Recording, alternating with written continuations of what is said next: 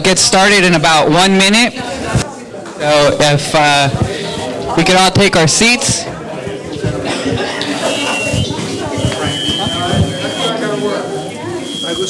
Okay. Welcome everyone.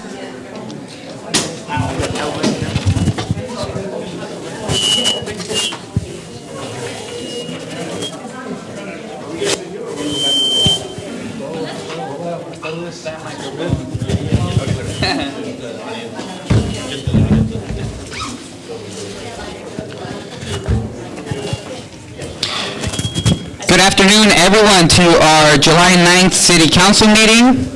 Bienvenidos a todos a nuestra junta del julio 9 del Concilio de la Ciudad de Watsonville. My name is Francisco Estrada, and I'd like to welcome you all and appreciate and thank everyone for making the time to be here today. If you need an agenda to follow along, there's some here in the front. They're available in Spanish and in English, whatever your language preference is. And just want to let everyone know that if you wish to address the City Council today, we'll ask you to fill out a little blue card, which you can keep with you, or you can put in the little blue basket, and make sure you deposit it there when you do make your comments to Council. Could we start with roll call? Ms. City Clerk, whenever you're ready. Hoffman Gomez. Present. Garcia. Here. Gonzalez. Present. Hernandez. Hurst. Here. Parker. Here. Estrada. Here. And I'm going to ask my colleagues to please turn on the microphones and speak into the microphones if you need to make a comment as well. Hope everyone had a pleasant 4th of July weekend and week. I think the city did an outstanding job with the fireworks show and the 4th of July parade. And now we're back here, and we're talking the strategic master plan. And we will... Hopefully it'll be both a respectful and civil conversation about this important topic.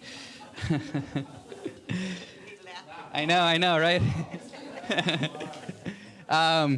Item 2 on the agenda, informational items only for my colleagues. I hope you had a chance to take a look at them.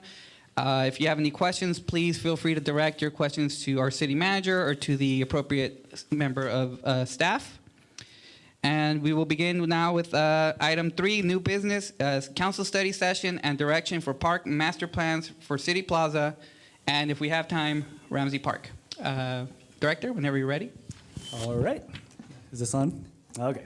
Good evening, everyone. My name is Nick Kalubakib, and I'm the Parks and Community Services Director for the City of Watsonville. Thank you all for coming to our study session this afternoon. Mr. Mayor, members of the City Council, and our members of the public that are here this evening. Again, we are conducting a study session today on our 2 master plans that we've worked on developing over the course of about 6 months or so for both the City Plaza and Ramsey Park. This study session tonight is as you can see, kind of a little bit different than our normally held council meetings that happen in the chambers. But as most of you know, in Parks and Rec, we like to do things differently as well. So hope you can stick through our presentation this evening.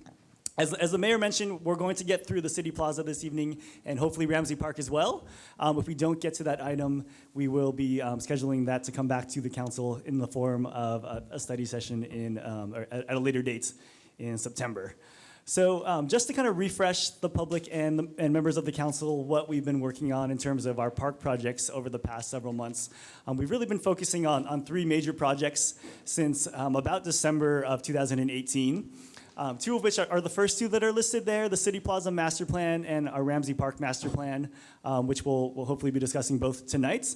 The third item is our Parks and Recreation Strategic Plan, and again, that's kind of an update, more action plan related update to our 2009 Master Plan, and we anticipate that we'll bring that back to the council for adoption in September.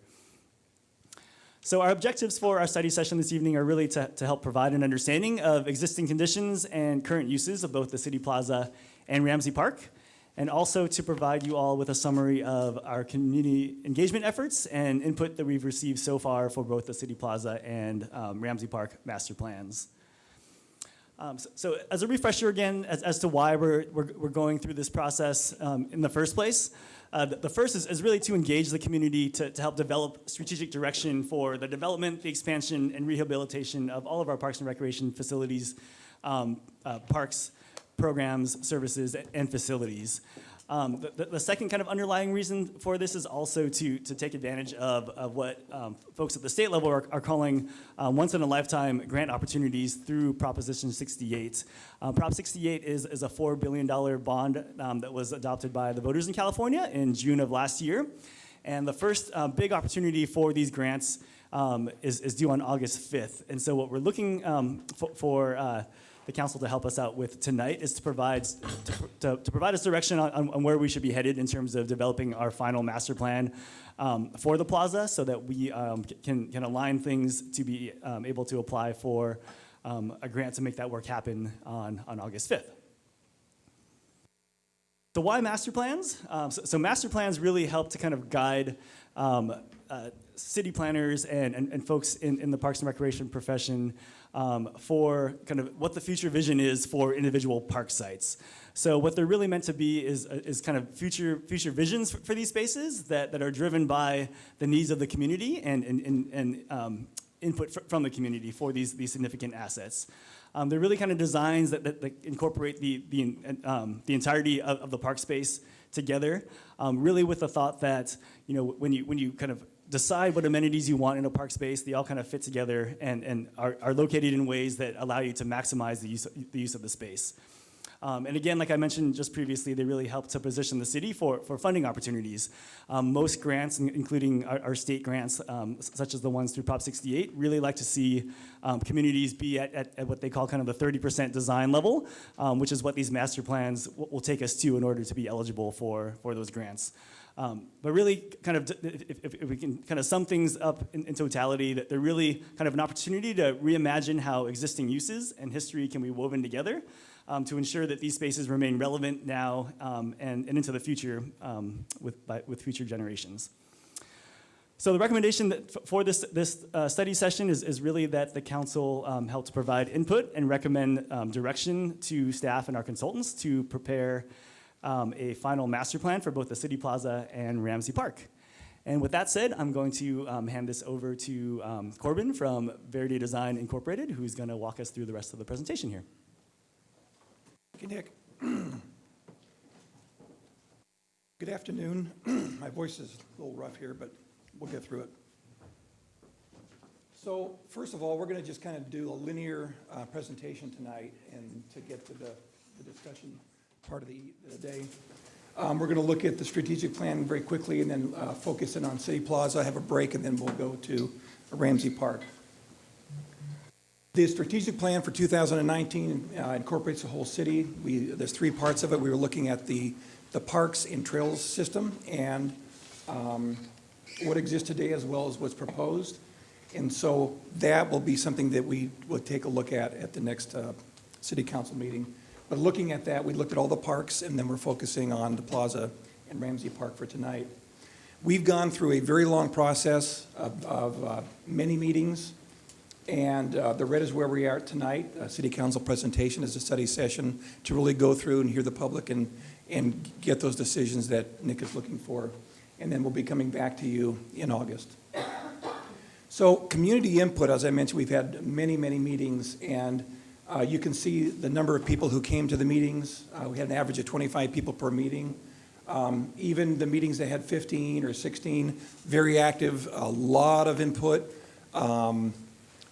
just very energetic meetings with a lot of opinions and a lot of input. So we're excited to see what comes out of tonight as well. We also did an online survey, both in Spanish and English. That's actually been out for a number of months, and it's still active, so you can still go on it, and people can put in their answers to the questions and their input and feelings and opinions. The engagement efforts, we've done pop-up meetings. This has been presented at farmers market tables, interviews of City Plaza users, social media, and then direct messaging to different people in different groups throughout the city. So really tried to canvass the city, both on a governmental level as well as the public, to get input to lead us to where we're at tonight. So first we'll start off with the City Plaza, wonderful heart of the city. This is an aerial view of it. There's a few interesting things I'd like to look at, a really quick history. There's no real record of a deed for the entire plaza to the city, which is interesting. In 1869, John Syme deeded a portion of the park, or the plaza, and we'll take a look at that. It's a very small area, which included one of the corners of the property, 250 actual square feet, as well as an intersection. And one of his quotes was that the use of the land that he deeded to the city and hopefully the use of the plaza was to prohibit the use of land to conduct business and sales, and it to be used solely and exclusively for the purpose of a town plaza and a public street. And you wonder why it says public street, and you'll see in a moment. When you look at the deeded area, there's 250, the square footage is the green square, which includes the intersection of Peck and Union, and then the actual deeded area is that red square, the red rectangle. That's the actual part of the plaza. The rest of it was literally the intersection, so that there would be an easy transportation and open access through that intersection. So with that, and again, in the brief history, the first bandstand, you can see in the black and white picture, was literally a bandstand, rectangular wooden building with stairs and a roof. Back then in 1906, the first gazebo that we have now, the stone gazebo, was built. The original roof is in black and white. That was replaced in 1967 with the roof that we have on it today. The Plaza Fountain was built in 1880 and was actually kind of shifted over in 1893 to its existing location. At present, it's not fully functional. It works, but it doesn't have the looks and the power and the pump system that it should have to make it work like it was designed for. You can see in the lower black and white picture, it's off-center, and it was kind of scooted over to its existing location.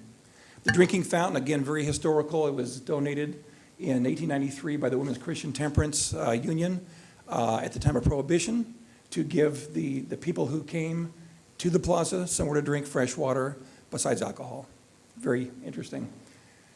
The cannons, Old Betsy in 1850 it came here from the east, came through the Panama Canal, and showed up in 1850, and that was actually shot off during the presentation and when California became a state of the Union. And it was also brought here for actual defense of the city, as well as to salute other historical events and things like that, and was shut off back then. The Field Artillery Canyon, 1899, it was really just something that was given to the city, and it's a kind of a historical monument and a feature that's in the plaza today.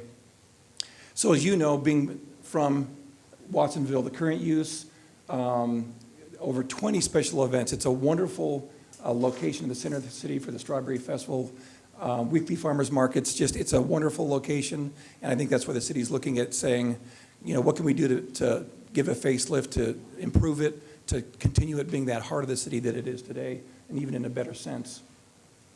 So when we looked at the city, both in going to pop-up meetings as well as city input that we received at meetings, there's a number of things that came up, and they kind of came up repeatedly over and over again, and these are the highlights: that the gazebo, or bandstand as it's also called, needs rehabilitation. After the earthquake, it's been closed. You can't use it. The gate's locked, so no one can go up in there and use it as a bandstand. People said we need more seating areas in the plaza. The plaza needs permanent restroom. The restroom that's there was vandalized, and the hole was melted in the side of it. They brought another portable in. There's been a lot of talk about a permanent restroom building. Some people have talked about a play area to encourage families to come, to give the kids something to do during festivals when they're not maybe necessarily interested in other aspects of the activities that are going on during those events. Really looking at a theme and bringing art into the plaza so that there's a constant theme throughout the plaza, but it's also a theme that would run through and be tied to the city of Watsonville as a whole. It came up the need for a stage. There's a lot of dance troupes and other bands and and activities that come out here, but there's nowhere really to set up and play that's designated for that. So a small stage was discussed on many occasions. The historical fountain needs rehabilitation. The lighting needs, there's 3 different types of lights out there, taking them out and redoing it with historical looking lights, but that give the right amount of foot candles and look thematic through the whole plaza. Trees and plants in the landscape need rehabilitation. A lot of them are dying, not doing well.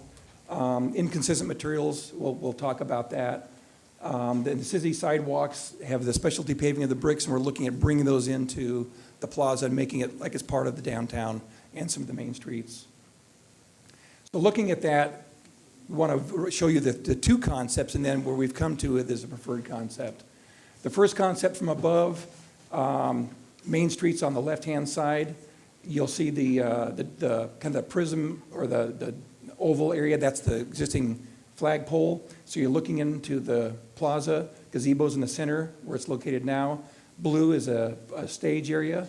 On the bottom portion of it, there's two areas of DG paving with some game tables as well as picnic tables, kind of a group picnic table area.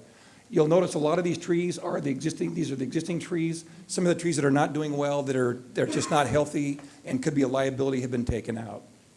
The plaza, and then one thing you'll notice on the right-hand side is a play area over and away from Main Street, the busiest street of all four. So giving that a place where the kids could go with a fence between the play area and Union to make it safe, and then really opening up the open turf play. And both for play, for different uses of the plaza, tables, chairs, tents, things like that. So looking at it from the west, that's from Main Street. You can kind of see the gazebo as a backdrop to the stage. The stage right now, as you see it, there's no shade structure on it. We're looking at a portable shade structure, so if there's an event going on, it's a hot day, bands playing, multiple bands throughout the day, there's shade there, so it's nice and comfortable. But then you can see the flagpole. That lower area would be a rolling turf up to a berm. So if you're watching an event and you're on the berm, you can be looking over people's shoulders as they're sitting down, kind of give a mini amphitheater type situation. The seating with those shade structures over to the right-hand side of the on Peck. From the north, the existing fountain, embellishing the area. A lot of people said, great fountain, but we can't sit around it. Can we get more benches? So we have a lot more benches along the walkway, the crisscross, and around the existing fountain. So there's a view of kind of looking from Beach Street at the fountain area with the gazebo behind it. So this is from from Union. You can see the play area and the restroom building, the permanent restroom building on the right-hand side.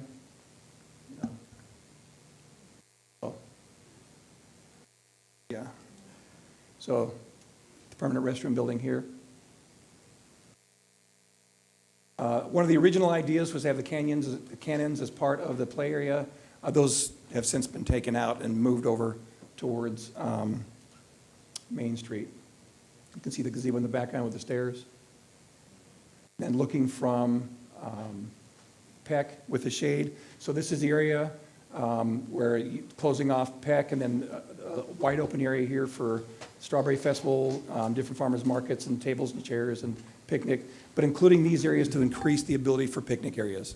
I know that right now they bring a lot of their own tables and chairs and things. This would offer permanent as well as the ability to bring in their own still in these green areas. And then there's the restroom building here.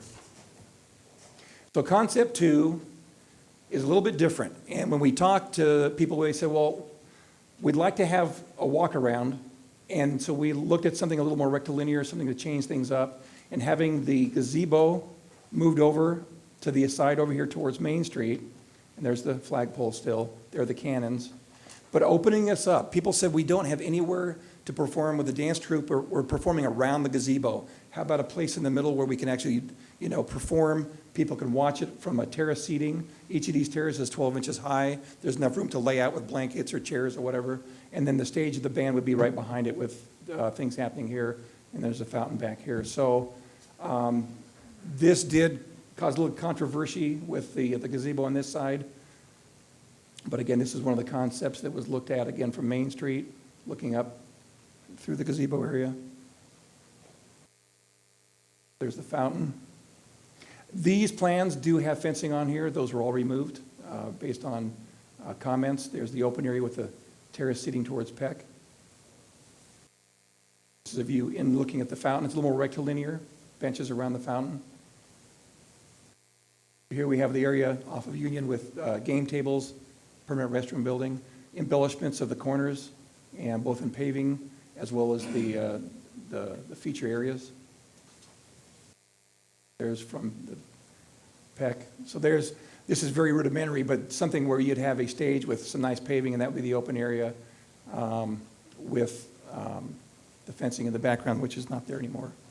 So then looking at the other side, this is a terrace seating, and we'll see this in the next concept as well. Just a 12-inch high terrace seating, but it's 8 to 10 feet deep, so you could literally lay a blanket out, and it's not all uptight like a stair step. It's actually enough room so you could use this for multiple purposes.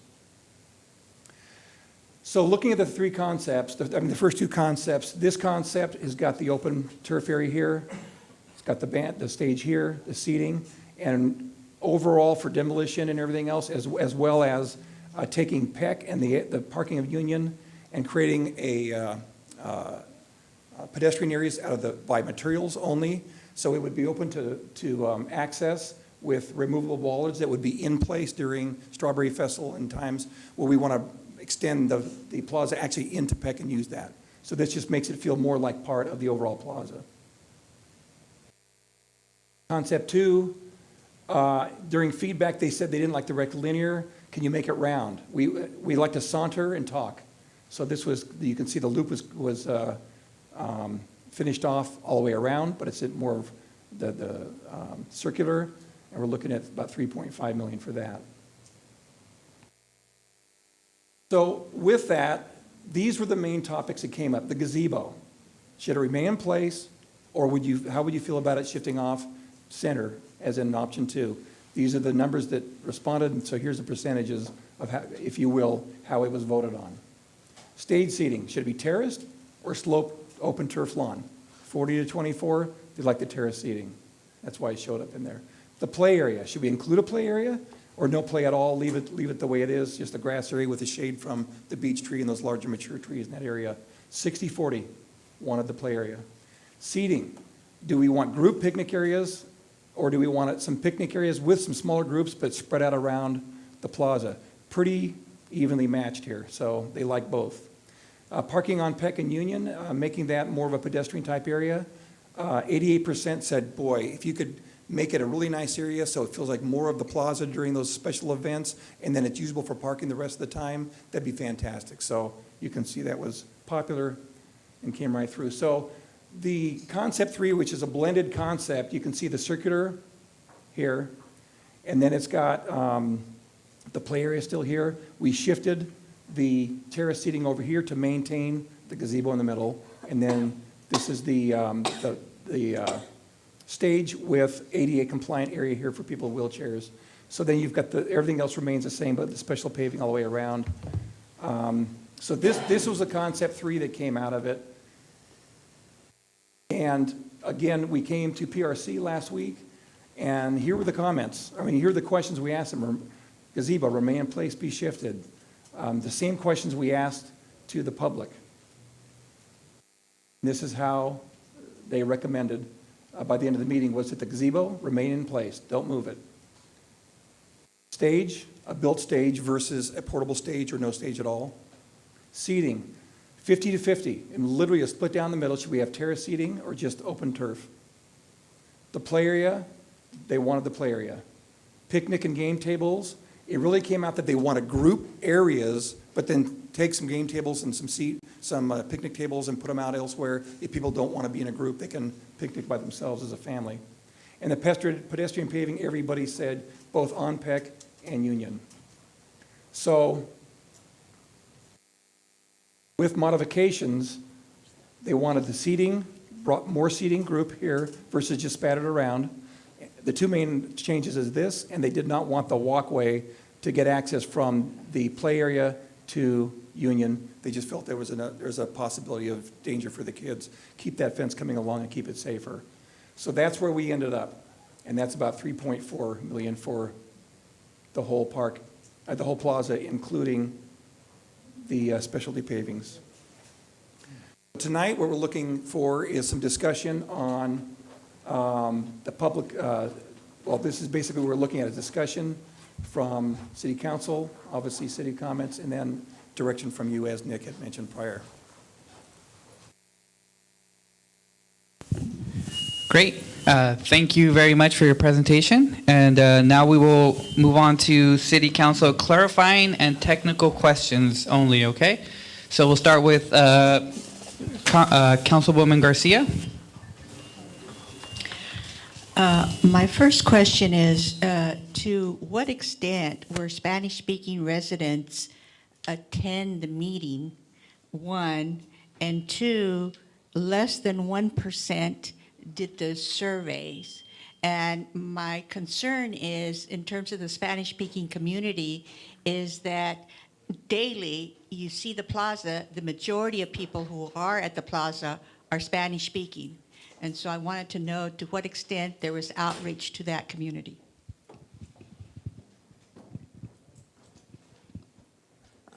I can respond to this one. So at our public meetings, although we did have translation services available at all of our public meetings, there were only kind of a handful of them where Spanish-speaking only community members attended. I think where we probably saw the most feedback from our monolingual Spanish speakers was probably at our pop-up meetings and in our discussions with individuals who were at the plaza themselves or during farmers markets and so on and so forth. Because we knew coming out of our public meetings that we didn't get a whole lot of feedback from our daily users of the plaza, we really tried to make concerted efforts to make sure that we were out in the plaza itself to talk with folks who are there kind of on a regular basis using the space. Thank you. My second question is, you mentioned the play area in Concept 1 and in Concept 3. Could you be more specific into what that play area looks like?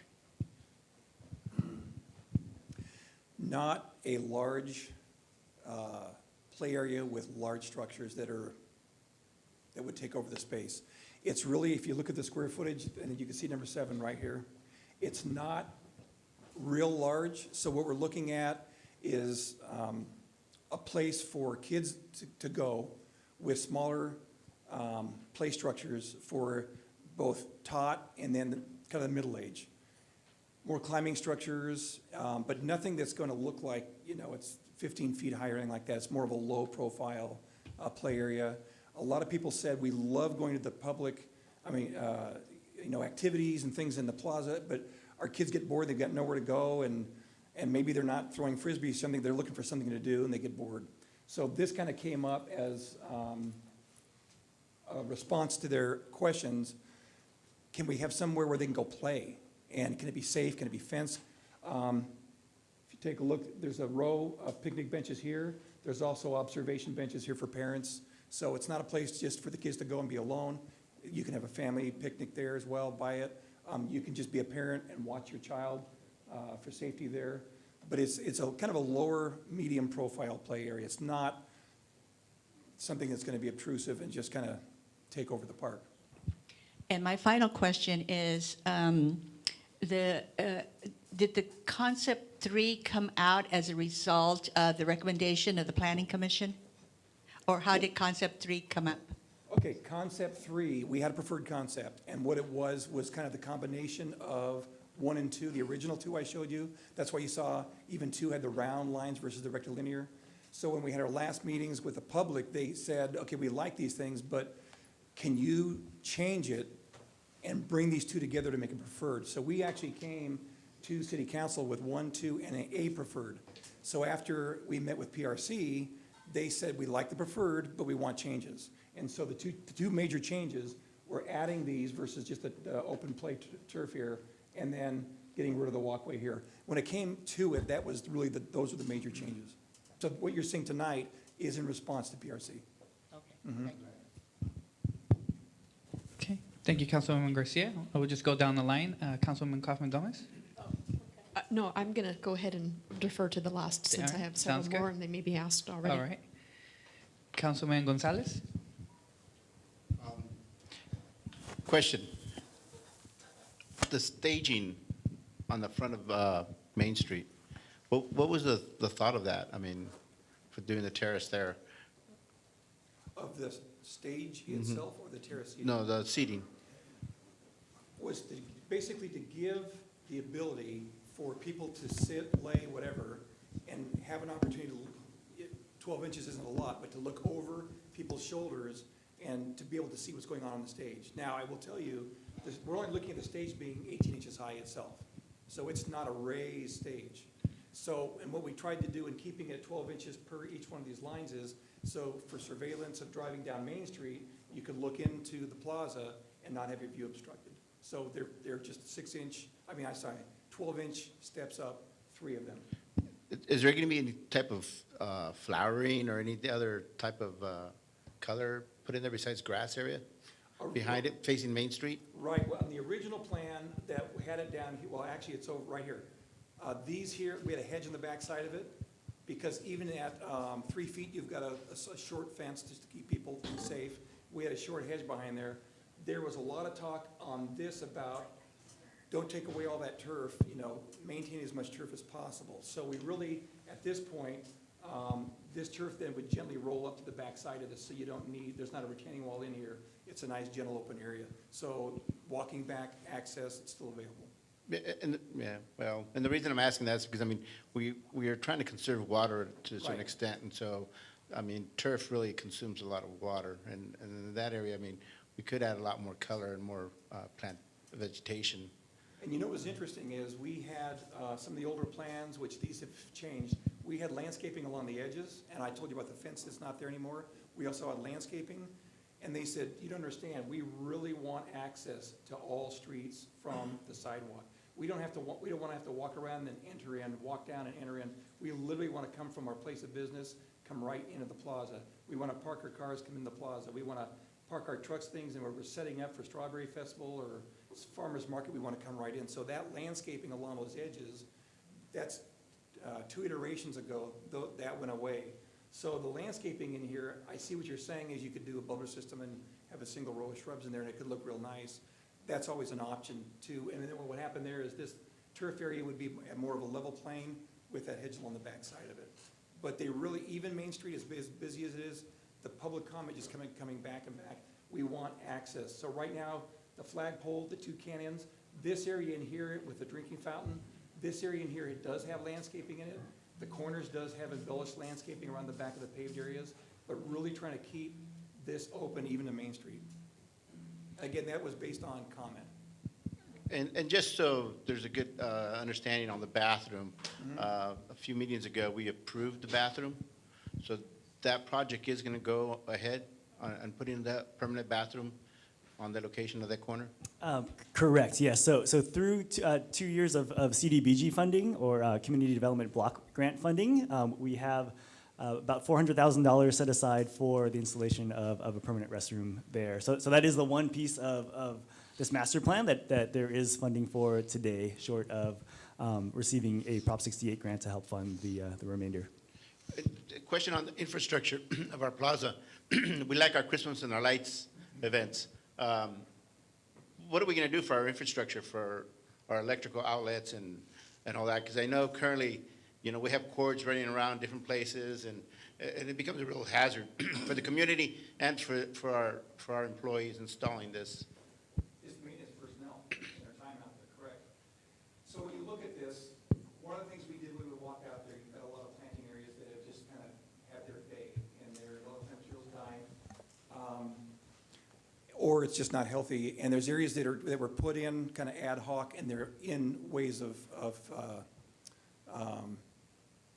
they're kind of blocking ways to walk around.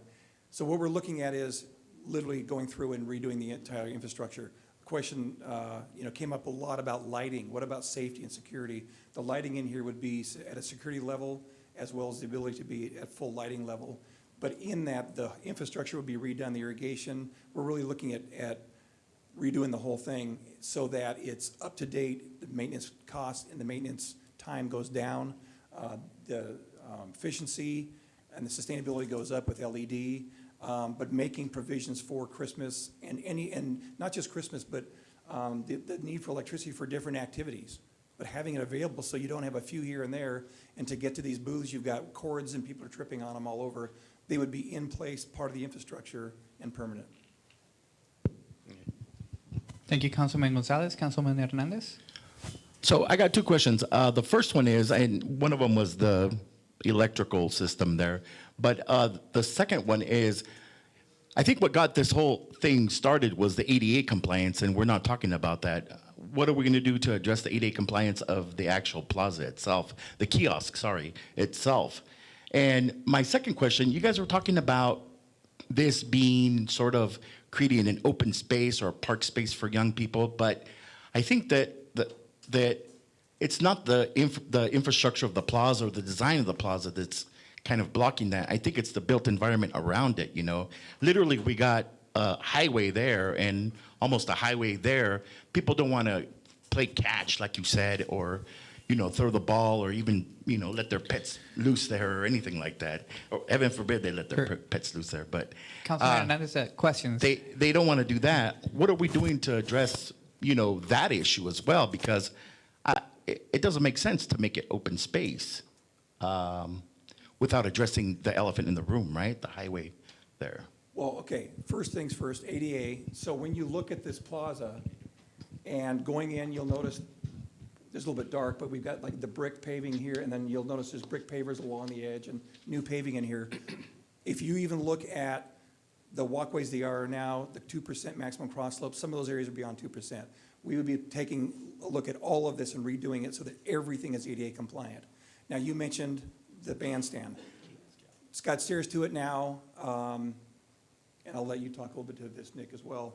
But the height of it at the bandstand level, to get a ramp on there is one excessive ramp. So then there needs, the elephant in the room is the question, do we need to make that ADA accessible with a very long ramp? Or because of it, of its being an existing bandstand, gazebo, the use hasn't changed, and if we go in and we leave it where it is and we do some structural things so that it is usable, we can take the lots off, do we in fact need to make that ADA compliant? Because I will tell you, to put a ramp on here just to get the few people that can play instruments in that bandstand, you're gonna have a ramp that's gonna be either circular or going down some of these walks at an excessive distance. So the elephant is almost the aesthetics as well. So where do we come to play in that? There's different thoughts of getting like a Johnny Lift or something like that if there was necessary for a certain band, different kinds of activities that would warrant people getting up there in that kind of a situation. But again, if that was something that was just deemed mandatory, we'd be taking a look at that in the design and trying not to take away from the beauty of the bandstand itself. But as far as the mandatory aspects of that, you've done some background on that. Yeah, so you know, we've done some preliminary background on you know, the necessity of adding ADA access to the kiosk or to the bandstand. We've had some conversations with community development and our building official. So we're kind of at the stance now where there likely won't be that mandate to make that ADA accessible because of its historical value and elements. And I think that kind of lends itself also to I think the fact that there's been kind of this ask for a other permanent stage area where individuals can more easily access and perform at. You know, I think one of the things that Corbin was alluding to is that, you know, the way that the bandstand is set up today, and obviously we're not proposing to change that setup, is that it kind of makes it difficult for any kind of performance that's held within there because of visibility and because of the size of the area as well. I think you could probably kind of easily get maybe a quartet in there or a few band members, but for things like if you think about the kind of the stage setup for the Strawberry Festival or even Music in the Plaza or any of our folklorico dance groups, it'd be really difficult to place them in there. Hence kind of the thought that a larger stage area would help facilitate that access. So to your second question, opening it up, really if you go out there now, a lot of the plant material areas and where the turf kind of ends and meanders and kind of fades into the planting areas, when I say opening up, a lot of that starts out with cleaning up the landscape versus the turf and looking at where is landscape necessary, where is it advantageous, where does it enhance the plaza versus cleaning those areas up and bringing the lawn in there so that it's more usable. One thing that we look at is, and we're very on the sustainable side of things, is we don't like putting lawn in where it's not going to be used because you're watering it to just look green as a carpet. versus something that could be landscaping and save water and it could look even nicer. But we got a lot of comments back saying we want usable space out here. If you just cleaned up what's there and cleaned up some lines and just made the planting that's there purposeful and the rest of it, usable space, it would just make the whole thing open. And I will tell you, we came in with fences, not fences, but just short, handrail type things, guardrail type sizes. And we got a lot of feedback saying, do not block our accessibility to the streets. So then again, part of that is your supervision by your parents with the kids and such. Can we go back to number 2?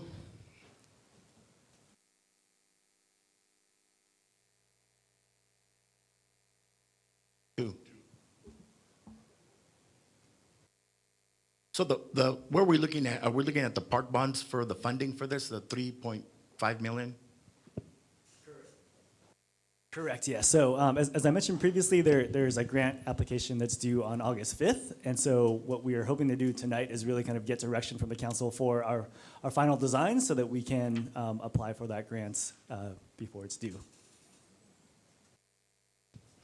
I'm glad to hear about the ADA issues and also the trampling of the landscape. The maximum grant amount that we might qualify for would be? The max grant award is $8 million, and so with a project that's a little less than half of that, it kind of sets us up nicely to be competitive for funding. $8 million is the max ask for that grant. And you mentioned a restroom would be $400,000. Is that a self-cleaning restroom, a modern restroom, or is it going to have an attendant along?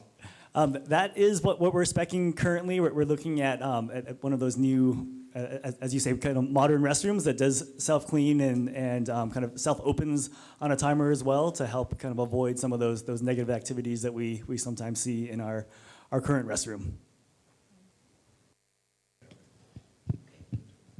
Councilwoman Parker? Thank you. I have a quick question about demographics. The numbers that, you did a lot of outreach meetings. Do you have a demographic for age breakdown on that? Throughout the process, we didn't really, especially in our public meetings, we didn't ask for demographics, such as age or ethnicity and so on and so forth. Well, I only asked for that because, as Councilwoman Garcia said, we have a diverse city. And we have a lot of older folks, we have a lot of families, we have a lot of, kids. But it would be great to see how that was impacted, with the changes that you're asking. What was the total number again? I'm sorry. I didn't get that when I wrote it down. The total number of participants in your outreach? I was looking the other day, and if you count the survey input that we've received so far, plus all of our public meetings, it's somewhere around 500 plus. But the online one was about 121 and 11, so it's like 300? Okay, Correct. 350, 400, okay. So that's good to know. So did we do any outreach to our service organizations in town? We did. We held 2 stakeholder meetings, one at the beginning of the process and one kind of towards the end to the middle of our public meetings. Our first kind of steps overall were that we had an interdepartmental kind of city staff meeting to kind of kick things off. And then right after that, we had a stakeholder meeting where we invited a number of our nonprofit organizations, our youth-serving organizations, and other groups that have something to do with parks and recreation, such as our sports organizations and whatnot. The first meeting, I think if we go back a few slides, we had around 40 plus organizations represented, and then the second meeting, I think there was about 30 or so. But we really tried to get as many folks involved in the beginning of the process to kind of help guide the direction before we went out to the general public. You'll find it. I do have, let's see, well, I have comments, but how many programs do we have that we use the plaza downtown? How many of those do we have per year? Yeah, there's about 20 plus special events that are held in or around the plaza throughout the year. Again, everything from the 4th of July parade to the Strawberry Festival to our Music in the Plaza series and holiday events and all of the different events that are hosted by our local nonprofits and community serving organizations as well. That number doesn't include the weekly farmers markets that take place there on top of that, obviously. Okay. And then for Proposition 68 funding, what about the retrofit of the bandstand? That's not included in this, and we talked about ADA, but also, as a basement, and I've had 30 kids in the middle of it singing, and kids around the outside dancing. So has that been costed out? Yeah, do you want to talk more about that? It has, and we don't have individual costs for that here. Okay. But we have done cost estimates to get to these numbers. Literally, everything is costed out, from demolition to through construction. Okay. Yeah. Okay. So when you say 3.2 Did million, that also includes the bandstand, Yes, the rehabilitation of it. Yeah. rehabilitation, making it usable again. We originally were thinking about taking it apart and then literally recreating the concrete structure and then taking all the original stone and putting it all back on there. There have been people who have looked at it and said there are other ways around that to where we can, depending on if the city wants to abandon some of the maintenance uses internally, they could do some heavy structural there or do beam structure if they want to maintain the irrigation controllers inside. And then we would go and regrout and make the exterior look, up to brand new as best as well with the existing materials. But that is included, yes. Okay. And also the ADA compliancy, For the plaza? Yeah, and I don't see that a circular, that's not going to happen. So you're looking at an elevator of some sort, Well, some and that kind. would most likely be temporary. I mean, it would be one of those, like a portable, so we could bring on site and Johnny lift them up, and then if there was a need for that, yeah. Okay, thank you. Councilwoman Kaufman Gomez. Thank you. Many of the questions have been asked already, so that saves my count. There is no issue with the Prop 68 for historical preservation for the parks? Because we're looking at, if there's a historical preservation of what we have three things that are here, the fountain, the water, the fountain, the water fountain, as well as the gazebo, and there are no restrictions of Prop 68 funds for restoration. Not for this particular grant that I'm aware of. How competitive is this grant in terms of what do you think? Or is it a 50-50 chance? How many others would qualify for it? I mean, we may be putting together a plan that we have no way of, being competitive enough for the need. Sure. It really is hard to say. I think what we've heard from our state legislatures is that Watsonville definitely is very well positioned for Prop 68 funding. In terms of demographics and overall need. I think it's really difficult to say. Like I mentioned previously, I think what they are saying at the state level also is that these are kind of once in a lifetime funding opportunities, and so I think that this grant will definitely be very, very competitive.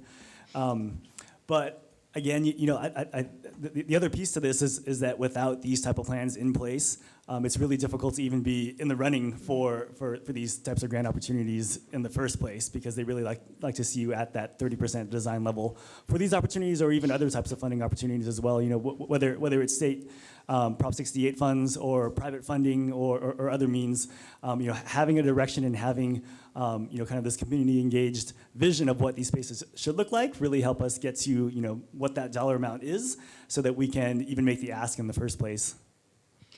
The other part of it is, I think it's a matter of the ask.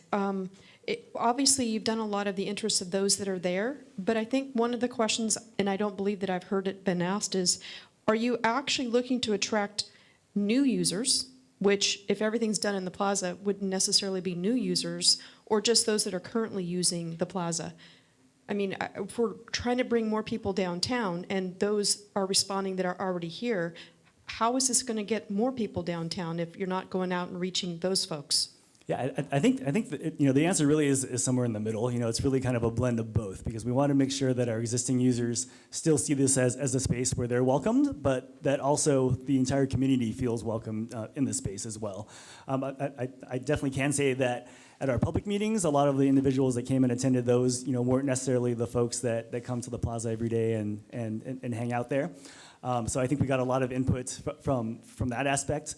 At our pop-up meetings, whether it was at Ramsey Park or during Day of the Child or our farmers markets and so on and so forth, we also spoke with a lot of folks who would come to the plaza for events, but don't necessarily use the space on a day-to-day for recreation and leisure. I think another question that comes up too is to use this plaza, the comment that we've heard are, there's plenty of parks for the kids, but to use this plaza for the purpose of recreational use or social use? And has that been defined for what we're looking to do for the overall picture of this? So I really think it's again kind of a blend of both. We kind of imagine, and what we've heard from the community or the community members that we've spoken with is that this is a place that is kind of the heart and the center of our city, and really should be a location where kind of again everyone in the community feels welcome to be there, whether it's to just kind of sit on a bench and chat with friends, or if it's to bring the family downtown and visit the plaza after having a meal at one of our restaurants or attending one of our festivals and whatnot. So I think again it's kind of that place that's a blend of both of those elements. Now, what kind of capacity are you looking at for seating for this mini amphitheater concept? I mean, how many people do we have in the plaza? What would this potentially seat in terms of the capacity? I mean, we're 1.4 acres here. We're trying to do a lot with such a small space, but if we're really trying to do the attraction, what kind of capacity are we looking at that we would be capable of housing in this plaza based off of these kind of plans with an amphitheater? We haven't done the numbers on seats because, as I mentioned, you can sit, you can lay, you can put chairs out. What we did realize, if in fact the terrace seating moves forward, looking at the footprint, we are raising it up in elevation just for visibility's sake, but for the most part, we're not changing the square footage or we're not reducing the square footage of the ability to see and observe performances. So, I mean, one thing we didn't want to do is take away from that. We want to make sure that we were either equal, and you can't really go plus unless you add terrace, other seating beyond this. Outside on the sidewalk or such, but one of our mandates was that we don't take away from the ability for the public to come and feel like there's room for me here. I can't, now I have to stand on the sidewalk because there's no room for me. And that's why on this, the final one, which kind of replicates that, looking at this area being the largest, we were looking at that originally with the rolling turf. And then they said, well, can you swing the seats around and use the larger area so we may maintain a larger area for people to observe? Because when it's down here, you look at the count, you could get there compared to this, and it was less. So this was kind of a direction we were asked to go to make sure we didn't minimize that effect. One comment that comes up with the Strawberry Festival is the sound. And is any of this being considered in terms of what the sound capacity is versus bouncing off and affecting some of the businesses downtown? Because we've had this complaint about music being so loud it feels like the speaker's right at my front door. So how is this being addressed when it comes to the sound issues that some of the businesses downtown may have an effect with? Well, one thing that a misnomer, people think just put a hedge in, put plant material in, it's going to muffle or it's going to stop the sound, which it doesn't. I mean, just testing has been proving that for decades, and the only other way to then decrease it for, let's say, off Main Street or Beach or whatever would be to actually create a sound wall. And we were asked not even to put fences in there, so that, I guess, more than anything else would be regulating the volume you could have your sound at. But to not create visible hardscape features that would take away from what the plaza is now by creating those vertical elements, really we haven't introduced something that's going to actually stop the sound at a certain point where sound will travel and come back down again over a period of time. So you may not hear it at the sidewalk on the other side of, say, a sound wall, but across the street, the sound's going to come back. So and then how high do you make it to stop the sound getting from the second and third floor windows? The effectiveness is really, unfortunately, you give up a lot to get a little. Will that be checked into a bit further if that were to be looked at for maybe the cost or the elevation levels, things like that? Would that be part of this process? If that's something that we want to move forward and take a look at versus keeping it more of a wide open look and things like that, definitely. One of the other areas that we see here too is we get a lot of people that just they're there and they're 8-10 hours and we're not getting either movement or circulation, and we feel that there's a bit of loitering that goes on with a lot of the visits that are there. Has that been addressed in any way? I don't know how, other than if we're putting more benches, does that mean there's more people that will be sitting there for the entire time until they go somewhere for dinner? But those are some concerns we have with people that are hanging out in the plaza, and how some people feel they're not comfortable showing up because of that type of relationship that this center has had. So how do we change what people do naturally or want to do? One of the ideas is bring in families, children, and you'll get people coming in and enjoying it, a lot of fun, frolicking, and that different demographic comes into the plaza. And so maybe the people loitering would move on or go to different locations. How do you stop loitering? Besides staffing the plaza and saying move on, that's really hard to do. One thing that was talked about was, we've got these benches, and we do have the loiterers, and they're taking up those benches, and there's really not a lot of other benches to sit on. Could you increase the count, which we did, and then we gave places away from, they're not all grouped in one location or, right around the center, they're throughout the whole plaza. So if you do have the loiterers, there's plenty of places elsewhere for people who do want to come for 15 minutes, a half hour before a meal, after a meal downtown or something. You give them a place to go as well. How do you stop loiterers? When the park even looks nicer, they may want to hang out longer. It's hard to say. And I'll give you my final question, because I know that there's a lot of interest that's here. And that has to do with the sanitation and, the trash and the maintenance that we have. How are we going to make sure that this is a clean park if we're attracting a lot more people with food and whatever they're bringing in that needs to be trashed out in terms of that cleanup? Yeah, I think as we look at the overall kind of design and layout of the plaza, I think it also gives us the opportunity to take a look again at kind of how we address those types of maintenance things, where we place our trash cans and what the layout of that looks like in kind of this new imagined space here. The plaza overall is what we kind of like to consider as kind of like our Class 1 type park, where it's held at a different standard than a lot of our other park spaces as well. So I think kind of moving down the road, with its refreshed look and with placement of, or strategic placement of receptacles and whatnot, I think it would remain as a high priority and highly visible location for the community. Quick, just one question each, so we can open it up to the public.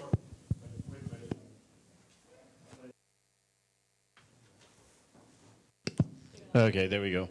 Sorry, she turned it off on me. Anyways, the one question I have is on the 30% design of the plan when we submit for the grant. It's going to depend on the percentage that we get allocated from the grant. It's going to actually be reflective of what we're going to be able to do to the park. So I guess my question is, what would 30% of our design be? Corbin may be able to explain this better than I can, but really like our 30% design is what you're looking at here today. What these designs really do is kind of outline what amenities and elements exist within the space and kind of approximately where they're located.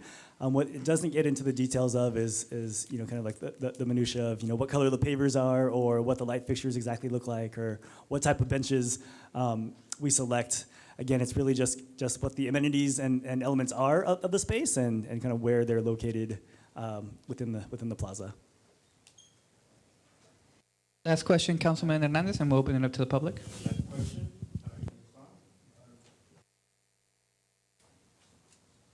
Okay.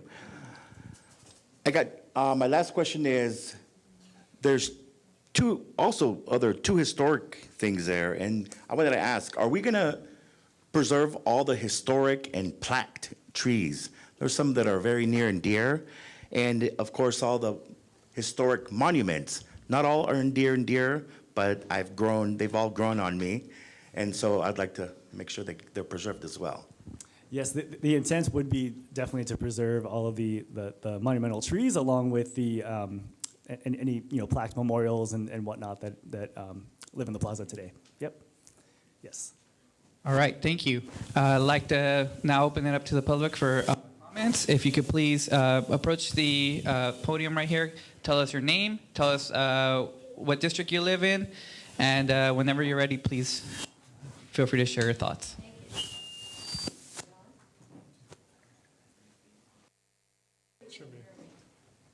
But, yeah, there we go. Okay.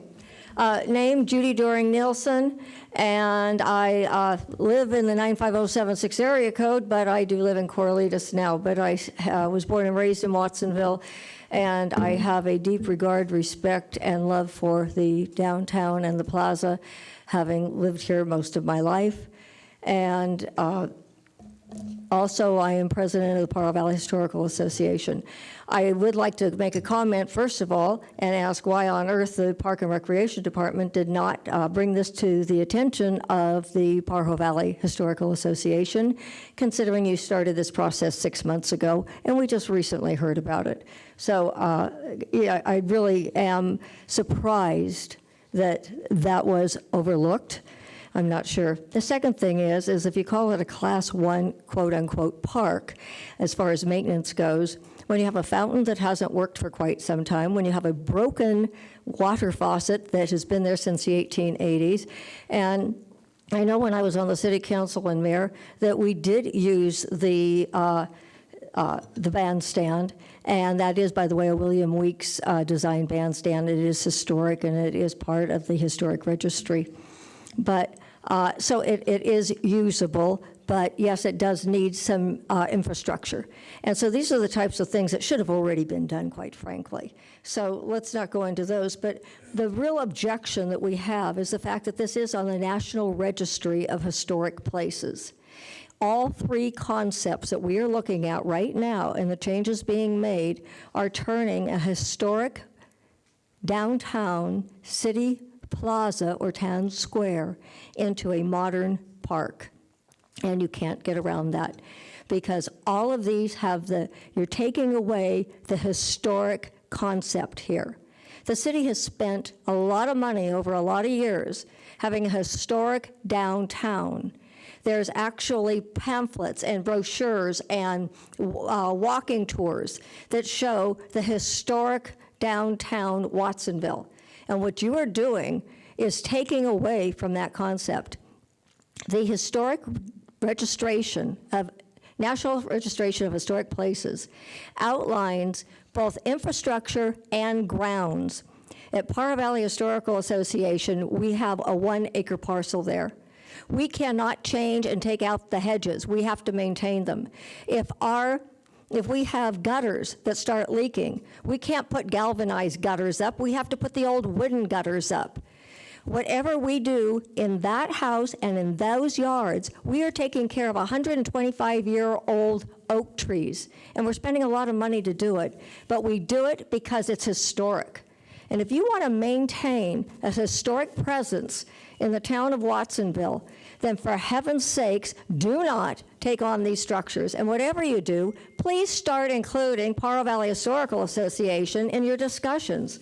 We have over 450 signatures within 2 weeks protesting this, and we're continuing to gather more. It's not just PVHA that's against it. We have talked with SACO, and they are against it, the Croatian community. We have talked with the Sons and Daughters of Italy, and they are against it. Go out in the community and start talking to people. Your pop-ups are not going out there and getting very many people. Ms. Doring, if you could So I know I've got to get off. Thank you. My bandstand Please here. finish your thought. And please, I apologize. I have another meeting that I'm supposed to be at, and so I'm not going to be able to stay and listen. I wish I could because I feel very emotionally involved in this process. Thank you. Thank you.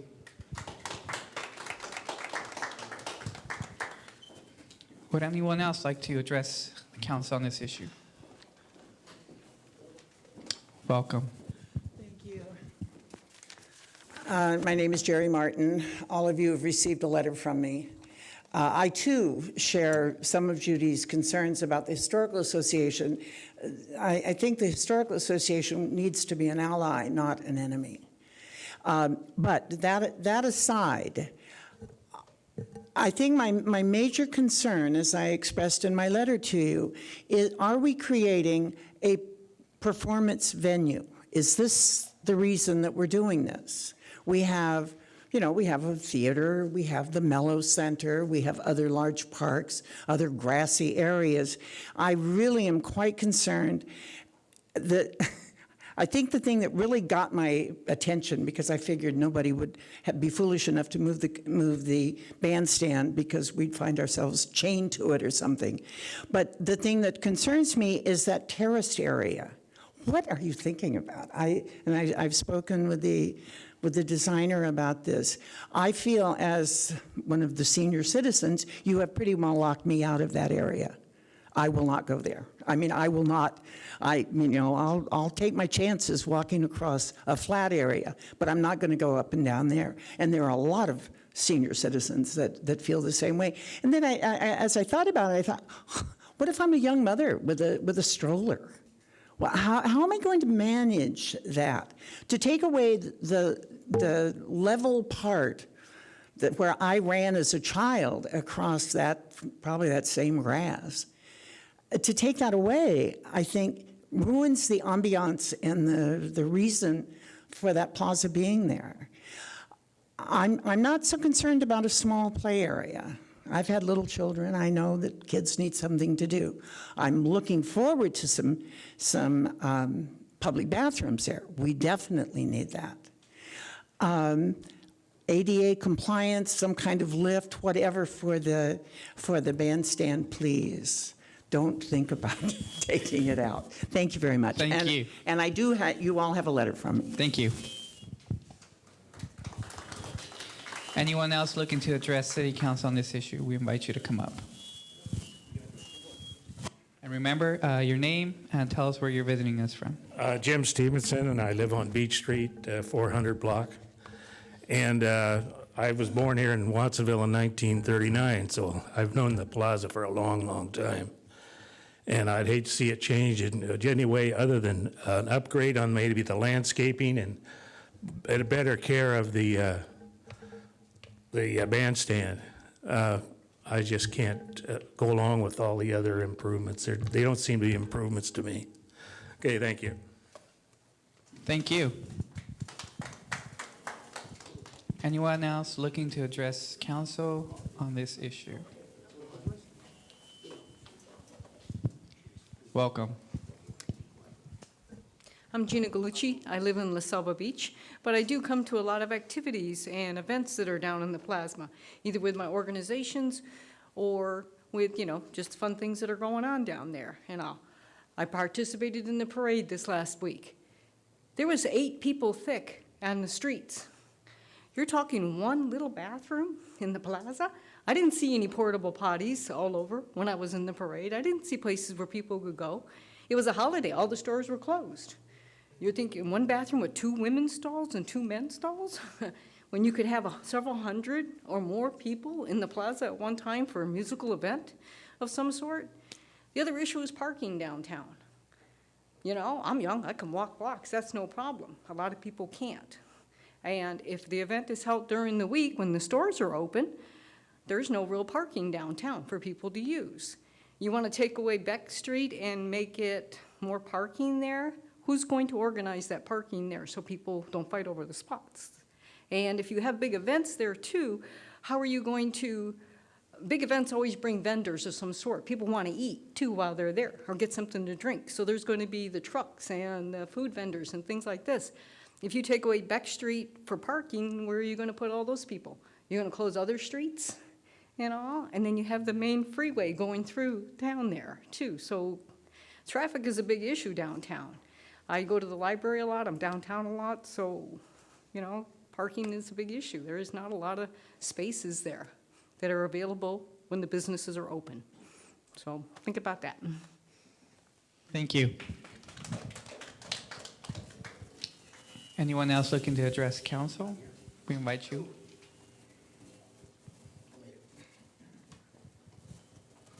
Welcome. Good evening, members of the board and chairman. I've been listening to a lot of people, and I'm very happy. That's why I'm here. I want to take you out on another road on the history of Pájaro. When Sebastián Rodriguez and a fellow named Francisco Solano, I didn't even know that I had a relative here involved in this city. But I think when they donated the property, they thought it was going to be for, the old timers, and someplace like in Mexico, La Pasita, we call it the Plaza, we call it the Pasita, because it's a place where you, after work, you go and, relax, and you can promenade, check the girls out, the boys. This is what it's all about. It's somewhere where it's quiet, no commercialism, and that's what they didn't want. No commercial things that could be, just leave it alone. Just it's for the public. It was meant for the public, not for a kiddie park. You got 26 parks, man. 26 parks you have already. You want another kiddie park? I can't see little kids down in that plaza. Not the way we have our problem with the handicap, with the homeless. It's getting terrible, I'm telling you. They're all over the place. We don't want any problem. We don't want any problem in that park. We want something that's safe, and the old people like me can go and talk to people, and that's what it was meant. Other than that, I think we need a bathroom. It's really, you see people trying to, go behind the bushes. I've seen them, and, the homeless too, personally. So I think we have to protect that for the future. It's a historic site. I think it should belong in that category. We have a lot of, this town is one of the few towns that have a plaza, a placita. Very few cities have a placita. And so I think, as I told you, I am really against any changes, any other than that original concept. I say just leave it alone, please. Thank you. Thank you.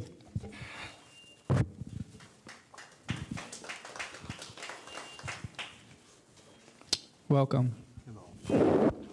And thank you. I would humbly suggest that we would think about, in our travels, if we were in Belgium, going to the Grand Palace, Plaza de Mayor, and Buenos Aires, going to Tiananmen Square. All of these communities have a unique plaza. And what we have here in Watsonville has been unique for 150 years. I would hope the board would consider that in making their final decision. Thank you. Thank you. Welcome. Hi, my name is Susan Jacobs, and I live in District 5 for many years. And I just want to ask you a question. Now, under Proposition 68, if we apply, is it for a grant? Can they reduce the amount that we've asked for? They definitely have that opportunity with any kind of state grant funding source. They usually come back and will kind of talk through with the potential fundee, elements that they feel are worthy of funding, and will kind of back out things that they don't feel that are worthy of funding based on other competitive grants that are in and how they meet the regulations of that particular grant source. Okay, does this mean that Sacramento would ask you to attend a meeting if we became in competition, or not competition, but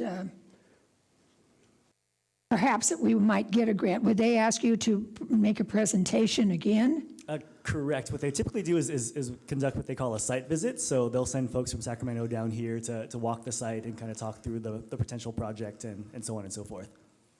Okay, that I was going to ask. Now, if we did all of these improvements, and some see them as improvements, others don't, does the city itself in their budgets have enough money to continue, or this looks like it's going to be more tailoring and really going to take a lot of effort to keep the park up? I mean, is that a possibility? I mean, I don't understand the funding. I don't know if Parks and Recreations pays the funding or if it's Public Works or who pays to keep the plaza up.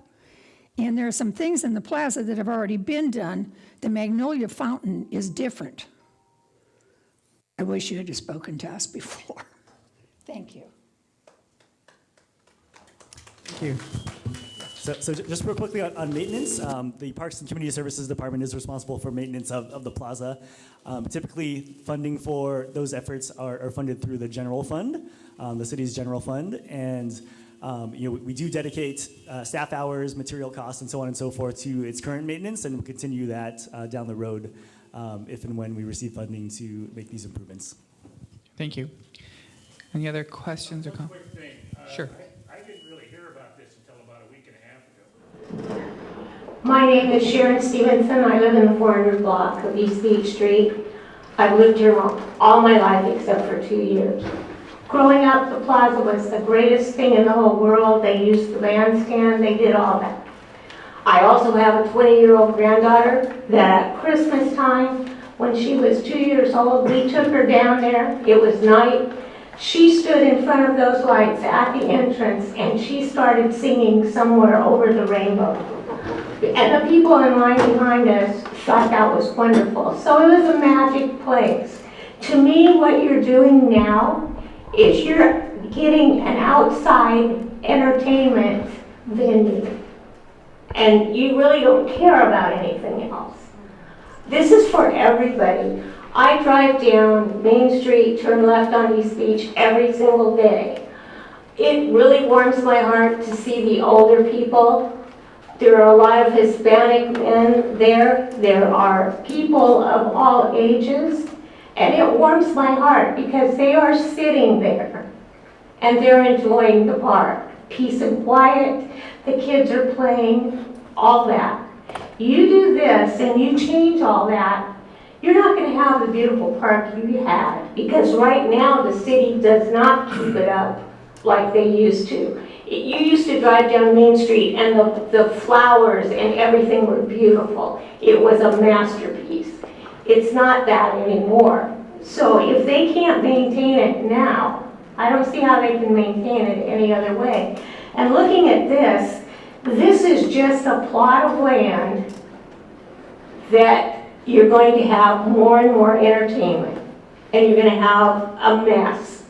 And I can tell you, living on the 400 block, that's a long way from the plaza, and the music is so loud on certain days we have to close our doors and windows.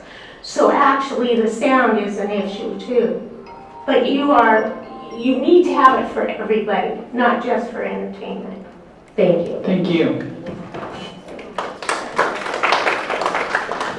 Anyone else here looking to address City Council on this issue?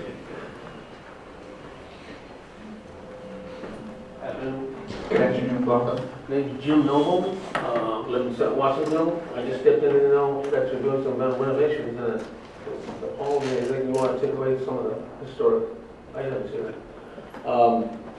This, like many of us, was born here, lived here, climbed the trees and all. But for us, for music, we have to look at the culture that we have here. We have quite a bit of Hispanic people here. And I don't think you realize, I'm sure you do, but, how many venues you're going to have per year. And also, too, I think there's a real problem, one lady expressed the fact that a porta potty is outrageous. That is so nasty for a city council to not consider building a structure. And the water faucet, well, we have one, ancient. It's like a person has to walk quite a ways in order to get to a water faucet. I suggest that you may think about putting up maybe 2 more. But like I said, I just stepped into this. My concern basically is that the lackadaisicalness of the city council trying to move in to try to get a porta potty again, which I hate to see that thing there. But really consider, the question is, do you have ideas about a permanent structure for bathrooms? Okay. Thank you. Like I said, I expected that these trees, I mean, historic, the brushes got, I climbed those trees when I was a kid, and I hate to see them go down. Like I said, I have no idea what you're gonna take down, what's gonna go up, but music downtown, this ain't Santa Cruz, this ain't San Francisco, this ain't Sacramento, this is Watsonville. It's an agricultural city, and that's what it's been for many, many years. Many good people have come out of this high school and moved out and done quite a thing in the city, and I appreciate that. But to spend that kind of money, that's a lot. What I can see as I begin to stay in my own hometown, that money could be used elsewhere. So I appreciate you trying to move this into the 21st century, but I don't think it'll work. But do your best. Thank you. Thank you.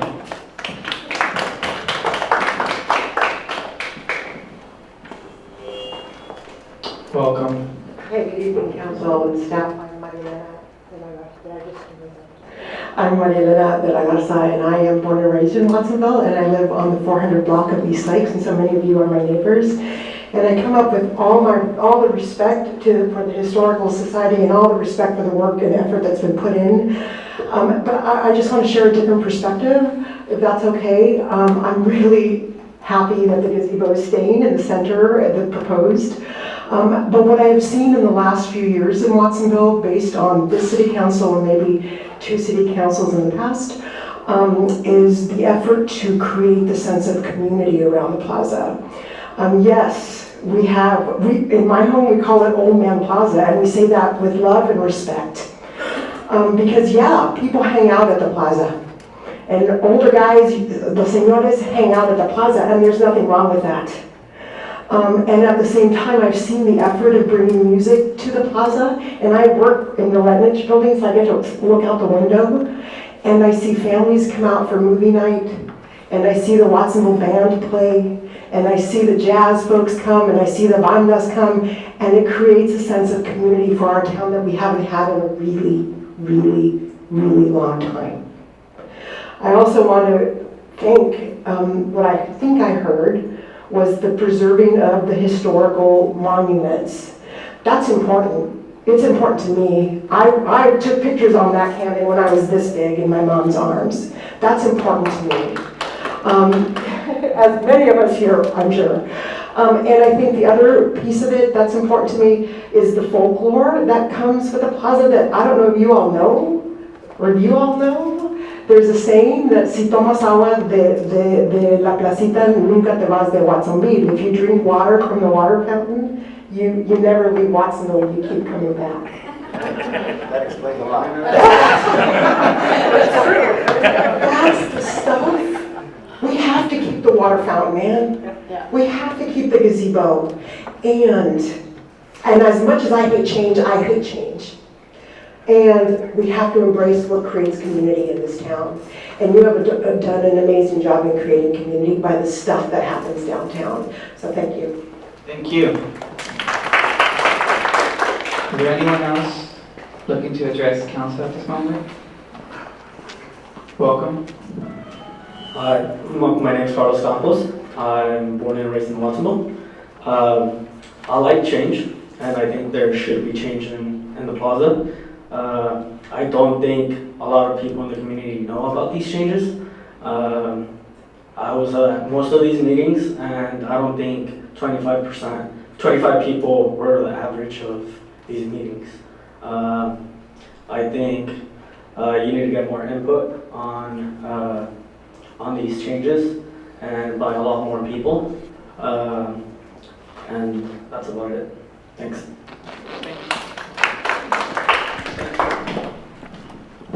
Thank you. Anyone else looking to address council at this moment? Seeing none, I will close public comments and bring it back to the council. And if I can get a motion from a member of council, whether to direct staff to prepare 1, a final master plan for the city, and 2, for the plaza, and 2, a final master plan for Ramsey Park. Yeah. We got it. Can we bring? Oh, so the plaza only. They'll have to work it out. Yeah. Apologize for that. Mayor, Yeah. can we open up the discussion first before? Well, we need to have a motion before we can open up the discussion. To make sure whatever include grandstand, better drink and we can discuss the rest. Councilman Gonzalez? Well, I'd like to make a motion to open for discussion. Second. We have a motion by Councilman Gonzalez. Can we get a second? Second. Second from Councilman Hernandez. Okay, Councilman Gonzalez, since you made the motion, I'll let you open up the discussion. Yeah, first of all, I want to make sure that everybody understands that all the historical monuments are going to stay preserved. Okay, we're not going to get rid of any of the historical monuments. I've lived here in the city of Watsonville. Unfortunately, I drank from the fountain of the water. So I've lived here 50 plus years in the city. So the cannons are dear to me, the water fountain's dear to me, the gazebo's dear to me. So we all have that in common. We all understand that part. But we also need to understand that our city is growing, and we need to be able to come with change to our city. When they changed the grandstand years ago, they did it because the city was growing. They couldn't do a little 4x4 grandstand, so they had to go with a big gazebo. So with that in mind, we need to make sure that we do the changes that we need to be done that are going to be beneficial to our community. And yes, we are going to build a bathroom. That's already in the makings. So so that part's going to be taken care of.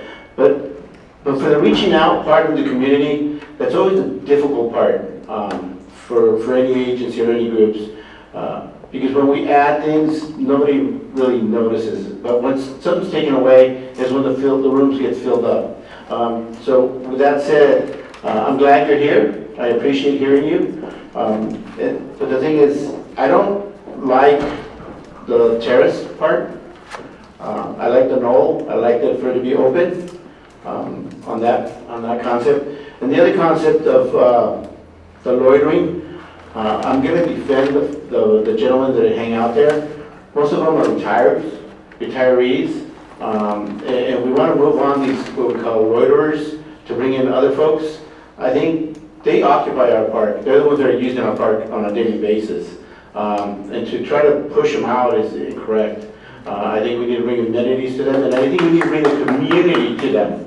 And that's the most important part. And that's bringing the families to them, knowing that they are part of the community at large and not just on their own. And I think that's the important part. So I am going to protect my retirees to go and hang out at the plaza. Thank you, Councilman Gonzalez. Councilman Hernandez? So a few of us on the council a few months ago got the opportunity to visit our sister cities. Almost every town we visited had a busy plaza, bustling with food vendors, people visiting, and I found myself every morning wanting to go to one of the plazas. I think that one of the things, and here's the thing though, there was no playgrounds there, there was no amphitheaters, there was just bands walking around the plaza, playing for people. But it was very accessible. It was very walkable. We actually walked like 5 blocks away, just walked there, and it felt comfortable. And I think that's the missing link in this discussion. As some of you know, I've been kind of vocal on this issue on social media.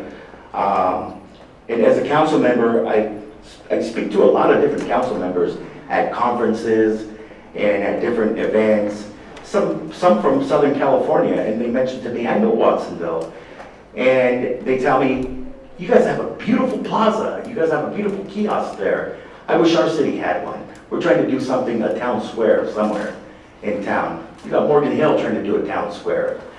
You know, and it's, as a council member here, as a person who also drank the water here in Watsonville, I relish in that envy of our plaza, the envy that other council members have of our plaza. That said, you know, I know that we do need some change sometimes. It's a tough one, you know, but, you know, 2.5 million, you know, I wish that we would have talked about this earlier because I think River Park in District 2 needs some improvements. I think that would be a good location because it has families there that need a park, a place for young kids to play. I think District 6 needs some park improvements, or a park actually, to begin with, right? There, and I think that would be a good place for 2.5 million. I think our senior center needs some improvements. But that said, I do like the idea of some upgrades at the plaza, especially some structural improvements for the gazebo, but keeping it in place. You know, upgrading the electrical system, the irrigation system, maybe the ADA compliance, making it more, you know, walkable and accessible for people. Fixing the fountain, of course, adding the bathrooms to it. Adding more lighting, but keeping it that historic, even though it's LED lighting, keeping the historic lighting fixtures on there. Adding more seating. I guess I'm okay with some landscape improvements as well. I'm not so sure about, you know, the playground. I guess I'm lukewarm about it. There is some parameters though that I do have. I'm not sold on the amphitheater or moving the plaza for sure. And the historical trees, the trees with plaques, I would say have to stay, and all the historical monuments there would have to stay. Thank you, Councilman Gonzalez. And just to let my fellow council members know, we're gonna go through each proposed change. Okay, so if we can keep the comments just succinct and a little more to the point, and then we will go one by one through everything. So we'll go with Councilwoman Garcia.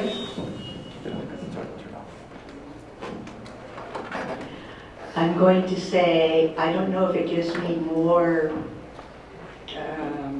more power, authority, but I drank from the water fountain before they did.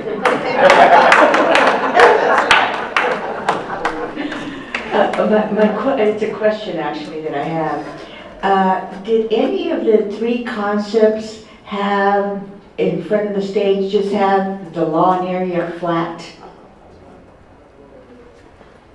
We didn't have that option in any of these concepts as we kind of moved into the diagrams or the concepts as you see up here. But as you can see on the slide here, that definitely is still an option, I think, for the council to consider. And if you recall the slide that talks about what the PRC's input was, half of the commission suggested that we use the terrace style seating, and the other half said, we want no seating at all, whether it's sloped or terraced. So I think that's definitely something for discussion today. And then I would support Councilmember Aurelio in terms of, he said he didn't like the terrace. I don't like the terrace. Part of it has to do with what was mentioned earlier by one of the speakers, and that is, as I go to the music in the park, I see lots and lots of families or mothers and or fathers pushing children in strollers. And with a terrace, it would be difficult for them to be pushing those strollers. So I would not support that, and that would be the only thing that I think I would not support of all that's being recommended. Thank you, Councilwoman Garcia. Councilwoman Parker. So, I'll make it succinct because I made a list. Yes to the bandstand and gazebo, electrical and ADA improvements. Yes to saving the fountain. Yes, I am a drinker of the fountain as well. Old growth trees, I don't want to see them cut down. I think that's important as long as they're not diseased. I think we need to keep them and keep them healthy. Historic lighting, I have that down as well, so I appreciate that, Councilman Hernandez. Bathroom, essential. Self-cleaning, so excited. And it shuts down and locks itself. I'm just so excited by that. I just think that's wonderful. Benches, the improved amount of benches. I've been down there with my mom many times, and you have to scoop people over just to try to get a seat for the 96-year-old. I am adamantly, and I'll say this even as a teacher, against the children's playground in this environment. I think it is something that we have lots of parks for kids. I think that this is for the adults and families. And I don't mean for kids, I mean for families. I think it's great when families are down there because they're doing family-oriented things. The kids are not separated by going to play. They are with their families. They're interacting. They're seeing the lights. They're listening to the music. They're having something to eat. It's a family community, and as some of our speakers spoke to, it builds that community. So I'm adamantly against a playground. I do not think it is the environment. I'd rather see green grass. I'd rather see keeping it more organic. I am torn because I do have to say, you know, the gazebo where it is should stay where it is. But having had students perform in it and around it, it doesn't lend itself. And I know we have portable stages, but that also means up and down and people and manpower, etc. I have to say I'm not against the stage. As long as it's in an organic way, and I don't like it the way it's, because it's like stage, nothing there, and no columns, nothing to block the view of the gazebo or the, you know, the wonderful place that it is. I like those 4 toppers. I don't necessarily like that thing on top of it. What is that called? The sun? Shade sail. The shade. I think that might lend itself to camping for some folks. And, you know, having a 4-topper, I could totally see going down there and playing checkers and chess or having lunch with some of the folks who work in those businesses there and sitting down at some of those tables with them, having done that. And I like that. So that's where I'm standing, and I know we're going to go through this individually, so I'll be quiet. There you go. Thank you. Anyone else? Councilwoman Kaufman-Gomez? Thank you.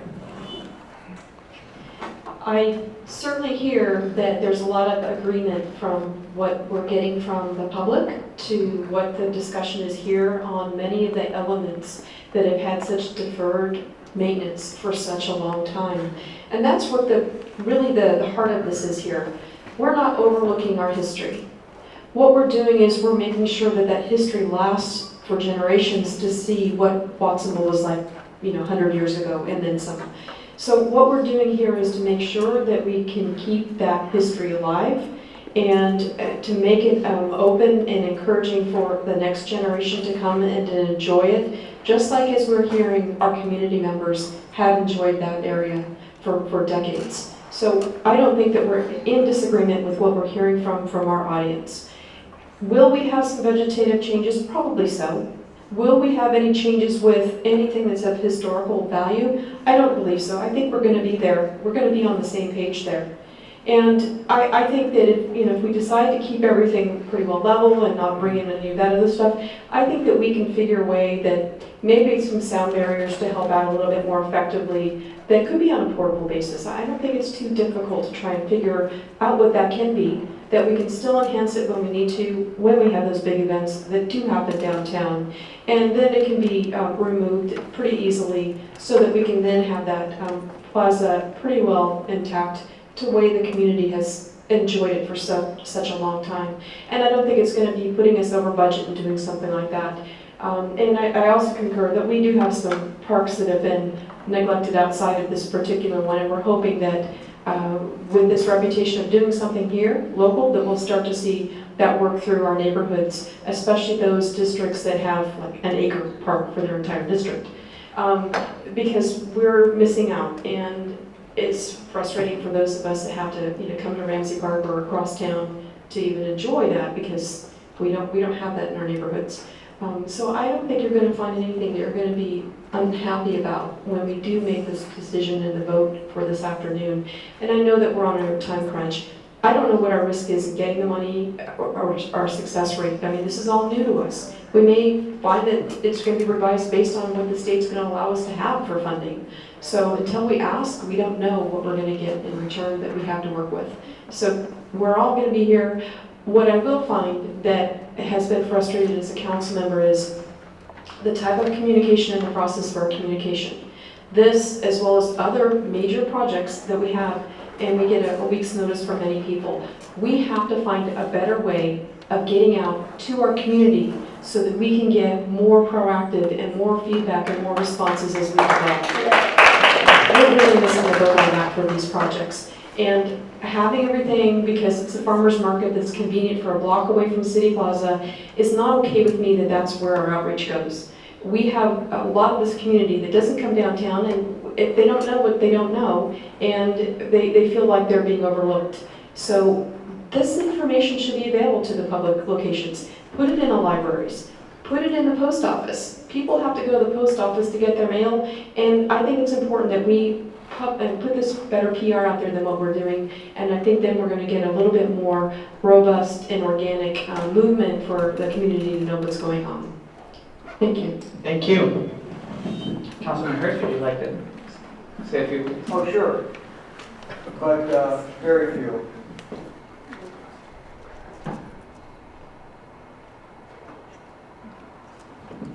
Yeah, I'm sorry, our time is up here. You know, we did discuss this back in the 90s. There was a plan back in the 90s where we were going to remodel or redo the gazebo, fix it up. And there's been emphasis on this for quite some time. Unfortunately, the recession entered and there was no money. And so now here's the chance to get some money. Here's the chance to use the state's money.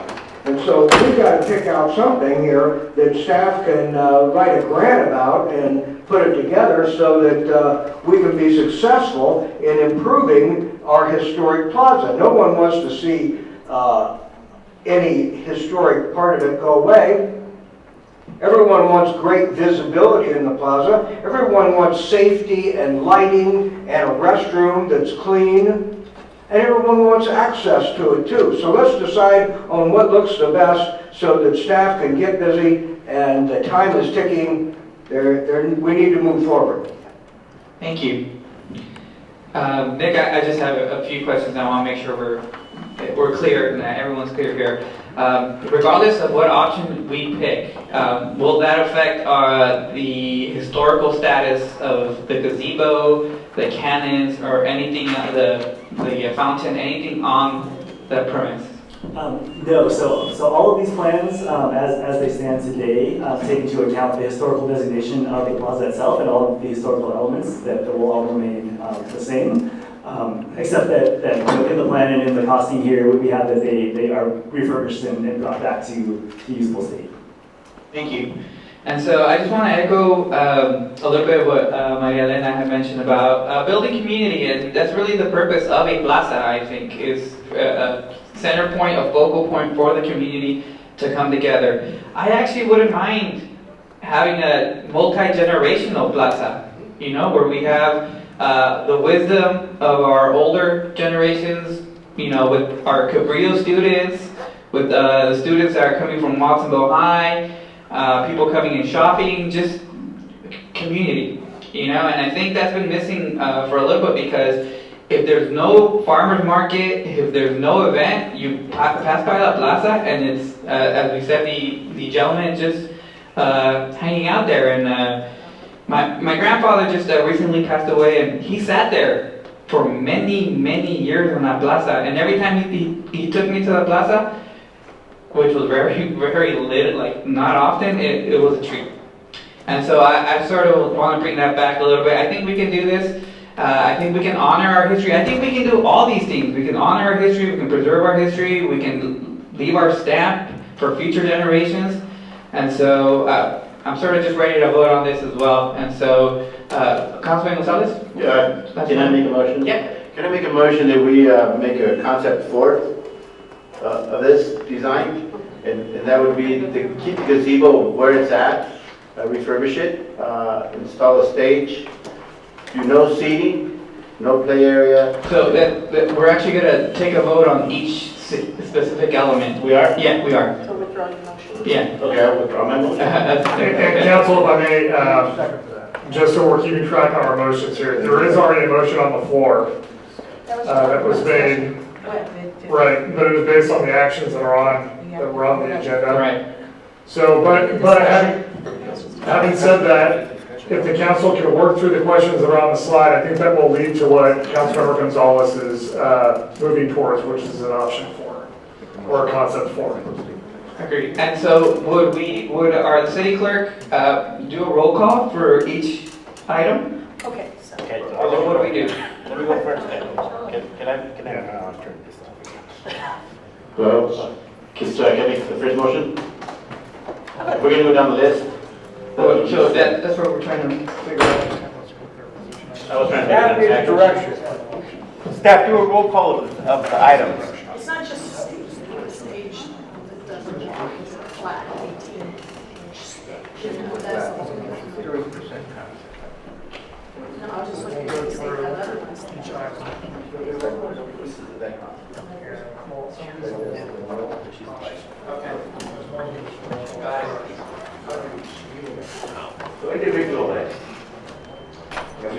So, excuse me, council, I was just conferring with our city attorney. What I would suggest is that we table the motion while the council has an opportunity to provide direction to staff on each of the items that are on the slide, which will then lead to the final motion.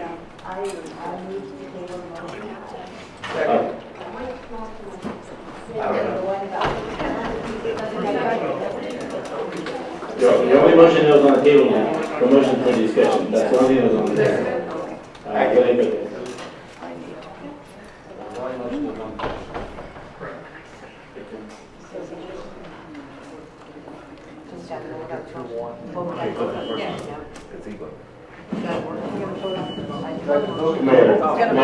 Okay, yeah, we will move, vote on the motion to table the first motion. And so roll call, Ms. City Clerk, whenever you're ready. Robin Gomez? Yes. Garcia? Yes. Gonzalez? Yes. Hernandez? Yes. First? Yes. Parker? Yes. Estrada? Yes. Motion passes. Okay. Now, can I make a motion to pull off the list? Is that where we're at? No. All right. This doesn't require a motion at this point, so we're asking for direction from the council. So what I would suggest, if it works for the mayor and the council, to run through each of these items to allow the council as a whole to give direction on each element. And then there could be a motion made incorporating that direction. Okay. Okay. Okay, so let's start with the gazebo. Our two options are remain in place or shift off center. Yes. Who votes for the first option to keep their gazebo in place?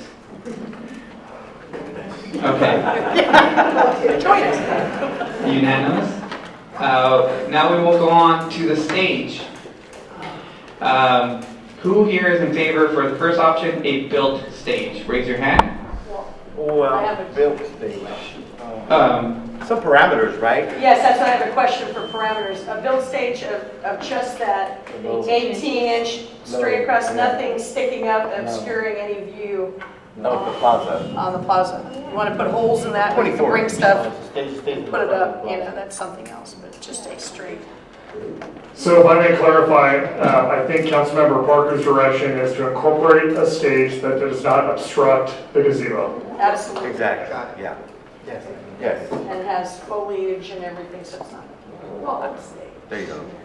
So I can see that we can agree to a stage. Maybe they can get back to us on those options. With those, That doesn't with that obstruct. direction, Right. we're giving them direction. It doesn't obstruct the plaza. Yeah, no obstruction of views Yes. wherever you are. Okay. Do we want to vote against it? Show of hands. All right, show of hands of option one, the built stage that does not obstruct the gazebo. Okay. Option two, a portable stage that will not obstruct the gazebo. Is that also correct? Okay. And the third option, no stage at all. Okay, thank you. We'll move on to seating. Who is in favor of option one, terrace seating? Who is in favor of option two, sloped lawn seating? And who's in favor of no set seating?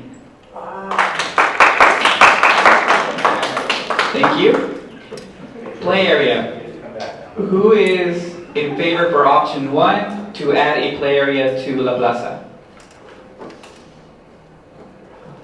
Who is in favor of option two, no play area in La Plaza? picnic and game tables, option 1. Who is in favor of group areas for picnic and game tables? Raise your hand. So this means seating too, right? Yeah. Who is in favor of option 2, spread out around the plaza, picnic and game tables? Excellent, thank you. Finally, pedestrian paving. Who is in favor of option 1, pedestrian paving along Peck Street? Who is in favor of option 2, pedestrian paving on Union Street? Yeah, I didn't know. I didn't see the vote. Who did I? Okay, we'll do this one all over again. Do over? Do over. The option for pedestrian paving. Who is in favor of option 1, pedestrian paving along Peck Street? Raise your hand. Who is in favor of pedestrian paving on Union Street? Raise your hand. And who is in favor of option 3, pedestrian paving for both Peck and Union Street? We can vote more than once, right? No. There's 3 options. There's 3 options. Well, there should be an option that says no paving at all. Sure. Okay, let's add that. Yes, a question. So my question on paving is, you know, a yes or no on this could also make a difference on what's going on with our downtown plan in general. Yeah. And I don't know how that integrates with that plan versus this option integrated somehow. So I don't know until I know what that looks like. I mean, that's why I'm not ready to vote on that until. Well, the parking will be there. Just vote no. The parking's going to be And there. then they'll. Do the no one. Okay. There's no paving. Should we do it over again? No. No one. All right. Pedestrian paving. No. No. Raise your hand. Right now. Right now. Trish, you got it. Leave it out there, man. Leave it out. Thank you. Okay, now we will move on to the select preferred concept. Downtown guys. So we do have option 1, we have option 2, and we have option 3. And for clarification, do we have the option of moving elements from one concept to another concept? Yes. Okay. Correct. So I think what we would do is we would take the preferred option and include the elements as the council makes the motion and votes on it. Okay. Walk it around. Does council need a minute to look at the design one final time? No. We're good? Based on our voting. Well, I have a question. Question from Councilwoman Garcia? Yes, based on our voting, which concept did we support more? We're about to vote on that. Well, no, I'm asking, based on our immediate voting that we just had, which concept did we give more points to? Or we favored more? No, not even. It would be 1, we excluded elements of 1. Yeah, I think what we're kind of confirming with this is that it would probably be concept number 1 with the kind of circular path that goes around the plaza, continued around, including the Main Street side, and without the play area that's on the Union Street side. Yeah, that would be. And without the slope on area. Right. Without the what and what? Without the slope. The slope.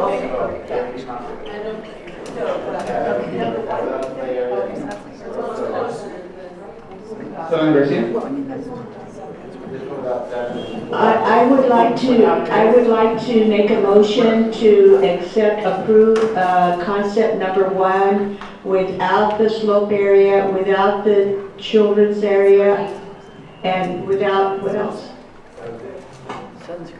Is that it? That's it. Oh, okay. So that's my motion. I'll second. Okay, we have a motion on the floor to accept concept 1 without the playground, without the slope seating. And is there anything else I missed? I think the one other difference is the complete circle around the kind of interior of the circle. Finish it. Yeah, let's finish the circle. Let's finish the circle. And finish the circle. Yeah. Mr. City Manager, do you want to say something? No, I think that captures it well. I think one other way to do it would be option one, incorporating all of council's direction on those votes, but I think you guys captured all the elements, so we're good. Councilman Parker?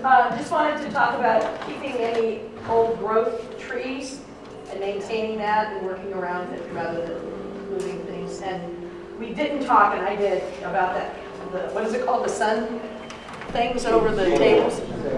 Like not having those, because it just obstructs views. Okay. Councilwoman Kaufman-Gomez?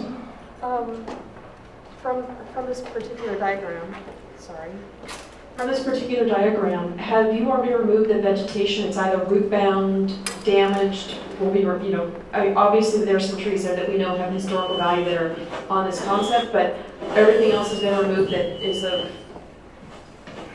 damaged goods, I guess, of the vegetation, root bound, things like that. Yeah, the main thing is the tree here.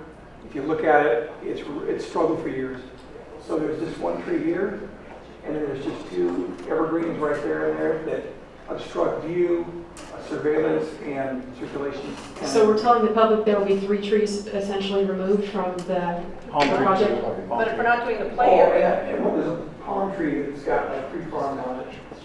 3 plus minor. So maybe put a tag around them so people can see that these would be the ones removed as a result of the downtown vision? Yeah, we can definitely take a look at how we message that to the community as we move forward with the plans. Councilman Hernandez? So are we keeping the peace tree from the Buddhist community? Cherry tree. I hope so. Yeah, peace, there was. I call it peace tree. Is that watermelon? This one's there. Second doctor, right? And we're finishing, so. Okay. Any other questions? Councilman Hurst? I think we're just in for discussion of the motion, right? Well, we're going to have children in the plaza one way or another. And so I like the comment that was mentioned that community comes in all ages. And so this is 30% of the design. If we're lucky to get to the first step with the state, there's still 60% of the design that will need to be fleshed out. So we're not talking about which color of bricks they should be or what kind of pavement or what color this or that is. We're not deep into those weeds. So we're really just trying to sort out a concept here that brings the historic elements forward, makes it a safe and visible place because the line of sight really needs to be improved throughout the plaza, provides the amenities that we've had some discussion on, and so hopefully this motion will pass. Thank you, Councilman Hurst. Any other questions or comments? Okay. Just for clarity's sake, Councilman Garcia, could you repeat your motion, and then could I get a second? Well, we have a second. I second it. Yeah. Okay. Already been seconded. Okay. Bye. Already. All right. Okay. So do I need to repeat my motion? Please. Okay, my motion is to accept concept 1 minus the children's area minus the slope and complete the circle. Thank you, Councilman Garcia. Okay, so we have a motion on the floor made by Councilman Garcia, seconded by Councilman Gonzalez to accept concept 1 of La Plaza without a slope seating, completing the circle that goes around the gazebo, and no playground area as well. So, Ms. City Clerk, whenever you are ready. Councilman Gomez? Yes. Garcia? Yes. Gonzalez? Yes. Hernandez? Yes. Hurst? Yes. Parker? Yes. Sala? Yes. Motion passes. I want to thank the members of the public that came out here and that stayed with us throughout this entire process. And I'd like to just let my colleague, Councilwoman Garcia or Councilman Gonzalez, perhaps give us the final words on the plaza.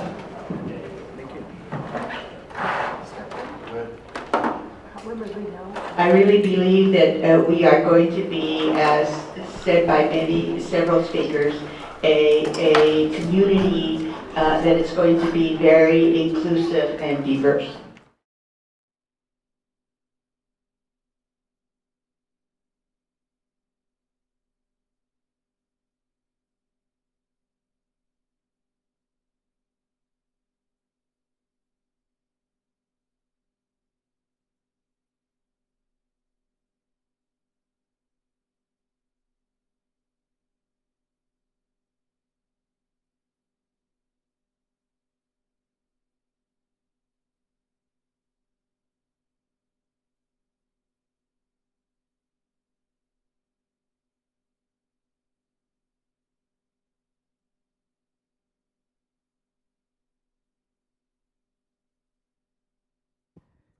Good evening, everyone.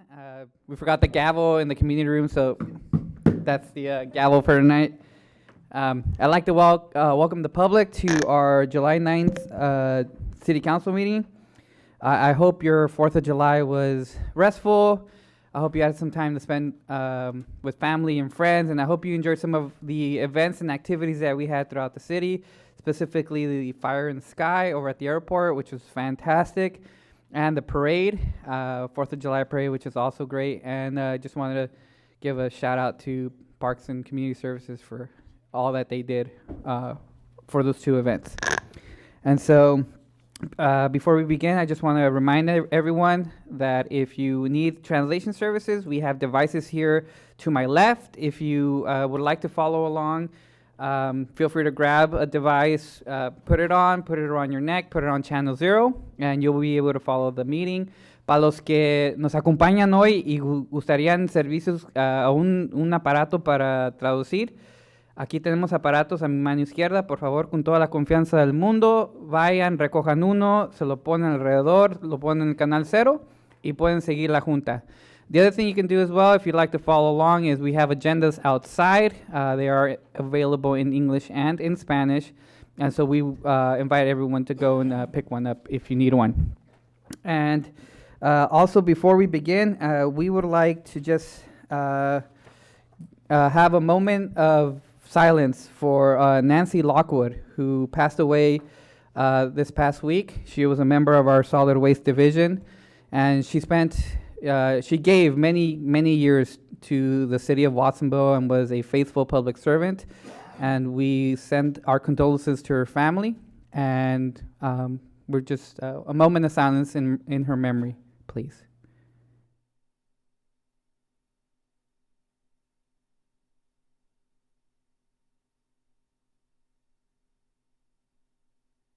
Thank you.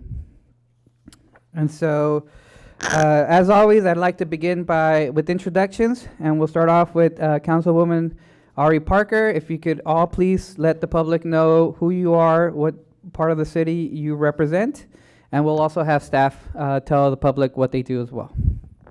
Hi, my name is Ari Parker. I represent District 7. That's that green area up there. I have 2 schools within my district, McQuitty School and Ann Soldo School.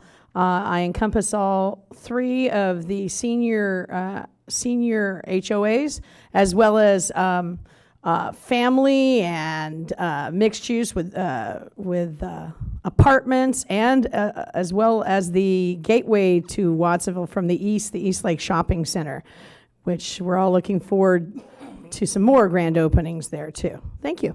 Thank you. Councilman Hurst? Yes, good evening. My name is Lowell Hurst, and I am the council member for District 3, which is that beautiful purple color, including the airport. And let me also mention that Safeway is in that District 3, and Monument and Lumber is in that District 3 too, and they're going to receive an award this evening for their beautiful landscaping. Rolling Hills, Freedom School, the hospital. Let's never forget the hospital, and let's get something going good with the hospital. And you know, Home Depot's been in the news recently too, and that's in my district too, and so lots of good things happening in District 3. Thank you, Councilman Hurst. Councilman Hernandez? And I represent District 1, which is most of the downtown, all the way up to the Target Shopping Center. Everything behind Target, the road that goes to Palm Beach, and everything behind there, all the industrial area that's back there, of course, and the west side, basically the west side of Main Street. But I do represent a little bit over on the east side of Main Street. So by Palm, Brennan, I represent Brennan, and a little bit of Palm up on Palm a little bit. Of course, most of the downtown is in my district, all the industrial area, Target Shopping Center, everything is there. Callahan, Ramsey Park. Thank you. Councilman Gonzalez? Let's make a question. Plaza's on District 2, the entire plaza on District 2.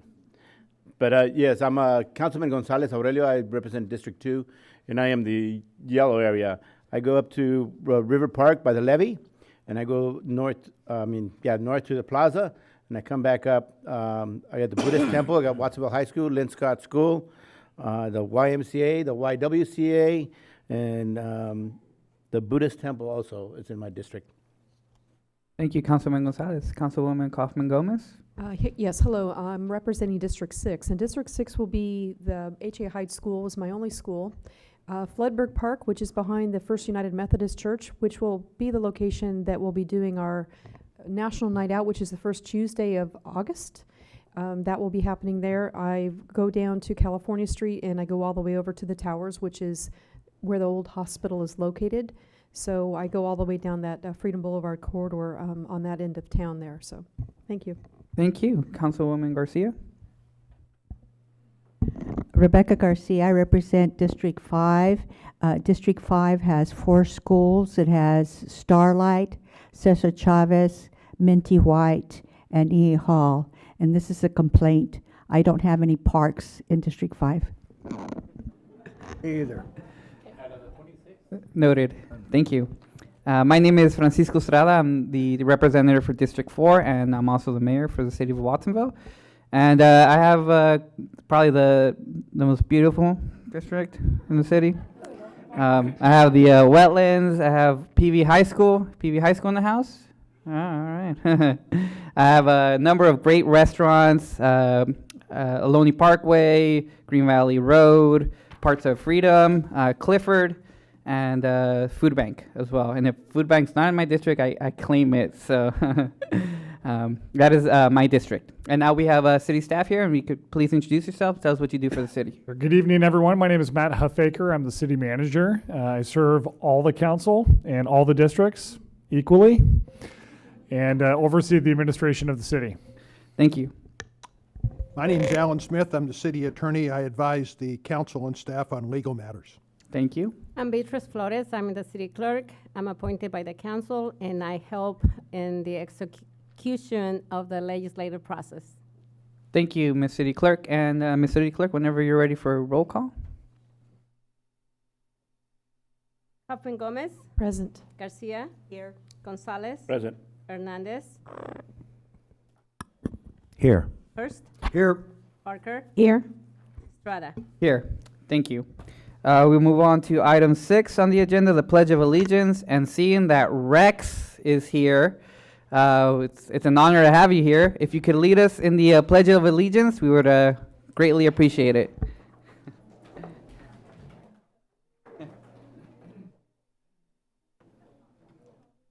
Pledge allegiance to the flag of the United States of America and to the republic for which it stands, one nation, under God, indivisible, with liberty and justice for all.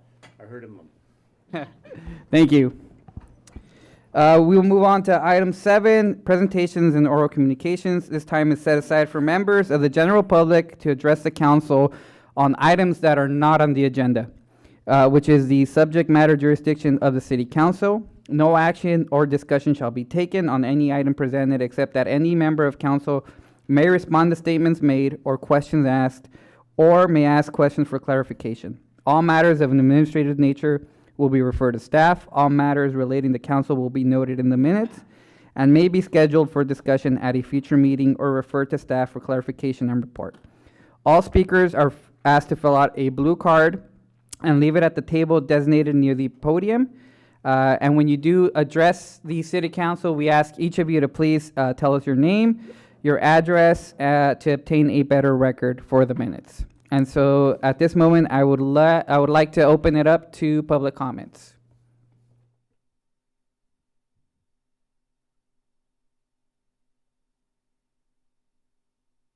Welcome. Thank you, Mr. Mayor. Thank you, City Council and appointed officials. First of all, I want to congratulate our mayor and also City Councilman Felipe Hernandez for being on bicycles at the July 4th parade. It was a wonderful parade. I want to compliment these wonderful city employees for making the parade route so very spotlessly clean. The city looked wonderful, almost sparkling. So I hope that the city manager will pass along the kudos to your city employees. I see they worked very hard, and it was a lovely, sparkling city, especially for people who've never come to one of our wonderful parades. It was a beautiful parade, and I congratulate the city for recognizing that protest is a democracy in action. The protest was wonderful. I am delighted the protesters who were in protesting of the ICE raids and the treatment of Latino children in cages and against the fascist policies of this dictator we have in the White House. So thank you again, City of Watsonville, for showing that we're not afraid of the big orange wolf. Now, I want to turn your attention to the fact that AB 1482 is going through the state legislature. It will provide rent control. No more than $1,200 within a 5-year period will any apartment or house owner be allowed to raise their rent.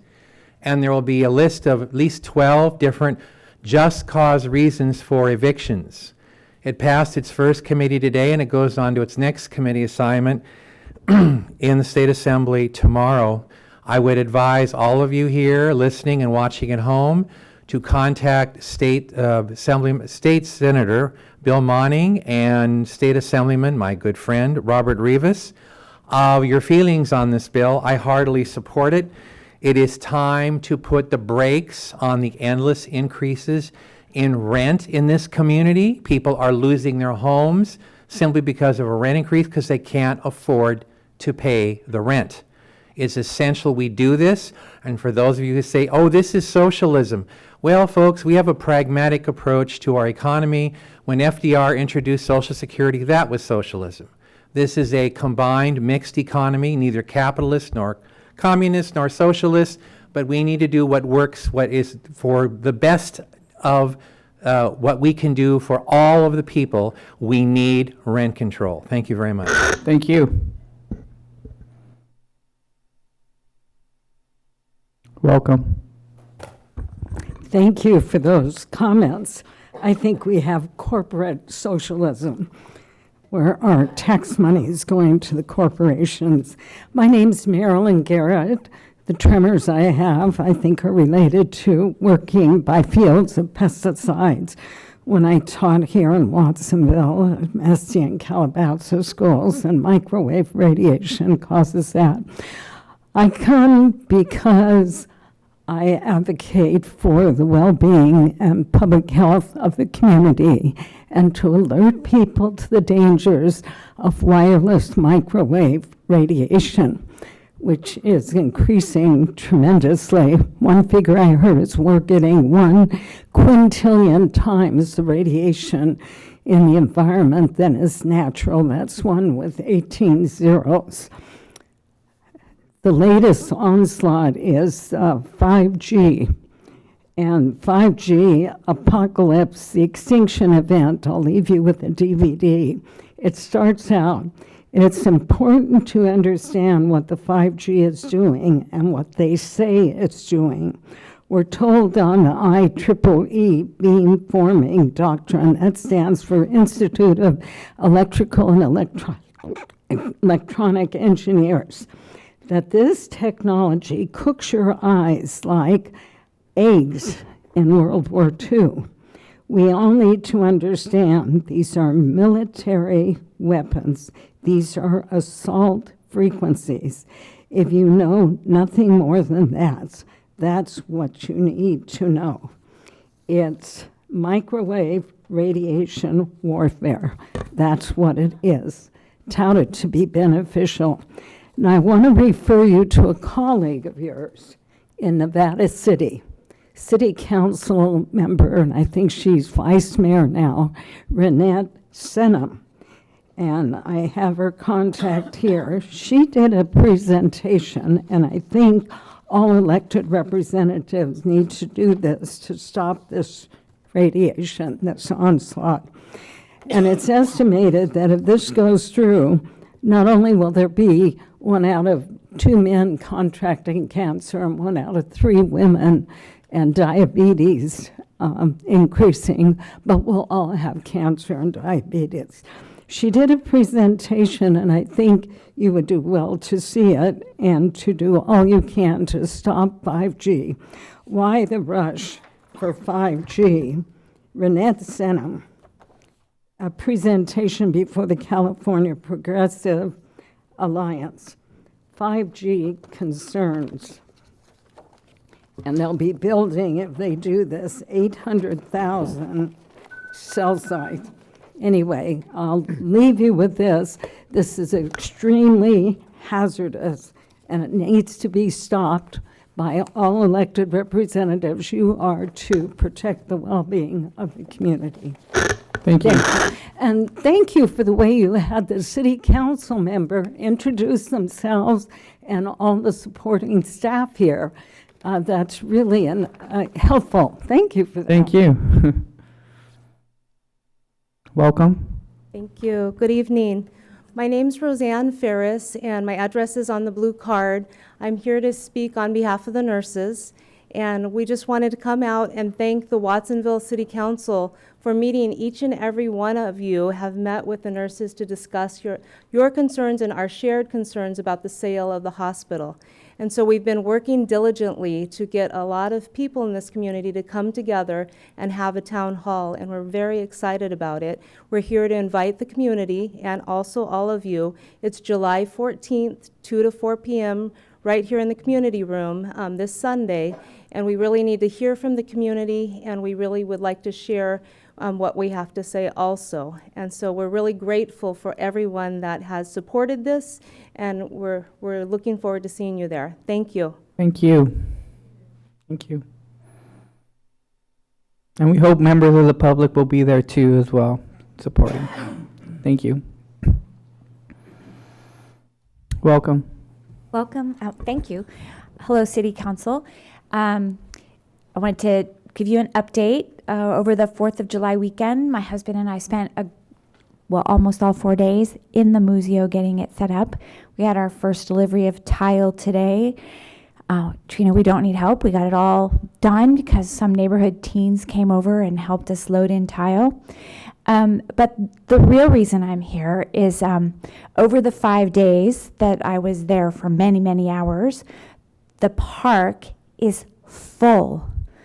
The families in that neighborhood use that park nonstop, and it was so exciting to meet all my neighbors and to see the young people playing and enjoying that space. I'm sure you've heard that last night there was a horrible tragedy and the play structure has burned. It's not there now. And so really I'm here on behalf of the neighborhood that I am now going to be spending a lot of time in to ask the City Council to direct staff to, as quickly as possible, find the funds to get that play structure rebuilt to support that community of people. Thank you so much. Thank you. Anyone else looking to address City Council on items not on the agenda? Okay, seeing none, I will close public comments, and we will move on to item 7B on the agenda, and the presentation of Beautification House and Garden Awards. And so,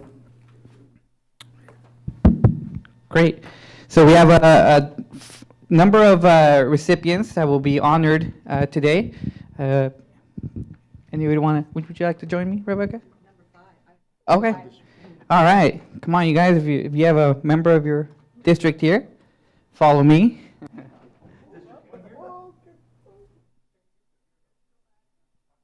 Okay. We'll start with my district. Is Anna and Jerry Schallenberger here? By any chance? Anna and Jerry? Okay. Gabriel and Victoria Morales Linan, also from my district. Are you here?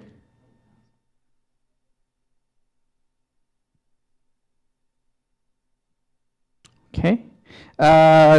District 1, George Olivares.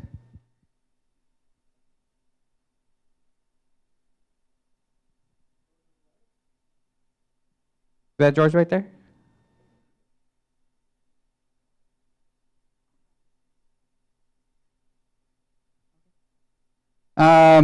For July 2019, from District 5, Iris Aber?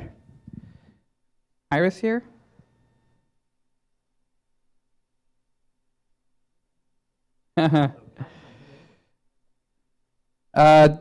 Okay, District 3, Monument Lumber. All right. Come on down. We don't have the plaques. We don't have the certificates. Here you go.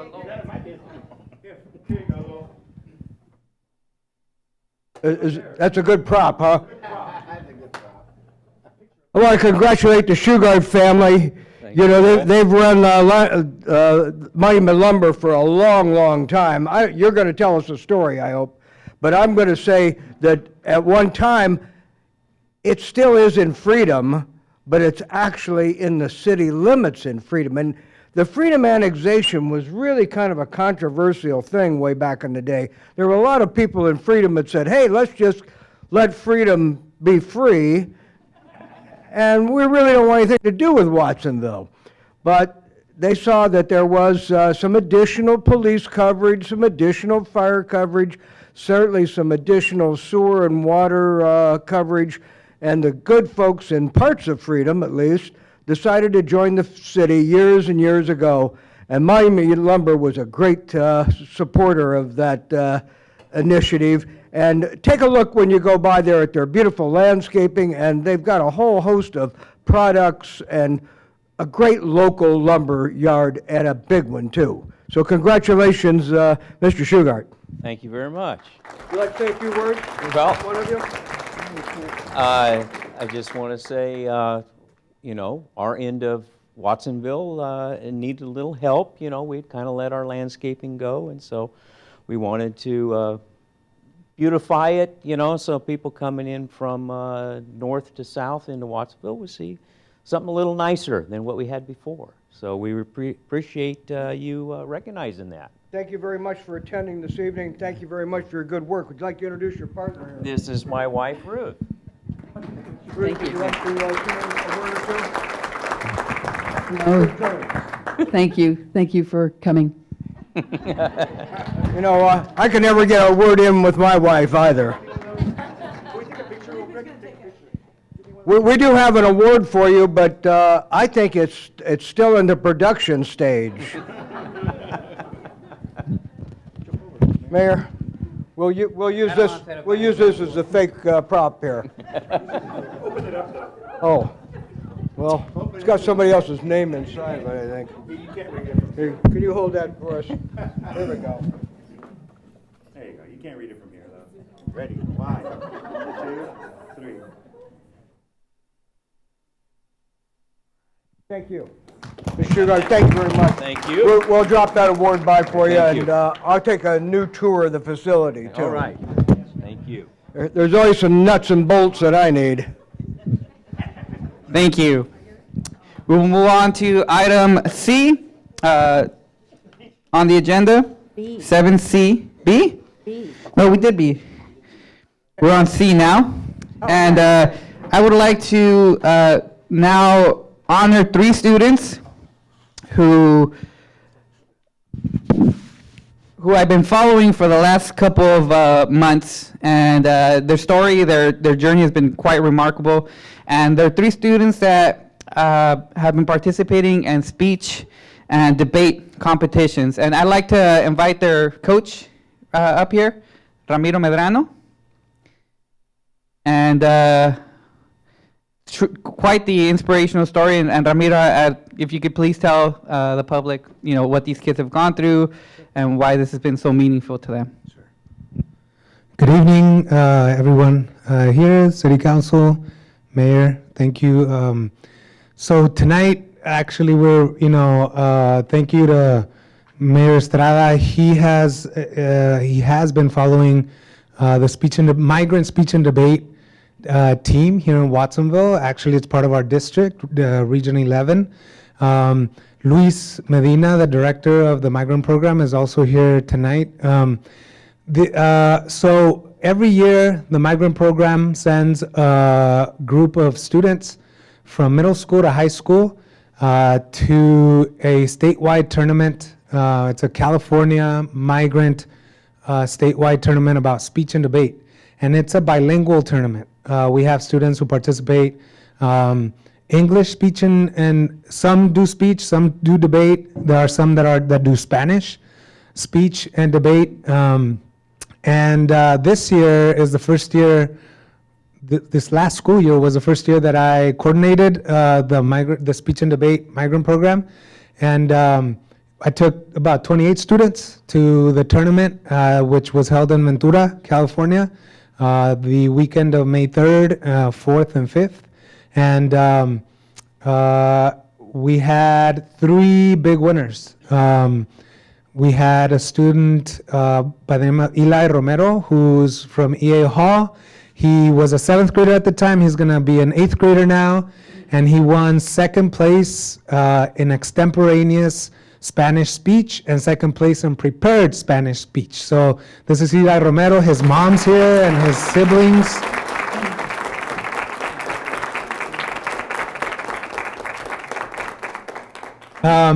And we also have the father of Rosario Mendez. Rosario right now is in Mexico. These are migrant students, by the way. Rosario right now, school is out. She's in Mexico. She lives with her dad here, and her mom has not been able to join them yet. And so every year she goes back to spend time with her mom and her family in Mexico. Her dad is here though, and he is a hard worker and who loves his family as well, and he's here to accept this recognition for Rosario. Señor Manuel, si gusta pasar. I'm sorry. Rosario won 1st place in Spanish extemporaneous speech and 3rd place in Spanish prepared speech. This is a statewide, hundreds of students, and she won 1st and 3rd place. So.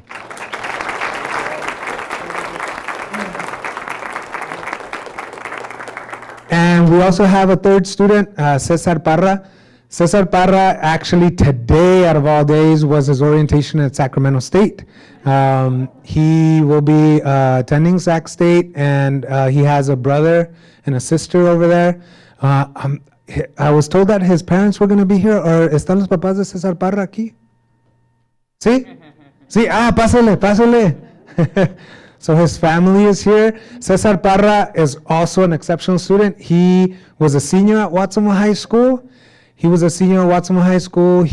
be attending, he will be going to Sacramento to school. But he won second. Let me real quick. Cesar Parra was preparing to do the Spanish speech tournament, and something happened in the regional tournament where he didn't make the cut, but we had a spot in English, which is his completely second language. He's only been here shy of 2 years, but he signed up to do speech English, and he won 2nd place statewide. So he was nervous, but he did it. And so I want to congratulate the families that are here. Luis Medina, thank you for your support. The City Council, Paco, for everything, man. Appreciate it. Thank you. I too want to thank Ramiro and the whole coaching staff, Luis, and it just goes to show that if you give our kids from Watsonville a chance, they will deliver, they will achieve, they will overcome. So thank you for your amazing program, and we look forward to honoring your next group next year. All right. We'll move on to item 7D. It's the mayor's proclamation as August 2019 as Breastfeeding Awareness Month, and recognizing WIC Breastfeeding Walk as an important community event in the city of Watsonville. And so, do we have our WIC representatives here? Fantastic. As a member of the Health Trust, I've had the opportunity to work with members of WIC, to be at meetings with members of WIC, and the importance of breastfeeding is immeasurable, really. All the health benefits are associated with breastfeeding, and it's important that we support breastfeeding, that we support mothers who need a space to do so, and so we're very honored to have you here, and we're very honored to have August 2019 as Breastfeeding Awareness Month. Thank you. Thank you so much.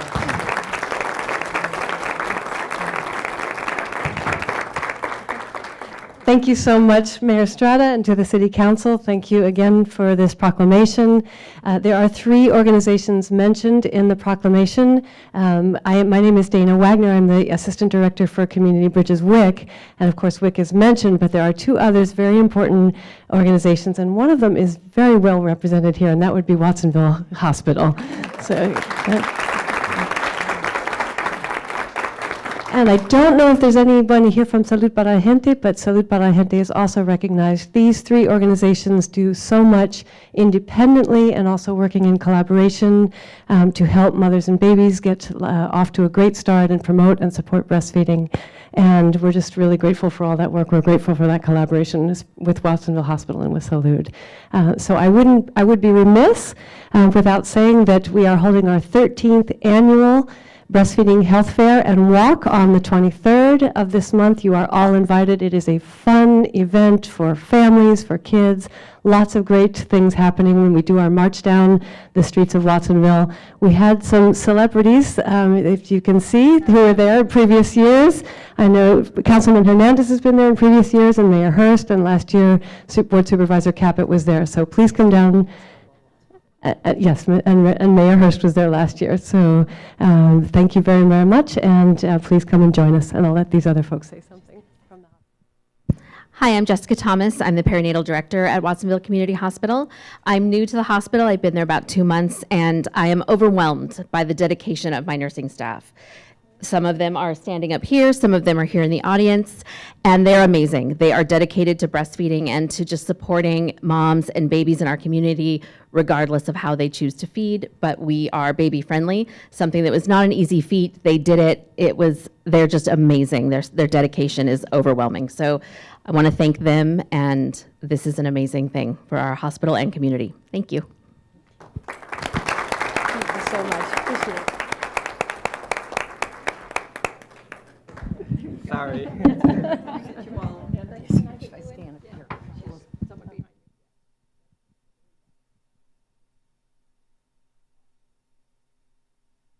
Thank you and congrats. All right. Okay, we have one more proclamation to make, and that's item 7E. Mayor's proclamation declaring July 2019 as Parks and Recreation Month in the city of Watsonville, and urging all citizens to join in showing appreciation to our parks and recreation staff and volunteers for the generous commitment and dedication to the community of Watsonville. And so, Nick, if we can bring your crew. And again, I just want to point out the fireworks show that we had, the parade that we had, and if you enjoyed those events, then you can obviously tell the quality of work that our Parks and Recs department puts in every single day, the love that they have for this community, and the love that they have for our young people and our future leaders as well. So please give a round of applause to our amazing Parks and Recs team, Parks and Community Services. And I'm going to let Nick say a few words. Thank you, Mayor, members of the City Council. Want to really thank the whole community for this proclamation that July is Parks and Recreation Month. And I'm actually going to pass the mic to Imelda Negrete, who is our Recreation Superintendent, to talk a little bit more about this exciting month for us. Thanks, Nick, and thank you, Mayor and Council, for this awesome proclamation. Indeed, July is Parks and Recreation Month, and my teammates and myself are here to invite the community and yourselves to help us celebrate that parks make life better. So it's a pleasure to be here today with some of my teammates. We have some really cool program participants here.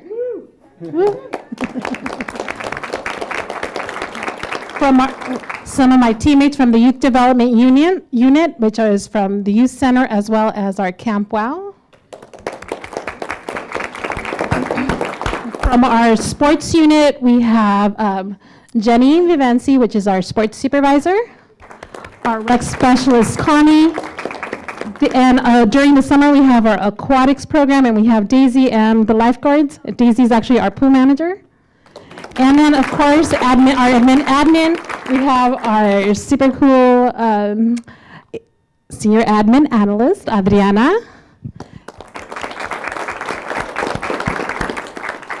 And then back there, we have our customer service, which is our administrative assistant, Desiree. And of course, Nick. And of course, Parks and Recreation wouldn't be Parks and Recs without our very own Rex Watson. So Parks and Recreation plays an important role in maintaining the quality of life in our community. Among our most important goals is to provide individuals of all ages and abilities opportunities, programs, and services to promote a healthier lifestyle, make positive connections with others, strengthen safety, and get involved in the community. All month long, it's game on in our department, which means that it's time to get out and explore the great things happening at our local parks and at our recreation facilities. So a variety of fun activities are planned this month for our residents, including tomorrow and every Wednesday, we have lunchtime recess when we invite you to bring your lunch, have lunch at the City Plaza, where we'll be bringing out our big games from our Connect 4, our big Jenga, checkers, cornhole. So enjoy your lunch playing games. Every Friday at Callahan Park, we have movies in the park. Music in the Plaza is every other Thursday, starting at 6 p.m. at the Plaza. And this Thursday, July 11th, we're going to have tribute to Selena with Impacto 5. And on July 25th, we have Beat Street Band. And to wrap up the fun, in partnership with the Santa Cruz County Parks and the City of Santa Cruz Parks and Recreation Department, we're going to be having Family Fun Day at Harvey West Park. And new this year, we invite you to download the app Agents of Discovery. So take out your phone and download that app and become a secret agent on a mission to visit our parks and participate in challenges. It's very similar to Pokemon Go. So you get ready to discover our parks in a different way, and you'll get cool prizes at our customer service office once you accomplish these missions. So I invite you to visit our website, watsonvillerec.com, for up-to-date activities and events planned, and join us as we celebrate parks making life better. Thank you. So I'm just going to read the last part of the proclamation, and it says, "Now, therefore, I, Francisco Estrada, Mayor of the City of Watsonville in the state of California, on behalf of the City Council, hereby proclaim July 2019 as Parks and Rec Month here in the city of Watsonville, and urges all citizens to join with us to show appreciation to our Parks and Rec staff, volunteers, for their generous commitment and dedication to the community of Watsonville." Thank you. And congrats. All right. You guys want to take a picture with the City Council real quick? Yeah. All right. You guys want to do a quick picture together? Huh? You can line up here, yeah. All right.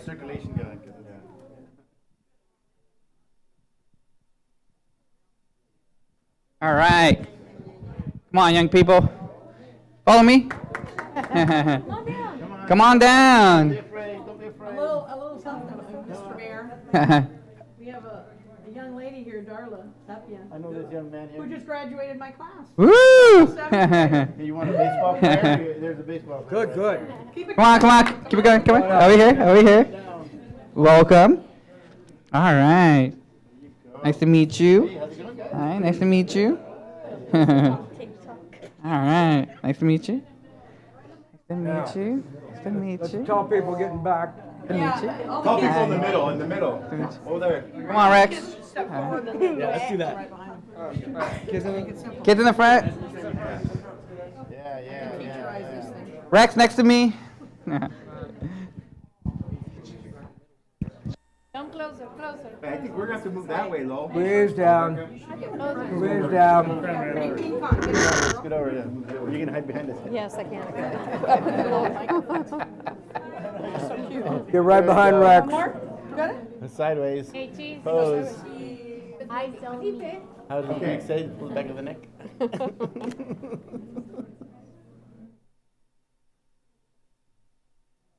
Good. All right. Good. Thank you.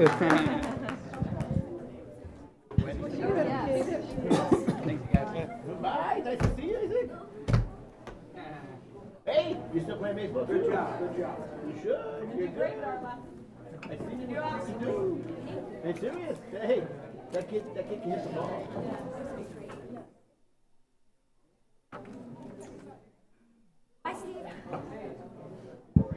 Hello? Okay, we will move on to item 7F on the agenda. Report out of closed session. Mr. City Attorney, do we have anything to report out of closed session? We do, Mayor. Thank you very much. There were 3 items on tonight's closed session agenda.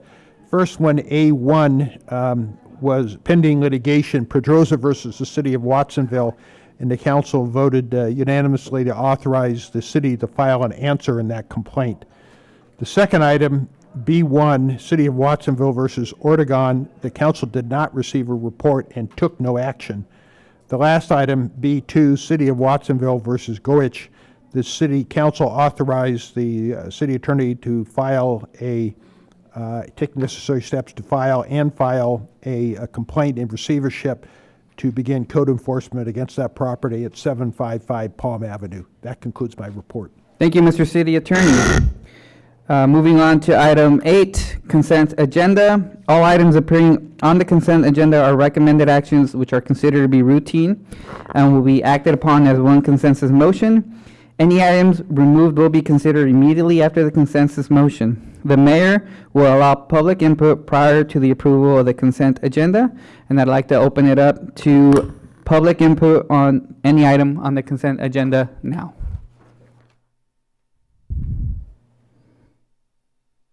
Seeing none, I will close public input on the consent agenda and will ask for a motion to approve the consent agenda.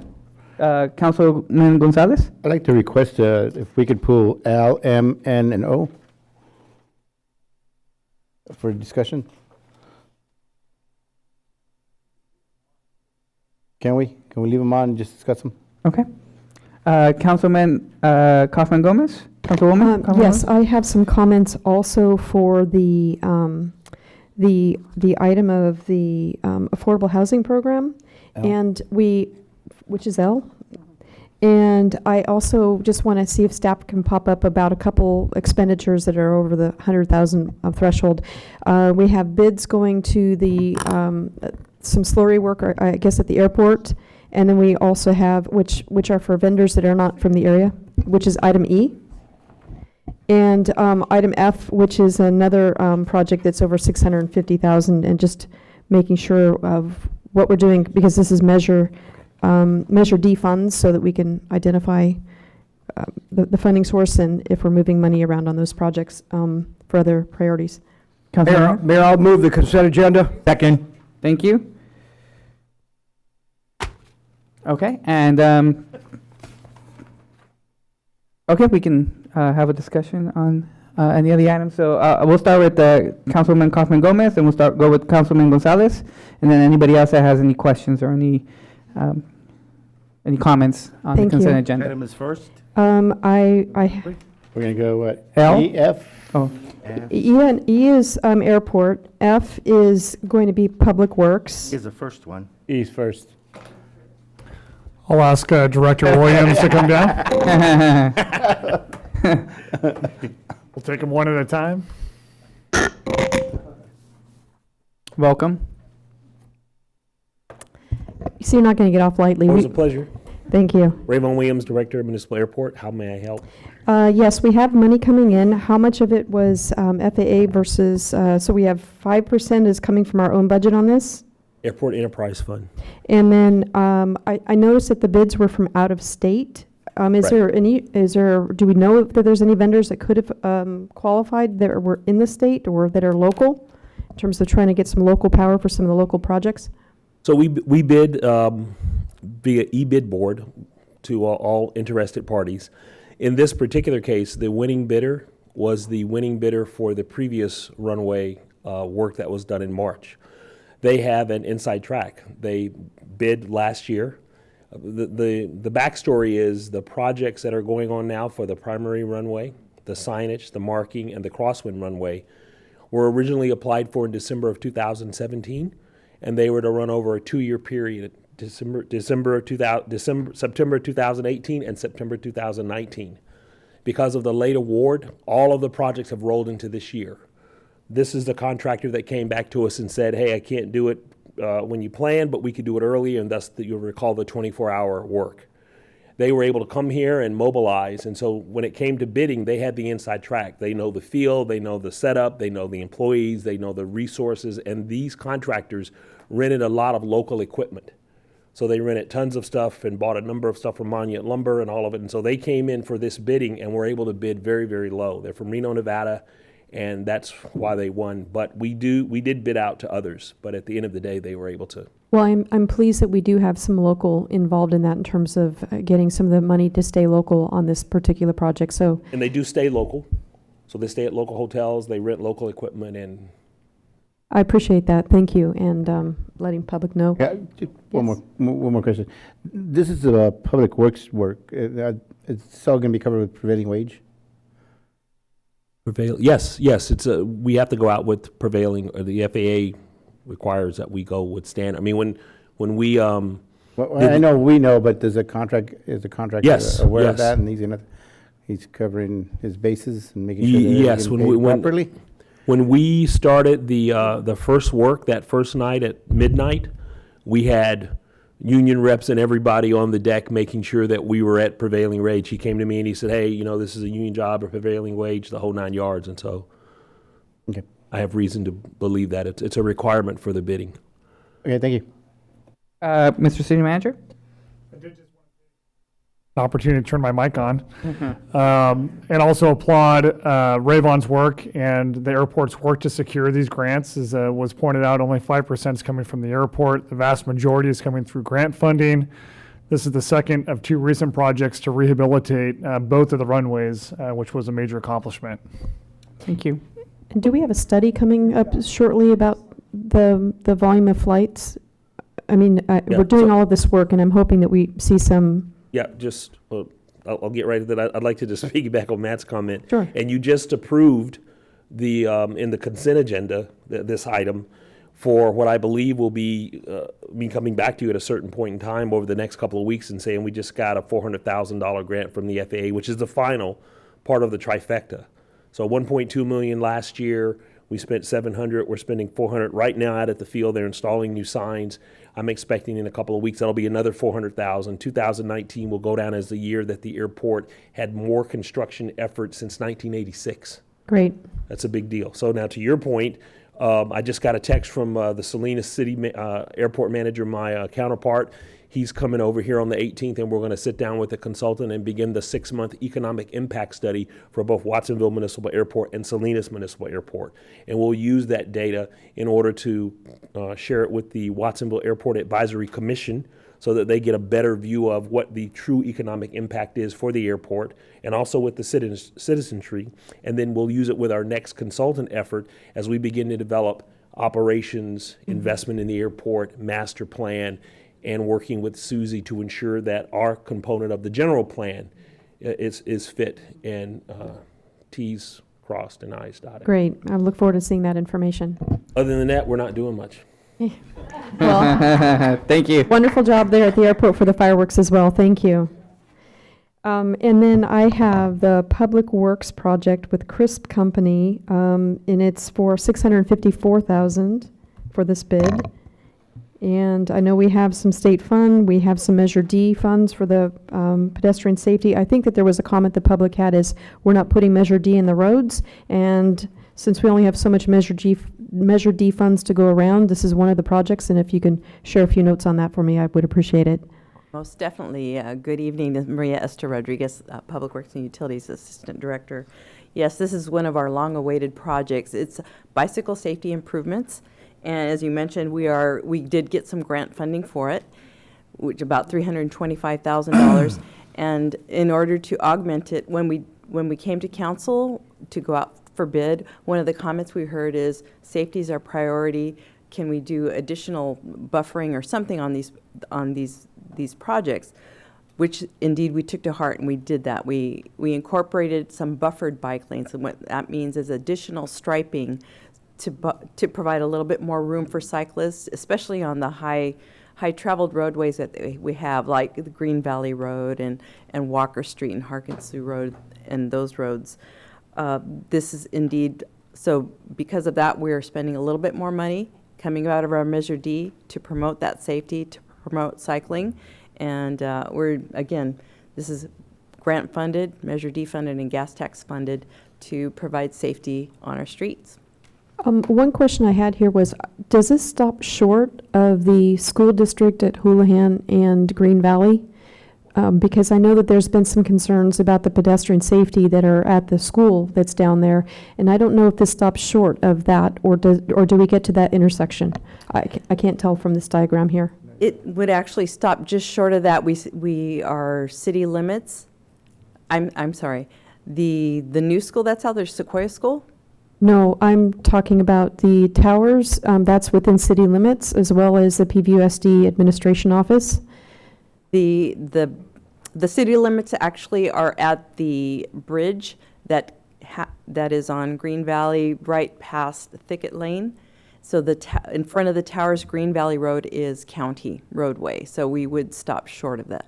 So the towers is in city limits, because the towers is in my district. The actual property is, right, but the roadway but the road is not. itself. Correct. So if we can maybe encourage some conversation with our County Board of Supervisor to finish off that part of it, that would be very helpful. I'm sure that the school would like to see that safety component is engaged with the county part of that street, if we could do that. Correct. And also I wanted to clarify a little bit, that portion of Green Valley Road from Freedom Boulevard to the city limits, we may hold off on that little piece because we are also going to do pavement rehab in the this next fiscal year. So we're going to wait to install those green lanes when that pavement is rehabilitated, so we don't have to go in and... Do we have an idea of the start of the project, or which areas are going to go first in prioritizing? Crisp Company has said that they're looking at the end of August to start. We don't have a prioritized list yet, but I can get you that information when you come back from... Okay, thank you. That way the public is aware that there's extra work in terms of the safety for the cone zones for those workers that are out there doing this project. Thank you. Councilman Hernandez? I really didn't have any questions for it. I just wanted to see, I had a few comments for this item.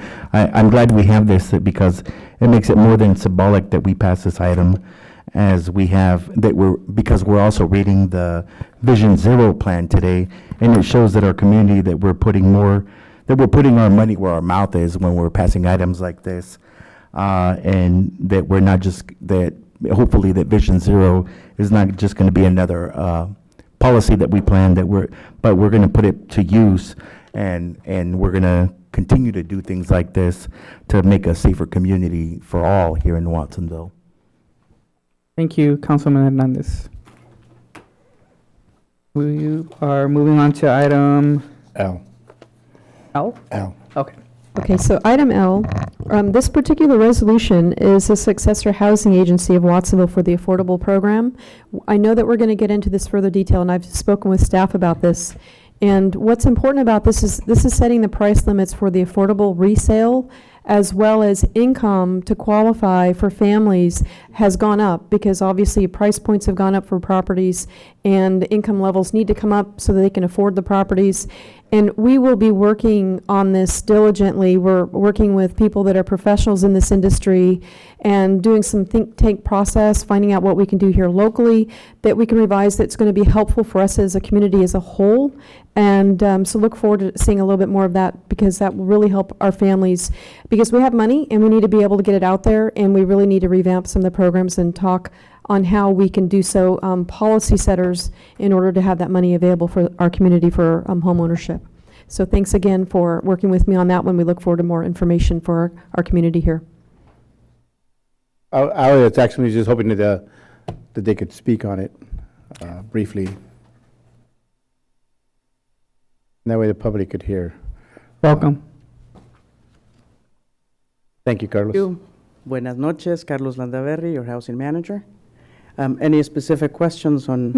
Well, you know, there's a few things. It comes out with, it says the RDA, and that's the redevelopment agency that no longer exists, but we're still showing it. So you're right, Councilmember Gonzalez, the redevelopment agency doesn't exist. Now we have the city is the successor housing agency. And so we are responsible to service all of the RDA, the redevelopment agency loans that the city or the agency issued in the past, and they are outstanding. We have to collect on those. We also have to monitor our rental units, projects that received money from the redevelopment agency. If they are renting to low-income families, we have to monitor those. We have to make sure that they're doing their part. And just one more thing. When we did the number of the 632,000 medium, what does that really mean for our community members? I mean, because we didn't see the changes in the differences in the changes of qualification. So the median sales price does one specific thing under the affordable housing ordinance. If a person sells their house for 95% of that median sales price or under, then they qualify as a first-time home buyer, and they can go on and buy another affordable unit. And so that's in the ordinance. That's why that number is very important. Okay, thank you. Councilwoman Garcia? Yes.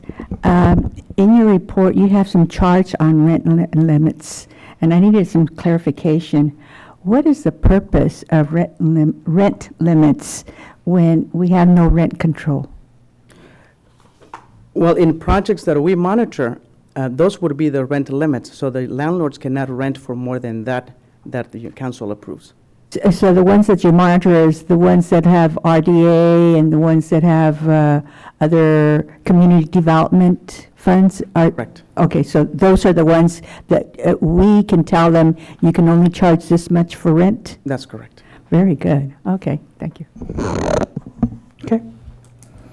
Any other items that we wanted to discuss? Councilman Gonzalez? On M, I just wanted to see if Public Works could explain a little bit, just for the public's sake, of for the impact report on segment 18 of the amendment. Is that the right one? Addendum? Item N? N, yeah. Okay. That's the rail trail? Yeah, that's correct. Welcome. Good evening, council members. My name is Murray Fonts. I'm Principal Engineer in the Public Works and Utilities Department.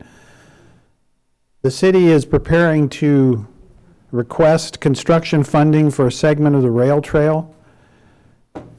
When we do this, we do it through the California Transportation Commission, and prior to doing that, we need to certify that all of the environmental documents are in line and have been approved. Prior to the beginning of the design of this project, we had an environmental document approved. It was an addendum to the final environmental impact report done by the Transportation Commission for the entire rail trail from Davenport to Watsonville. We hired a consultant to do an addendum just for our segment, and they made certain recommendations because of modifications that we had proposed. Since we finished the design, there were some changes, so we had to, instead of updating an addendum, you issue a second addendum. So that's what this is. It's clarifying that some of the construction has changed. We're not going to remove a small electronic bungalow. We're going to install a few more retaining walls than we thought. After council approves it, then the public will have had opportunity to comment on it, and we can check that box as far as having complied with the requirements to receive funding for environmental documentation. Thank you. Councilwoman Kaufman-Gomez? Marie, sorry, one more question on this one. So this process of going out to the public for the clearance, how much time do you think that that would take before we can really put in the request for funds? So we have a sort of a timeline of maybe a goal for this getting started. This public meeting will satisfy the requirement for the environmental document. As far as a schedule for construction, we anticipate receiving approval from the Transportation Commission in October. Once we receive that approval, we'll have 6 months to advertise the project. So we anticipate doing that after October. That'll put us into the winter, so we project doing construction in the spring, hopefully bidding it in the winter so that we can find better prices. Okay. Gone wood. Okay, great. Wonderful. I'm glad to see that we're making some progress on these trails. Councilman Hurst? I want to compliment Mr. Funks. He's been the lead dog and the bloodhound on the rail trail. Thank you. Thank you. Okay, any other questions or comments on any concerns? Yeah, last one I have on O, the final adoption of the ordinance repealing the Chapter 6, environmental accepted packaging and products. I received a letter in regards to this. I'm pretty sure every city councilman received a letter in regards to this. And when, on the last meeting, I had brought forth that we include stores in this ordinance. And my idea in including the stores in this ordinance was not so much all the packaging the stores has, but Nob Hill, Safeway, Cardenas, they all hand out to-go food, just like any other restaurant. And so my concern is those shopping centers, those stores that are doing the same things as restaurants and using plastics, single-use items, they're not included in this ordinance. And I feel that we need to include them in this ordinance on that part of their store. And so that's why I have brought that forward. And maybe, I don't know if we can make a motion to amend that or add to it, that the stores be added on that portion of it. So Councilmember Gonzalez and Mayor, this is the final reading. So if the council were to do that, we'd be bringing the ordinance back for a first reading, because that would be considered a significant change. I do want to also just add that this is an important first step that I think is showing Watsonville as a leader in this area. And we hear that it's the council's interest to want to consider some additional components that deal with the grocery stores. And we've agreed to look at that as we move forward with additional phases of the ordinance. Yeah, I just want to sure we're equitable with our business people, because right now it's not equitable the way we did it. Thank you, Councilman Gonzalez. Councilman Kaufman-Gomez. Yeah, yes, I did have some questions as a result of that particular letter coming in. And I guess it's a clarity on the packaging, because they're talking about, for example, you're mentioning the whole deli component of things, which are one-time use. It's pretty well prepared food. And this letter seems to state more about things that are that need to shelf life. And I don't know if our policy differentiates it. It's clear that it's really intended for it to be more of a deli kind of use than something that sits on the shelf. It needs to have a better, more of a solid packaging component to it. I just want to make sure that we're not premature on the language for something that's going to be unintended consequences. So I'll ask our resident expert, Michelle Templeton, to come up, Assistant Public Works Director, and she can speak to that.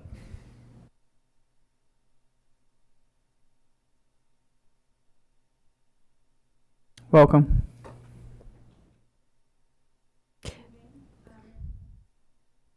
So I'd like to do the definitions that a food service provider shall mean any vendor, business, organization, entity, or group or individual, including retail food establishments located in the city that offers food or beverages to the public. So this is food that is sold and given out.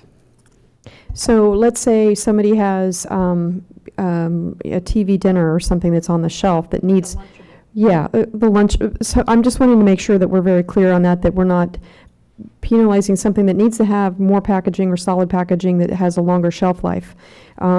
So would you say that our policy has addressed that the concerns of this particular letter of the CGA that we've received is we've addressed everything of their concerns, or are they jumping ahead a little bit from what our policy is?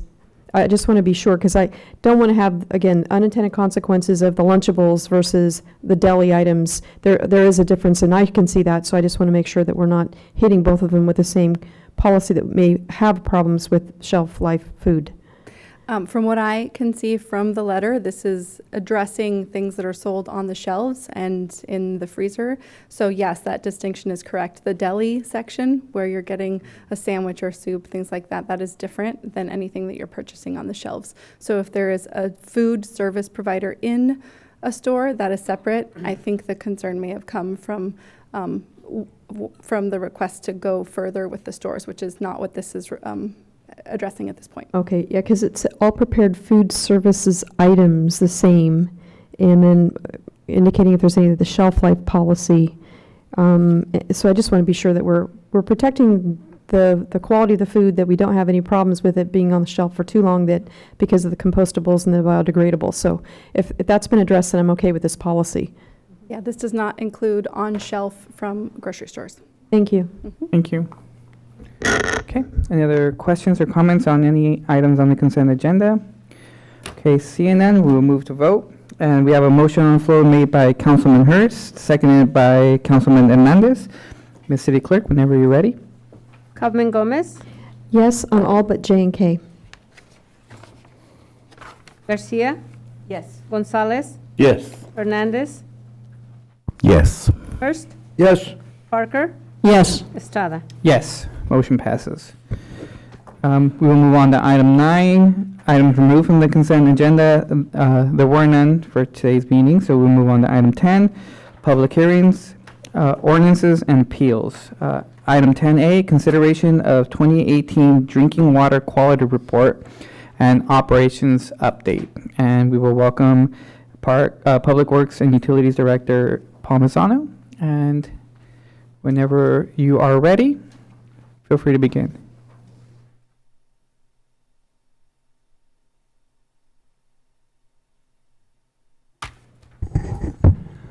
Good evening, Mayor and Council. I would like to introduce Bo Kaiser. He's our Water Operations Supervisor, and he's going to be giving the presentation tonight. So thank you. Thank you, Director Palmisano. Good evening, Mayor, members of the Council. I'm Bo Kaiser, Water Operations Supervisor. It's my pleasure to talk to you about both our water quality reports and some of the projects that our Water Division has undertaken in recent months. I'd like to start off by discussing our annual Consumer Confidence Report that's published every July. It is also called the Water Quality Report.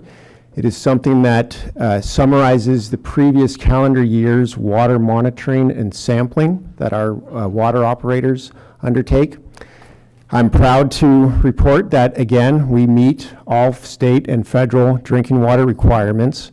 It's something that we consistently do. It's not new to us to be able to achieve this, but we are always very happy to report good news.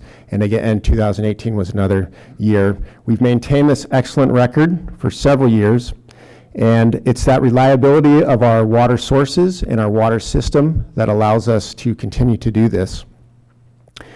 The good sources of water quality, combined with the reliability of our system and the lowest rates in the region, all mean we offer an exceptional value and service to the community that I'm very proud to be a part of. And this 2018 report essentially summarizes that for us. So I'm not going to go into detail about all of the monitoring that we did, but I will highlight a couple of the things that are in the report. One being we collect over 2,000 samples a year. We are out there weekly monitoring both our sources and the distribution system, ensuring that the level of water quality is where it needs to be. We have an exceptional staff of water operators They are all certified by the state and licensed. In fact, several of our operators live here in town. 3 of them are Watsonville High graduates, so we are also very vested in the community. It really means a lot to us, this water system. We also have the good fortune of having a state-certified drinking water laboratory at our disposal. We bring the majority of our samples to them, and it's a huge convenience to be able to do that. Although at times they can't do all of the analyses for us, but they coordinate that sample transportation for us. So we have the good fortune of having both an exceptional water operations staff and a support staff to do all of the analysis for us. So very, very lucky with that. It's something somewhat unique to the city. Not all cities have all of those at their those resources.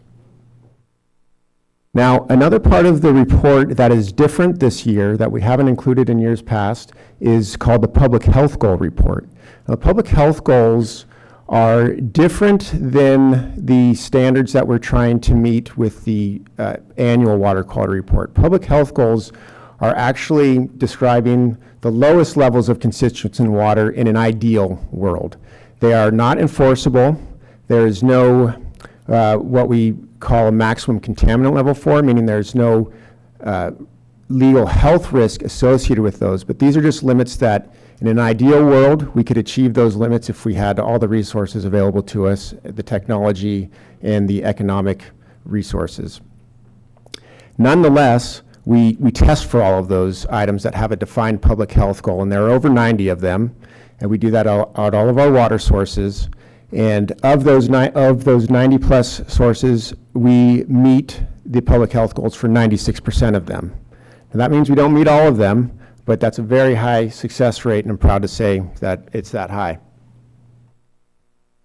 Now, I will highlight the 4 that were detected above the public health goal and give you a little bit of background of each of those. Now, the first one I want to talk about is copper. Copper is actually not detected in our source waters. So it's not coming from the water that we're either getting from the ground or from the surface water sources. It actually is present after it passes through the plumbing of customers. We do every 3 years we do a system-wide copper sampling, and all of the copper results do come back underneath the maximum contaminant level, or in this case, the action level. So we are meeting everything that the state associates with a health risk, but we do detect copper, and that copper is above what the public health goal would like to see. The next one I'll talk about is nickel. Nickel is a metal. Historically, we've never tested or we've never detected this, but we did detect it in one well one time. We detected it at 12 parts per billion. Now, the maximum contaminant level, the legal requirement, is 100 parts per billion. So we're about 10% of that.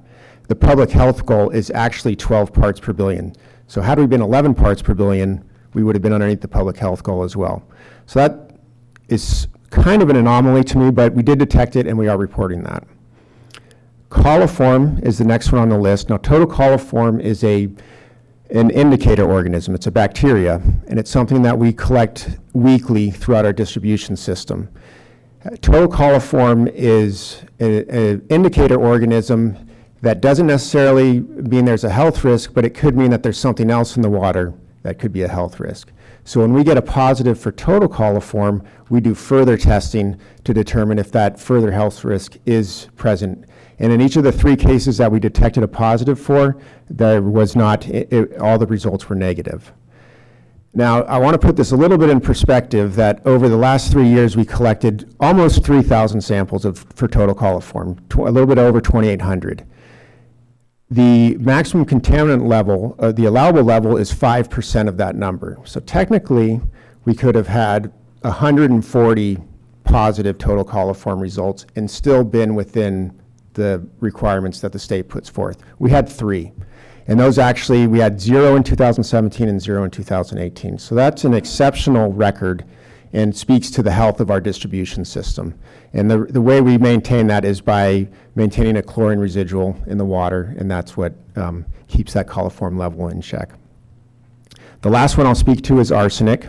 Again, with arsenic, we do meet the state requirements, but that was tested in one well, or detected in one well, also. The interesting thing about that well is that it's a backup well for us. It's a supplemental source that is rarely used.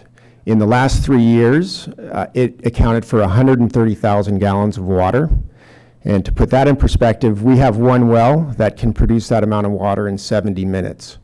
So this well, over the course of 3 years, I put the number there, it doesn't mean a whole lot, but 0.002% of water that may have been in our distribution system. So an extremely small amount. And again, it meets all of the state requirements. It just doesn't hit that public health goal that they'd love to see in an ideal world.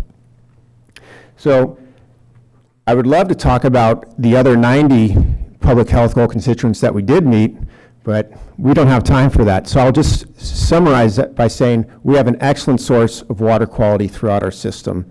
This graphic you may have seen before, but it just illustrates how we get the majority of our water, which is groundwater, through wells.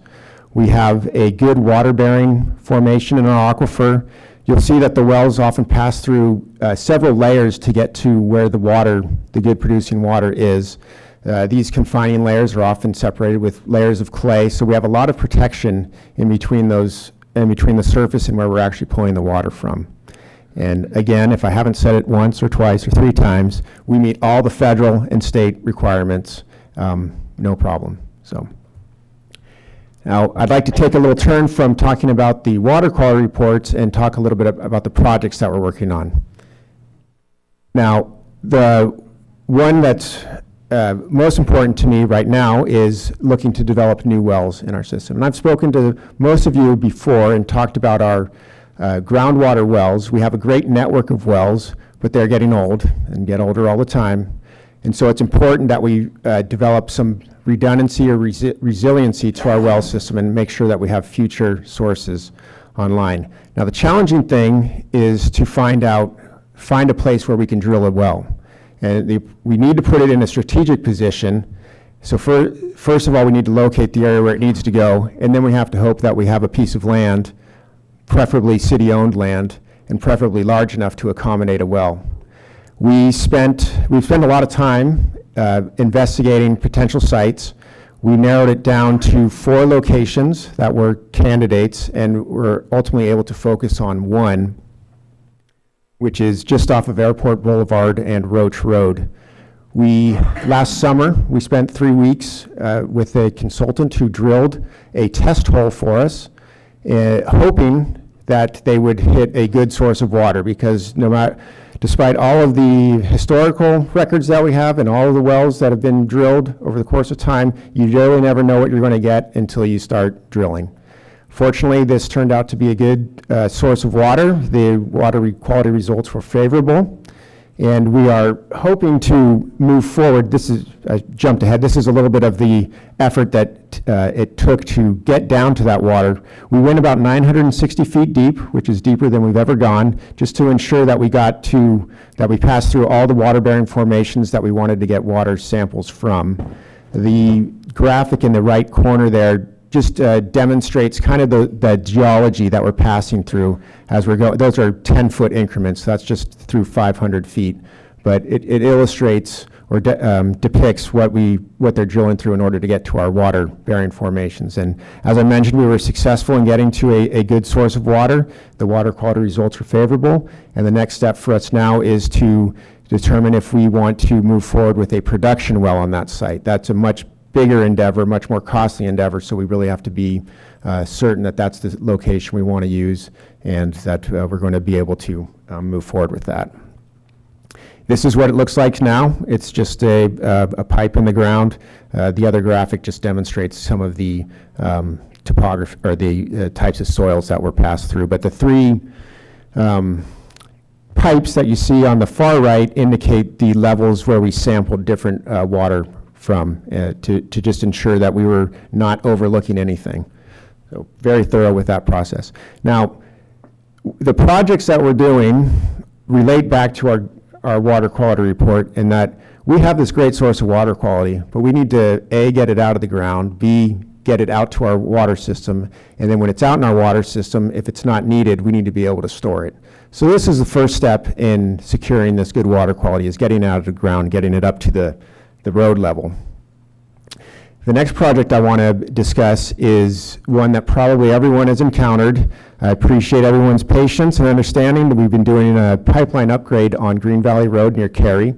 That's ultimately going to cross over Freedom Boulevard and continue down Green Valley Road. Now, something that I overheard a little earlier in tonight's discussion is other projects that are happening in this area. The reason we've moved forward with this pipeline upgrade at this time is because we knew there was going to be a road rehabilitation and utility upgrades later on. There's nothing worse than seeing a beautiful new road get put in and then seeing crews going back out and digging it up and leaving patches all over the place. So fortunately, there's a lot of good communication occurring within the Public Works Department, and we were able to coordinate these efforts and trying to get this underground work done first and get that all buttoned up and have something nice and pretty at the end of the day and several months down the road. So that project is going underway with our water services team.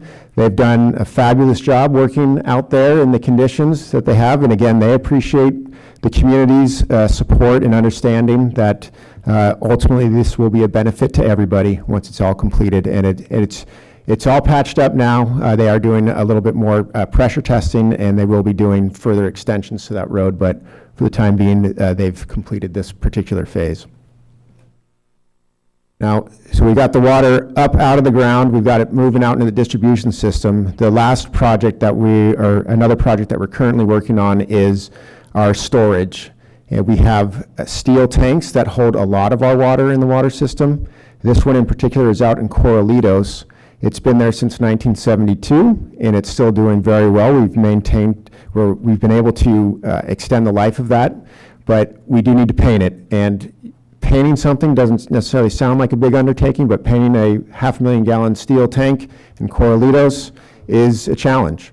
And so we are presently out to bid on that. We expect to get the proposals in on the 17th is when it closes. We will evaluate those and hope to move forward with that and have a freshly painted tank, hopefully out there for years to come. So there's just a few of the projects that we're working on. I'd like to just conclude by saying, going back to our water quality reports, that it's our recommendation that you accept both of those reports, and I am available and look forward to answering any of your questions. Thank you. Thank you for the report, Bo. Any questions or comments from Council? Councilwoman Garcia? Thank you for your report. I just have two questions. In your report, you talked about the special health problems of some of our residents. And so my question is, are you in communication with our local hospitals, such as Watsonville and Dominican, as to how many patients may be having a negative impact to our water? I am not in direct contact with the hospitals, but if there's ever an occurrence where there's been an episode reported of a health, something associated with the drinking water and health, that would go to public health and that would come directly back to me. And I have not received reports like that. So I am not in direct communication with health care providers or hospitals, but I also have not received any reports that there have been So there is so there is a process where reporting could occur. Yeah, it's the obligation. My understanding that if a healthcare provider receives a patient that's has waterborne illness, that needs to be reported. Very good. Okay. My second question is, you mentioned several contaminants, but chromium-6 was not listed, and I wondered why. Yeah, it's a very good question. Presently, chromium-6 does not have any regulation. Oh. So until there is one, there's nothing for us to meet. So it's being reconsidered by the state, Right. and it's been kind of in that position for over almost 2 years now.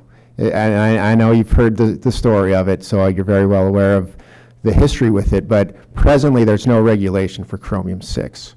So that is not part of the report. If there's no regulation, does that mean we are meeting?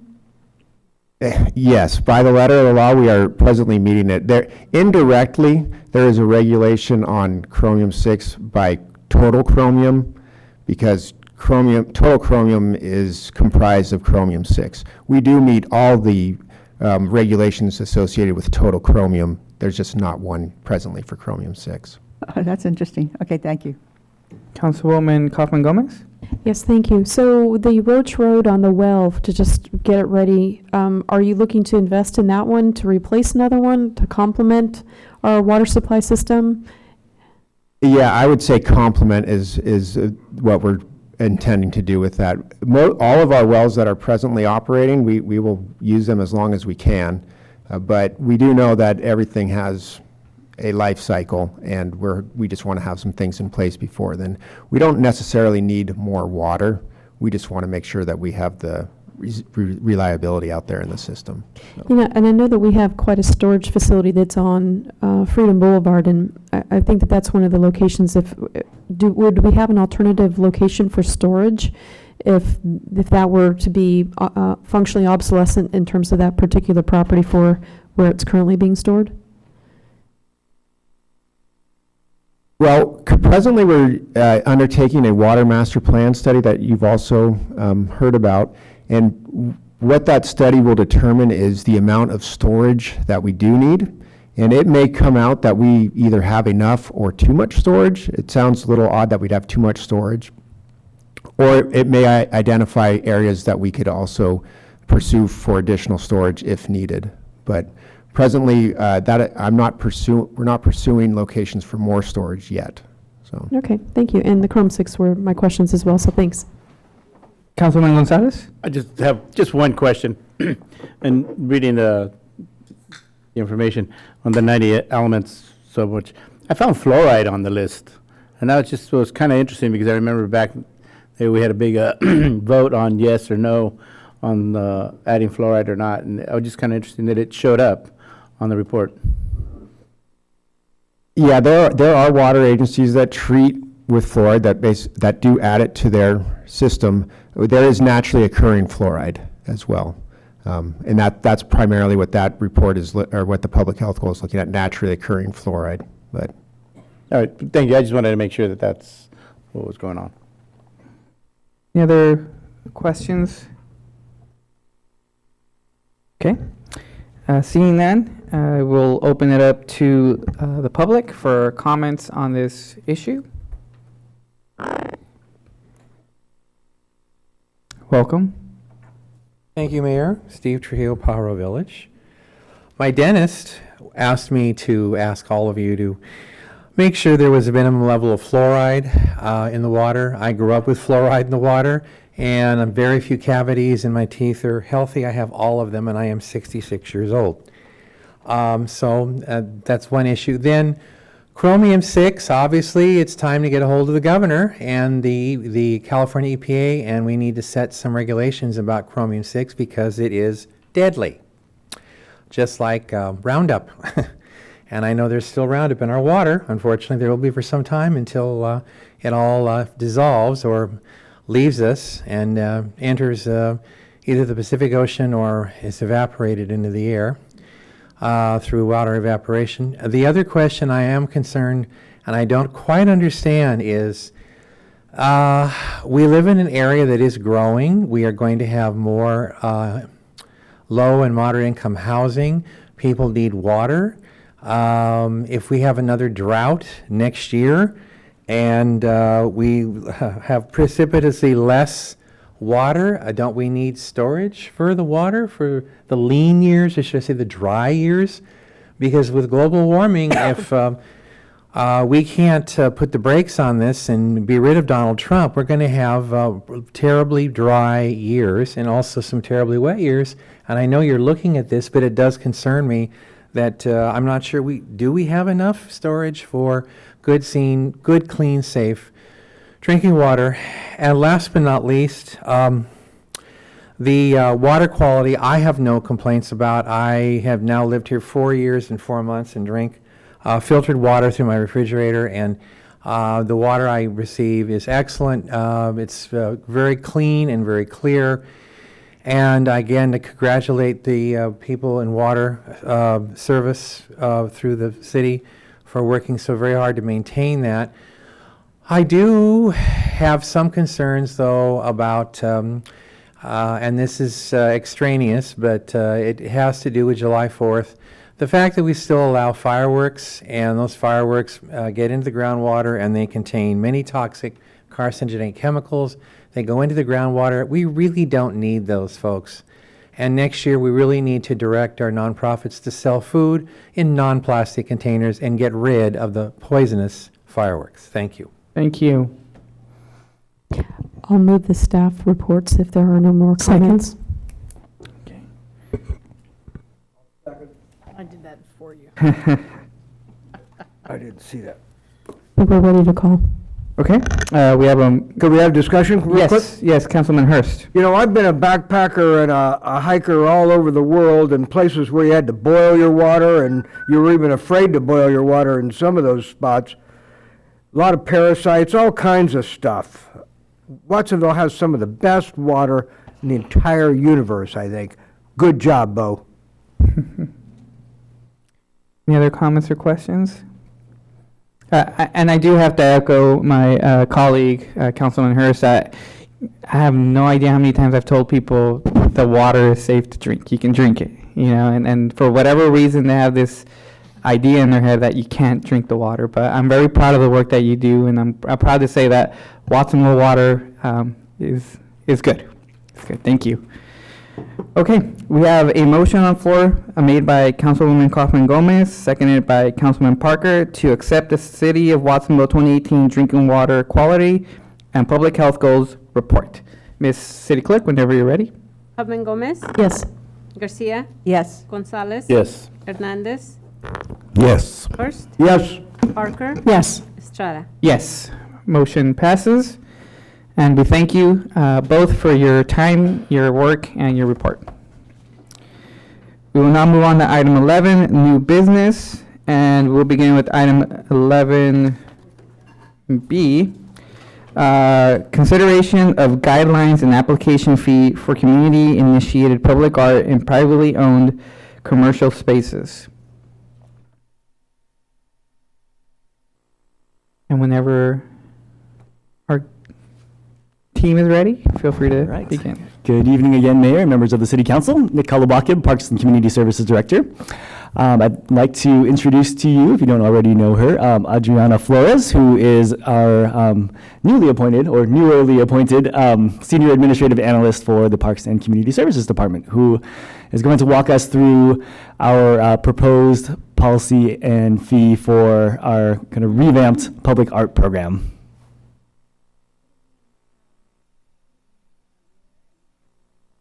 Again, my name is Adriana Flores, Senior Admin Analyst for the Parks and Community Services Department.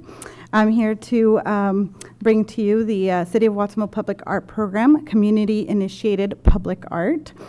And our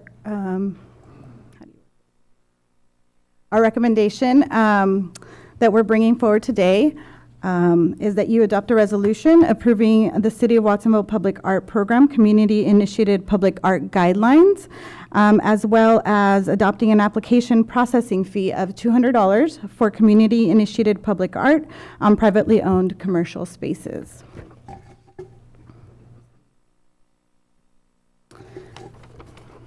So to give you some background on the city's public art program, in March of 2004, the city's mural policy was adopted by council. It established a review criteria for murals visible to the public, and it also established a $200 processing fee.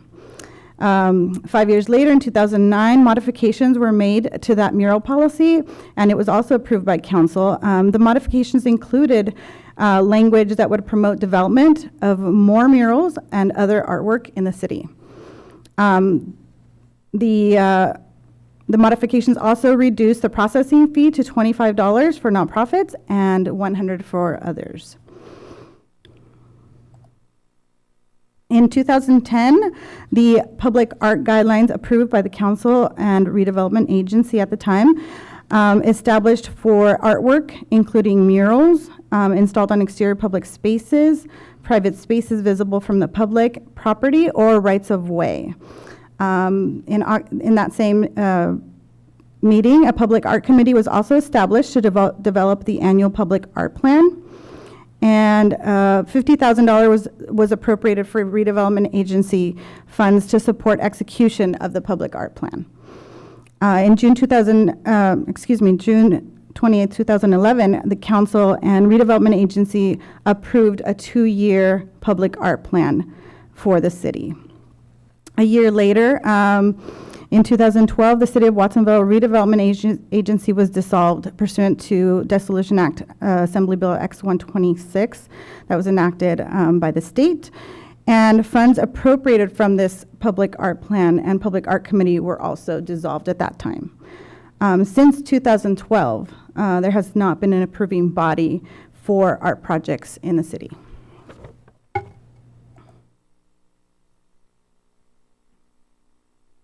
The Parks and Community Services Department is tasked with reestablishing this public art program for the city and guidelines for approval of the art projects in the city. We propose to implement the public art program in 2 phases, separating art projects in relation to their proposed funding source and locations. So phase 1, which is what we're bringing before you today, is community-initiated public art projects. The funding sources for these projects would be fully privately funded. So they would either be private investment, donations, or grant funded. The locations for these projects would also be public spaces, city buildings, public rights of way, or they could be privately owned commercial spaces visible from public spaces or rights of way. Phase 2, which we hope to bring to you at a later date, would entitle city-initiated public art projects. And their funding source would be partially or fully city funded, and their locations would be public spaces, city buildings, and rights of way. So phase 1, the proposed guidelines for the approval of public art projects. Again, they will be fully privately funded through either private donations, grants, or other funding.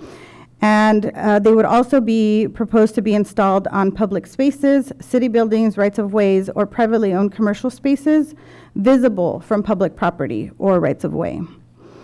We are recommending that our department, Parks and Community Services, serves as the lead department for application and processing of public art in the city, and that the Parks and Recreation Commission be appointed as the approving body.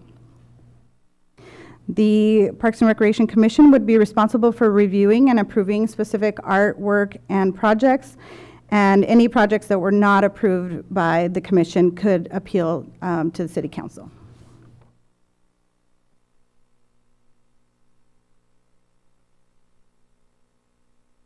So I'm going to go over the guidelines that are proposed tonight.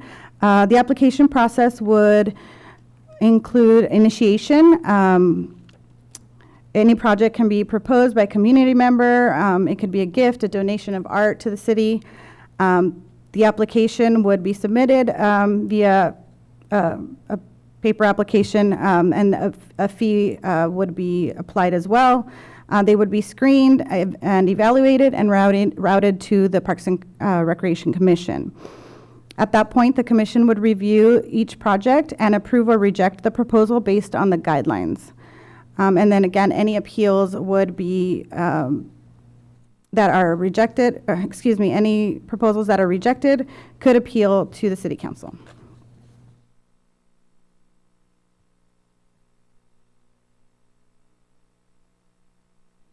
The next portion of the guidelines is regarding artwork considerations, eligibility requirements, and standards, and they are outlined in the guidelines.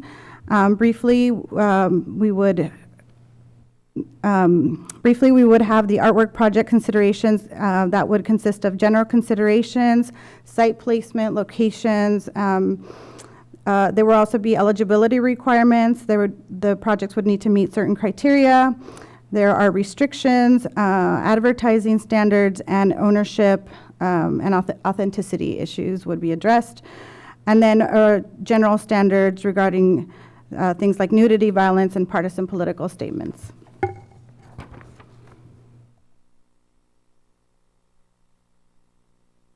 We're proposing that the application processing fee of $200 for community-initiated public art on privately owned commercial spaces.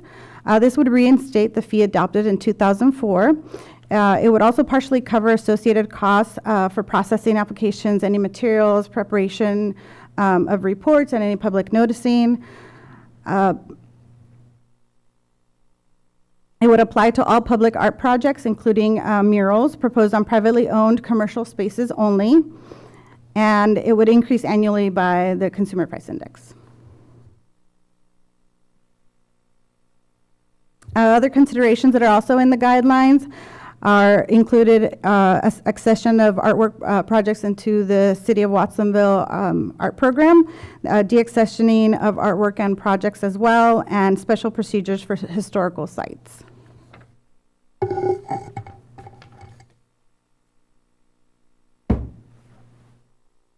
So our next steps, if adopted, this community-initiated art guidelines would go into effect immediately.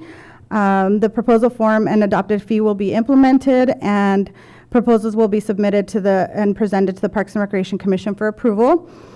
Staff will work on developing phase 2 of the public art program, which is the city-initiated public art projects, and that would be presented to council at a later date. This portion of the program would address projects, artwork that are partially or fully funded by the city funds. Staff will establish guidelines for public and artists to submit proposals and for city staff to call for artists for specific projects, and the funding strategies will also be proposed. And so our recommendation tonight is we ask that you adopt a resolution approving the City of Watsonville Public Art Guideline, Community-Initiated Public Art Guidelines, and adopting the application processing fee of $200 for community-initiated public art on privately owned commercial spaces. Thank you. And that is. Okay. Any clarifying or technical questions from council? Councilwoman Garcia and then Councilwoman Kaufman-Gomez. So the lead agency is going to be Parks and Recs, and the decisions regarding the art is going to be by the commission, correct? Correct. Okay.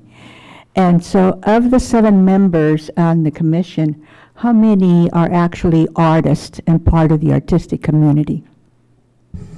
I would say that there are currently at least 2 members of the commission that would consider themselves artists, and both of them currently are either sitting on the current board of PV Arts or are somehow involved with PV Arts and or the County Art Commission as well. Is there then going to be any criteria for those applying to be on the commission to be an artist?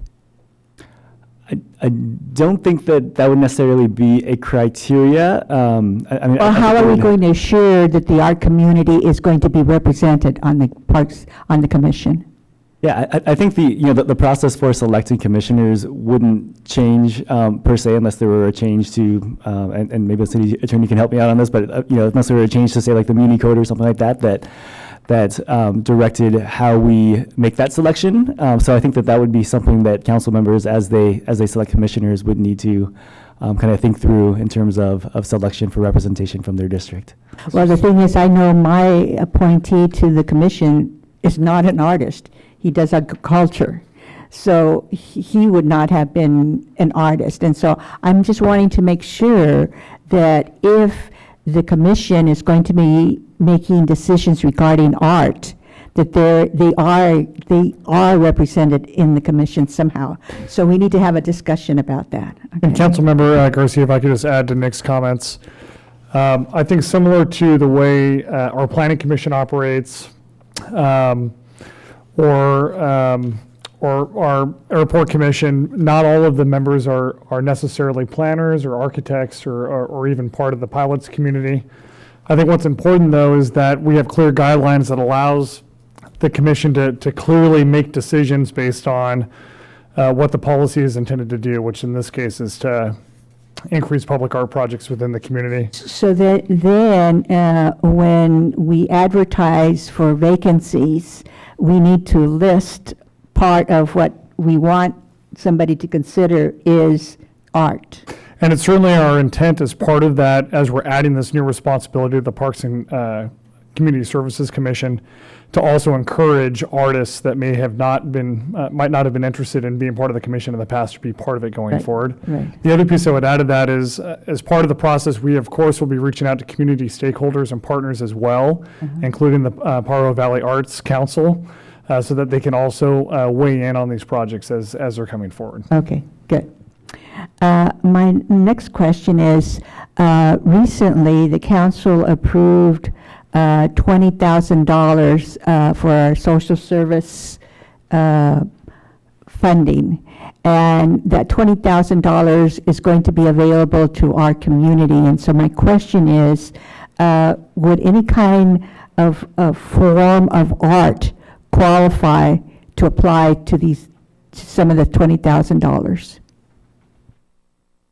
I think I'm not sure what $20,000 you're referring to. For the social services grant. The 23,000. 23,000 for special events. Special events, yeah, 23,000 for special No, events. I think that 23,000 is specifically for, kind of like one-time annual special events.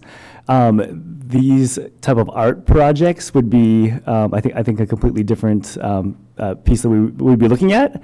And we're really hoping to address those types of art projects that are funded by city funds in phase 2 of this program. So phase 1 tonight, again, really just deals with art that is funded either through private funding or funding that's secured through, not the city, but a third party.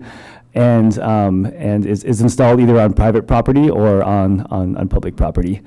So anything that is funded by, again, kind of city dollars would fall under phase 2 and would come out of a different funding source. And when we come back to the council with phase 2, we'll provide the council with some options for funding for those types of projects. Okay, good. And my final question is, there's no language applying to youth art. And so I wondered if we needed some kind of language to talk about youth developing art and whether they're the ones that are going to do a mural on private property or commercial property. And so I just wondered if we needed any language talking about youth. Yeah, I think that point hasn't particularly come up in our conversations with our art community, but I think that's definitely something that we can consider and figure out if there's a way to incorporate in one way or another, or at least encourage. Councilwoman Kaufman-Gomez and then Councilman Gonzalez. Okay, thank you. Yes. Is there going to be a difference in fee between a for-profit or not-for-profit if there ever would be anybody coming to ask if they can get a discount because they're not-for-profit? Our current proposal doesn't include an alternate rate for nonprofits, but that could certainly be something that the council decides to move forward with tonight.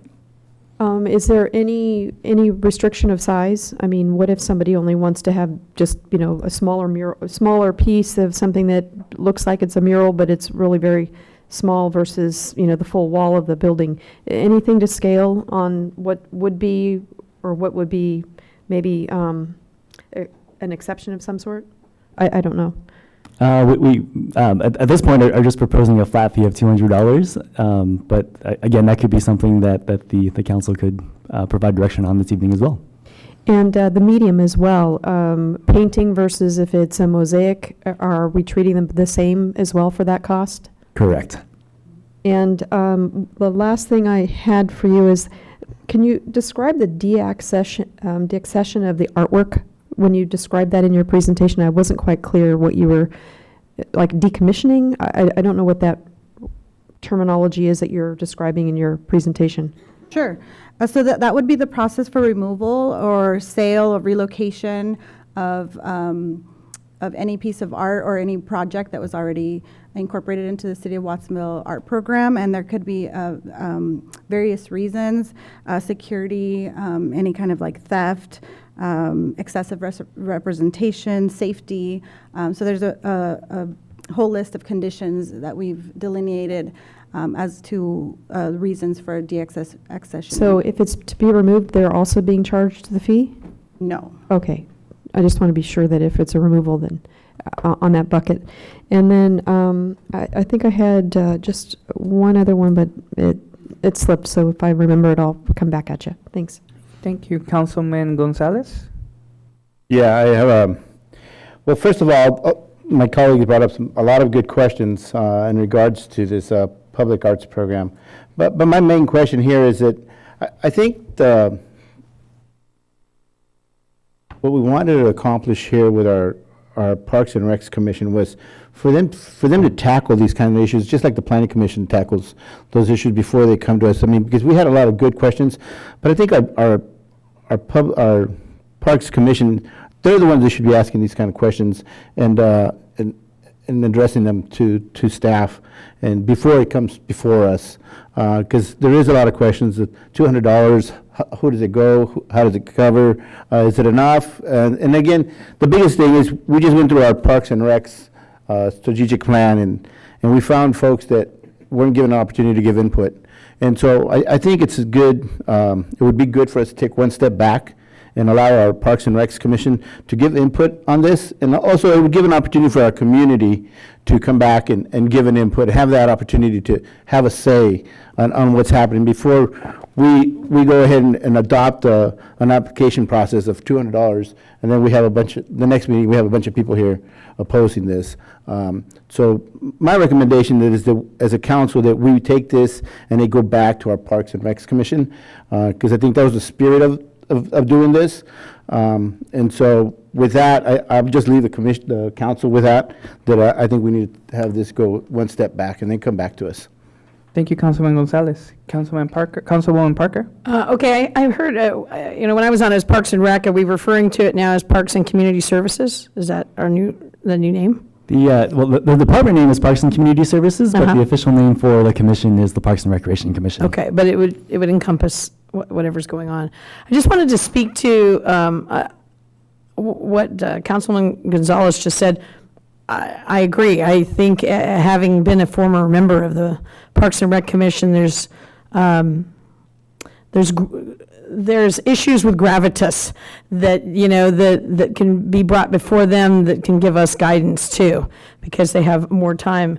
I don't necessarily. I wanted to comment on Councilwoman Garcia's that we have to have an artist component to it. I think there maybe should be, and that's possible. That's something that the Parks and Rec Commission can have, an advisory artist board, so they can refer to it. The Parks and Rec Commissioners can refer to it and ask questions of it. But I think, art is individual for everybody. And so I think we all have an artist in us. And I think it's important for those applications for people, whether they're poets. I have a poet for a Parks and Rec Commissioner. And so he's an artist in his soul, but he's also able to appreciate all the other visual arts. So the question I have is, on the $200 in maintenance, what if it goes up? Did I miss this? And I probably did. You have the application, it goes up, and now it's up there. And as time goes on, life happens, weather happens, erosion happens. Who's responsible to making sure that maintains, its beauty? Yeah, so in phase one of the proposed art policy, again, we're tackling projects that are installed either on private property or public property. So if a piece of art is installed on private property, then it would be the property owner responsibility for maintaining that art piece. For art that's installed on city or public property, I think that would either be kind of a conversation between the proposer, whether it be an artist or a private funder, and the city to kind of decide on what the maintenance will look like, and if in the agreement with the artist, the onus becomes put on the city for maintenance, then that would definitely be something that both city staff and the Parks and Recreation Commission would need to consider to be able to move forward. What if the private owner does not maintain?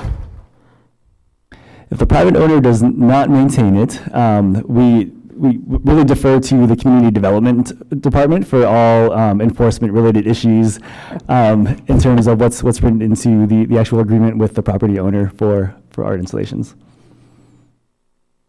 Councilwoman Kaufman Gomez? The follow-up question that I had was, you have a business entity and the mural is your sign in terms of the name of the business, or it's integrated with a bit of artwork even though that it's the name of the business. Do we have two fees involved for that sign if it's under a classification that it's written or painted on the building? Or is this the cost of the sign for their business, or is this the cost of the mural, or is it a combination of the fee for both? Could we get that sort of clarified? Because I think there had been a mural on a place on Freedom Boulevard, and so we didn't have a cost for the mural at the time because we didn't have the policy, but because it involved the name of the business, then it became a fee. So can we get clarification if it's going to be two fees for those businesses that are integrating their name of the business in the mural? So under our eligibility requirements for this proposed policy, it states that if a piece of art contains advertising, then it would not be considered as part of this program. So for that purpose, I think it would be considered to be a sign versus a piece of art. And Councilor, just to add to that, in that case, it would typically fall under our signage ordinance, so we would be treating it separately. Separate fee, separate project, not considered public art in that case. Yeah, I think I also concur that let's make sure that gets flushed out so people really understand, because a lot of times if they're going to be putting on a building that's their business, they may want to be creative on how they're advertising their name, and they need to be able to have that kind of clarity too of where do I go with this? Do I have to go and get it through the planning commissioner before I can even put the name of my business on a building that I'm leasing for my business? And then again, if there's not a quorum for Parks and Rec to meet and they're held up on even putting a name on the business, I just want to make sure we don't have any kinks in the system for those that would be doing it under this component to put their name and have any delays for their businesses. And Mayor and Council, I appreciate that comment, Councilmember Kaufman Gomez, and I wanted to add to tonight's presentation, really part of the spirit behind the ordinance is to allow for a much more transparent, clear process for these public art projects that are moving forward. Just over the last year, we've had several instances where we've had an artist group come forward with community support only to find out that they hadn't properly followed the process, or there hadn't been opportunity for community input. And so we want to ensure that we have a policy and a program in place that supports our local artist community and does it in a way where the artists can clearly understand what the cost is going to be and what process they need to follow. And that's the spirit behind the ordinance you have in front of you tonight. Councilman Hernandez? I think it's rather steep going from 100 and 45 for nonprofits in 2009 to just 200 flat rate for everyone, especially for artists or small projects. And I think that we should probably look into reaching out to some local artists and getting feedback from them. And I think it gives a good opportunity for the parks to begin to delve into art issues and seek advice from some of the local artists to get feedback from them as to what kind of pricing should we look into for these local grassroots community projects especially. Councilman Hurst? I'm just wondering, where do utility boxes fit into this scheme? PG&E boxes, telephone boxes, city traffic control boxes, Caltrans boxes, cable TV boxes. Yes. So long as any type of those boxes that you just mentioned are visible from the public right of way, they would fall under this phase of our proposed public art policy. Would that be $200 for a box? Oh, shit. Correct. Shoot. And just to add to that, there are some nuances there, because some of the utility boxes are Caltrans boxes, some are under the city's ownership, some are in our right-of-way, some are in their right-of-way, but it would still be considered a publicly facing public art project, to Nick's point. Let's keep it rated G. Councilman Hernandez?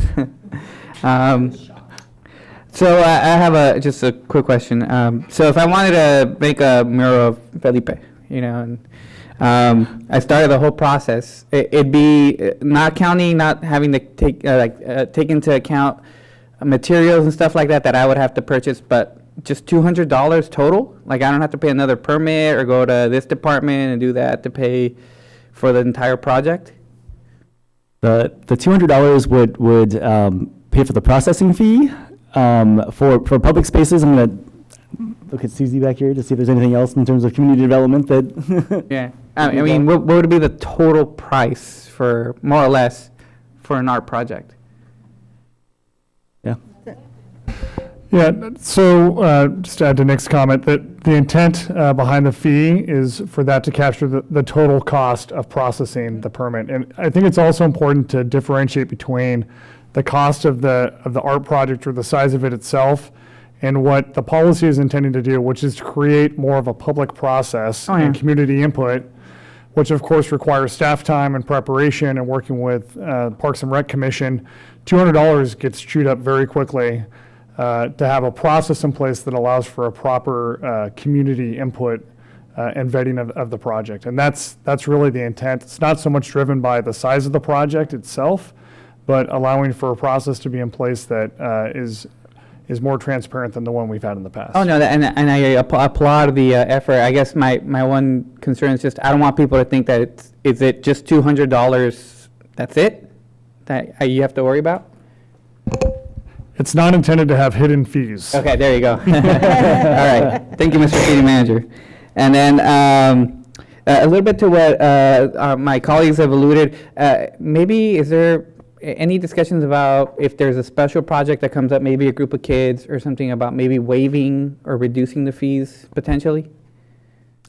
We don't have that currently written into the policy, but I mean, I think if there's language specifically in respect to that the council would like to suggest to add, then I think that, I mean, we can definitely decide on that tonight as well. Okay. I know that we don't, I know sometimes we do it and we don't want to do it for everyone, but it's just a question that I had. Are we allowed to collect donations though? Like if, say, somebody wanted to donate $200 so that if a project did come up and a group didn't have the money, they could access that fund and maybe use those funds to create a project?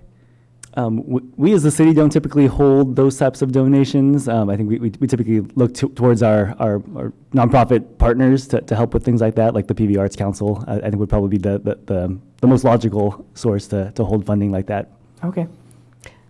And Mayor, if I could just add to that, Nick mentioned this earlier tonight, but as part of the second phase of this effort, our hope is to establish a public art fund that we can use to commission publicly funded, city-funded public art projects in the future, which would provide opportunities for that. I would also just note that a number of the projects that have moved forward recently often come with grants from other community organizations or even receive direct community support through GoFundMe campaigns and other community-based efforts. And of course, anyone that would want to contribute towards an art project could potentially help go towards the $200 fee as well. No, I think it's a great idea, just being able to maybe to combine all these efforts, right, and make it to one solid effort would be great. And then just to mention what, to support what Councilman Gonzalez has said, I'd be more than willing to support having this go back to Parks and Recs so that they can look at it first and then have it come back to us. Councilwoman Kaufman-Gomez? Yeah, as we're sort of going through this, a couple more things that come up. And one is, have you had an issue with quorum? Because the last thing we need is to go to Parks and Rec and the meeting gets canceled and there might be something on a timeliness issue. Do we have issues or concerns about meeting quorum for somebody? For the past probably 4 to 6 months, we have not had issues with okay. quorum. So that was the first one. The other one is about, I mean, this might be under the children's situation, maybe either the temporary mural or a movable mural. How are they all going to be treated equally? I mean, if because I know we're doing the 4x8s and those are the movable murals, is that the same fee? And then also whether it may be like a seasonal one where it's just painted up there for, maybe a given window of time, and if there's going to be any criteria that would be any different. Yes, the policy as written is meant to address permanent art installations. So things like movable murals and that sort of thing. I think we will need to figure out how we address those more temporary pieces. Okay, a little bit separately. Councilwoman Garcia? To what extent, if any, was the Pajaro Valley Arts Council part of contributing to what you're presenting us? Yeah, that's a great question. I'm going to kind of walk through all of the input that we've kind of solicited and received regarding this policy. So although we didn't take this full policy to the Parks and Recreation Commission, we did that kind of intentionally because we knew that we were asking, or we were going to ask the council to appoint that body as the approving body for public art, and didn't feel like that was quite appropriate, although we could definitely take that back, or just take back the processing fee to the Parks and Recreation Commission for approval if the council decides to move the guidelines themselves forward this evening. So we did bring the proposed guidelines and the fee to a subcommittee of the Parks and Recreation Commission. Again, although we didn't take it to the full commission, there was a subcommittee of 2 members, again, our more kind of art-focused members of the commission that reviewed the guidelines and provided some feedback on what we put together tonight. We also worked with a couple members of the Pajaro Valley Arts Council, along with the recreation supervisor from the County of Santa Cruz, who oversees the Public Art Commission, and also spoke with, well, I mean, but the members of the art community kind of overlap several times over between the Parks and Recreation Commission, PV Arts, and the public, or the County Art Commission. But between all of those, we spoke to quite a few members of the art community that represents at least South County. Any other clarifying questions, Councilwoman Parker? Well, I was just going to point out that I would be absolutely, well, I don't know if it's a clarifying question, so I will refrain from saying it. Okay, we'll come back to you. Any other clarifying questions? Okay. I'd like to open it up for a public hearing now. If any members of the public would like to provide us with their input on this topic, please feel free to approach the podium. Welcome. Thank you. Steve Trujillo. Well, I made this suggestion before. I'm hoping that in phase 2 of this program, where the city initiates possible murals or mosaics, they will consider the fact that we should honor, if we're not going to name the building after him here, Joaquin Avila, who brought democracy to Watsonville through his efforts to get district elections. It's time we recognized him, folks. Really, it's long overdue. He's been dead now over a year, and he did bring democracy to this city. In terms of district elections, a lot of you wouldn't be sitting up there today if it were not for him. And I wouldn't have been able to run for city council last year either. So let's honor him with a mosaic or a mural, and let's put it down next to the courthouse entrance so people can understand that one person, one vote really means what it says. The other item I want to bring to you is the San Francisco School District, 95 miles north of here, I was fighting over a mural done in pieces during the 1930s at George Washington High School. It was murals of his life, and 80 years or 90 years later, causing a great deal of furor because many of the panels are now considered racist, even though they were done by 2 painters who considered themselves communists at the time in the early 1930s. So we need to think about the fact that what may be considered appropriate art in one decade, 9 decades down the road, if it's still around, may not be pictured in the same way. So there needs to be some historical basis for artwork, and I'm hoping this commission will have an historian. Yes, that was one of my majors in college. I'm not volunteering for the job. I'm just saying there needs to be somebody. And I'm looking somebody at my eye who's also a major in history and a local community college. We need to have a historian on the panel in order to decide, does this fit? Is this going to work for the city of Watsonville or is it not? Because this is for posterity and it needs to represent all the people who live in this wonderful city. Thank you. Thank you. Any other members of the public wishing to address the council on this issue? Seeing none, I will close public hearing and bring it back to my colleagues for a motion. Motion to postpone it until it goes to the Parks and Rec Commission and then return to us with the advisement and comments. I'll second it.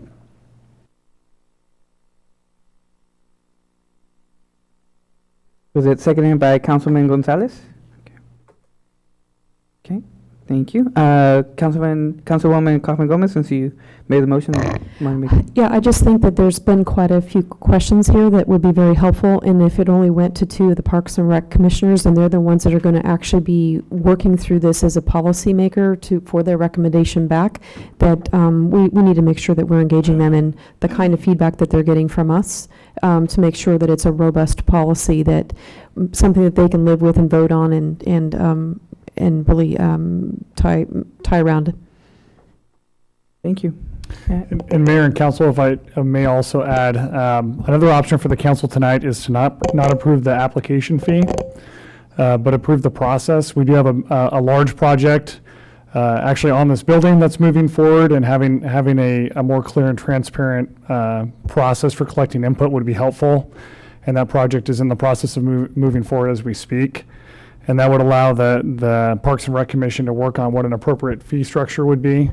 It also allows options for updating the policy as we move forward as well. It's not necessarily written in stone, so that's just a suggestion. Councilman Hernandez? But I think that's the input that we need from artists as well to be part of this process. I think that would be more inclusive of the community as well, to get feedback from them and the Parks and Rec Commission or Committee. Commission? Commission. Councilwoman Parker and then Councilman Hurst. I agree with what our city manager just said. That was the motion I was going to make, that we send that along, and if they have any further suggestions for that, it can come back to us, but it starts with that, and that they work on the $200 application fee structure, because I feel like there is some latitude in changes, especially from small, little, to big things. So I wouldn't support this as that. Friendly motion? What, a friendly amendment?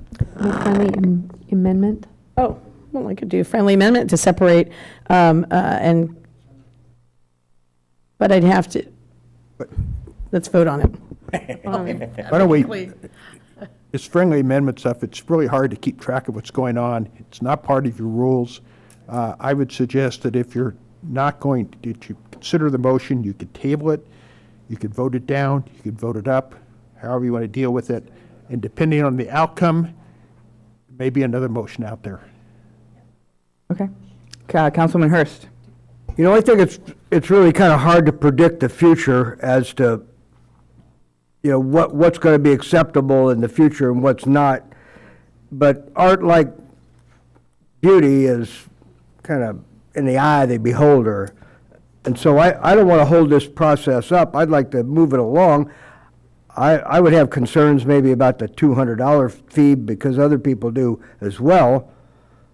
But I would like to see us get ahead of the curve and allow projects that are coming along to be able to not be bogged down.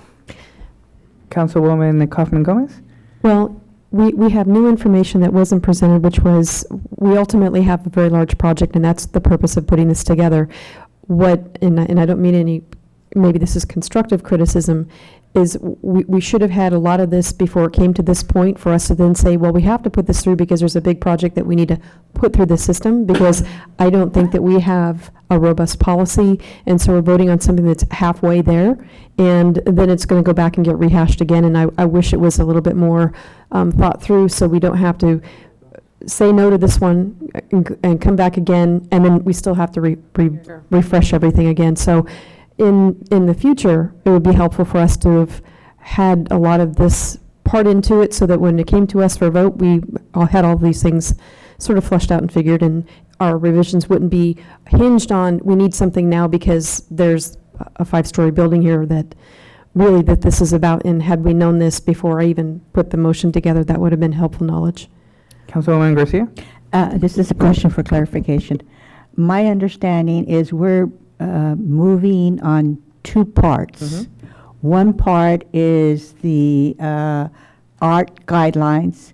The other part is the $200 fee. And so for clarification, in terms of the motion you made, did you make it for both or one of them? My motion was to set A and B back to Parks and Rec Commission, but in light of the new information, what I would recommend is call vote, and then we can go back and rehash. Okay. We have a motion on the floor made by Councilwoman Kaufman Gomez, seconded by Councilman Gonzalez, to send both resolutions back to the Parks and Recs Commission. And so, Madam Clerk, whenever you'd like to take a vote. Kaufman Gomez, I'll say no. Garcia, Yes. Gonzalez, Yes. Hernandez, Yes. Hurst, No. Parker, No. Estrada. No. The motion fails. Okay. I'd like to make a motion to,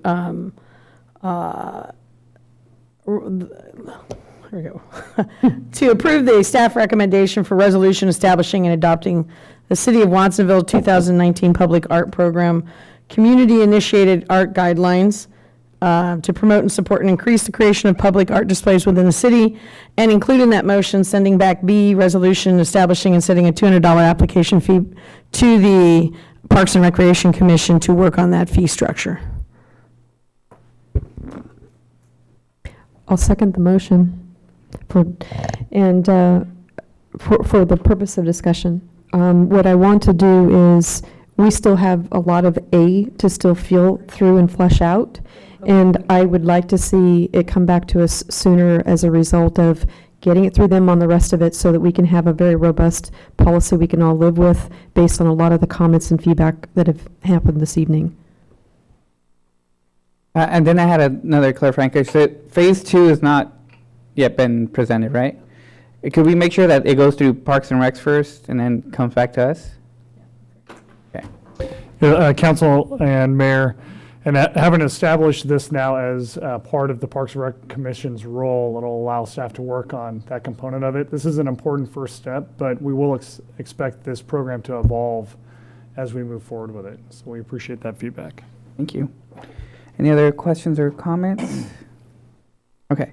So we have a motion on the floor made by Councilwoman Parker, seconded by Councilwoman Kaufman Gomez, to approve a resolution establishing and adopting City of Watsonville 2019 Public Art Program community-initiated art guidelines to promote, support, and increase creation of public art displays within the city, and the sendback resolution establishing and setting a $200 application processing fee for community-initiated art on privately owned commercial spaces to the Parks and Recs Commission. Whew, sorry. Madam Clerk, whenever you're ready.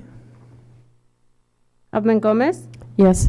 Garcia, Yes. Gonzalez, Yes. Hernandez, Yes. Hurst, Yes. Parker, Yes. Estrada. Yes, motion passes. Anybody want to say any last comments on this? I look forward to us working really with the art community on the projects, and that they are able to, we have the clarity with what they're going through, because if we have these questions, I'm sure the art community will also have many of the same questions, and we want to make sure that it's very, very clear in our policy on that. Agreed. Yeah, and again, Councilman Gonzalez? just again, really again, thank you for all your hard work and dedication to the community. Greatly appreciate it. And again, this is better to get more input, like we've run into that we don't get enough input, than have people come in here and saying there's not enough input. All right, so, but thanks for all your hard work. Councilman Hernandez? And I think, The pricing that was set in the past was something to promote public art, and I think the processing fee is not meant to be as a barrier to promote for public art. So if we can work on something that's fair and just for everyone, whether it's, someone that has $1 million backing for art projects, or someone that's grassroots, that has to struggle to come up with $500, for an art project, that everybody has access to public art, And I think that that's the best approach when you approach everyone that does art in the community. Thank you both for your hard work and your dedication to bring arts to our community, and we look forward to the next steps in this entire process. Thank you.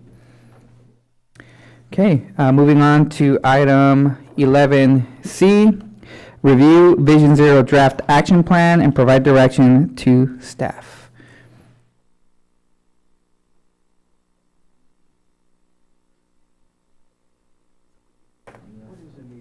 report. Hello, whenever you guys are ready to start your report, feel free to begin and welcome. Thank you. Good evening, Mayor Estrada, members of the council. My name is Murray Fonts, and I'm with the Public Works Department, and I'm pleased to present to you a draft of the Vision Zero Action Plan and provide an update on recent activities concerning the city's pedestrian and traffic safety action plan. Individuals that help create the draft action plan and implement the traffic safety action plan that are here tonight include Tamara Vides of the City Manager's Office, Maria Esther Rodriguez of the Public Works and Utilities Department, Mike McKinley of the Watsonville Police Department, and Teresa Rogerson and Lauren Freeman of the Santa Cruz County Health Services Agency. Each will be available to answer questions. Also, I want to recognize Gina Cole, the new Director of Bike Santa Cruz County. She's here as well. Gina is a Watsonville native and a wonderful asset.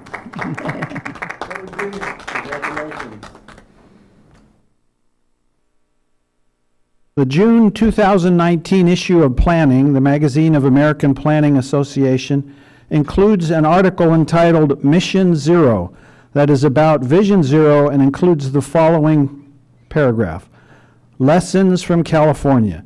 California has long served as an incubator of social trends, from freeways to yoga studios to online culture, that later sweep the nation. So it's significant that the state is home to a quarter of America's Vision Zero communities, which range from big cities like Los Angeles and San Jose to medium-sized towns like Watsonville and San Luis Obispo to suburbs like Fremont and La Mesa. Watsonville is mentioned in this article because in January of last year, Council approved a resolution adopting the goal of Vision Zero to eliminate traffic fatalities and serious injuries on streets within the city by the year 2030 and directing staff to develop a Vision Zero action plan. Watsonville became the first and thus far the only city or county in Santa Cruz County to do so. In January of this year, Council directed staff to implement a pedestrian and traffic safety action plan that included the following items. 1, develop a comprehensive pedestrian safety public education campaign called Street Smarts. 2, establish pedestrian and safety zones along Main Street, Freedom Boulevard, and Airport Boulevard. 3, direct the police department to develop a zero-tolerance approach for speeding along the pedestrian safety zones. 4, establish a council ad hoc subcommittee on traffic safety. 5, direct staff to work with state legislators to pursue legislation for improving traffic safety. And 6, explore new approaches to infrastructure enhancements. Many of these items are implementing proposed action plans as part of the Vision Zero action plan. Item number 1, call for the city to develop a comprehensive pedestrian and driver public safety education campaign, which included the posting of signs and banners throughout the city with messages about pedestrian, bicycle, and driver safety in some unique ways.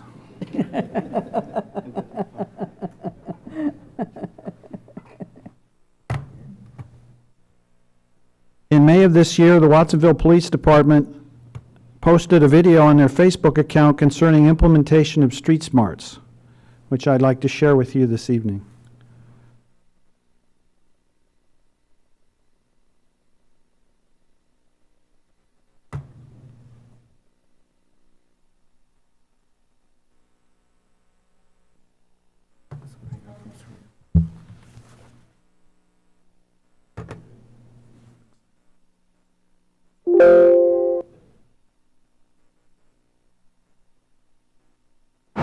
It's one of the busiest roadways in the community. A lot of people texting and driving, and also just not using their signals. Sometimes when you're driving down like big streets like Main Street, you're not able to see some of the people who are crossing. But the city of Watsonville and the police department are working together to make the Main Street corridor safer for drivers and pedestrians like Carlos Campos, officially designating the area as a safety zone with the installation of these banners. We've identified several roadways in the city where we've had the problems. Main Street corridor being one of the worst. Sergeant Donnie Thole says that over the past year, there have been 75 accidents in this area. 2 of them were fatal. It's important, though, that everybody remembers it's not just the driver's responsibility. I really want to get that through to everybody. It's also the responsibility of the pedestrians to pay attention. The plan is to install several banners in other hotspots across the city. We have a couple of goals with these banners. One is to educate the public. We want to let everyone know that parts of Watsonville, areas that we feel need a little boost, we want to make sure they're extra safe for pedestrians and drivers. The banners are just one component of the recently launched traffic and pedestrian safety campaign. These orange flags at this busy crosswalk are also catching everyone's attention, including those behind the wheel. Somebody was mentioning that they thought what if they steal the flags? And somebody else said, who cares? If they're walking around with the flag and they can use the flag anywhere, it's a plus for the community. But at the end of the day, it's up to the driver and pedestrian to make the right move. Just to be careful, slow down, especially in big streets like Main Street and Freedom.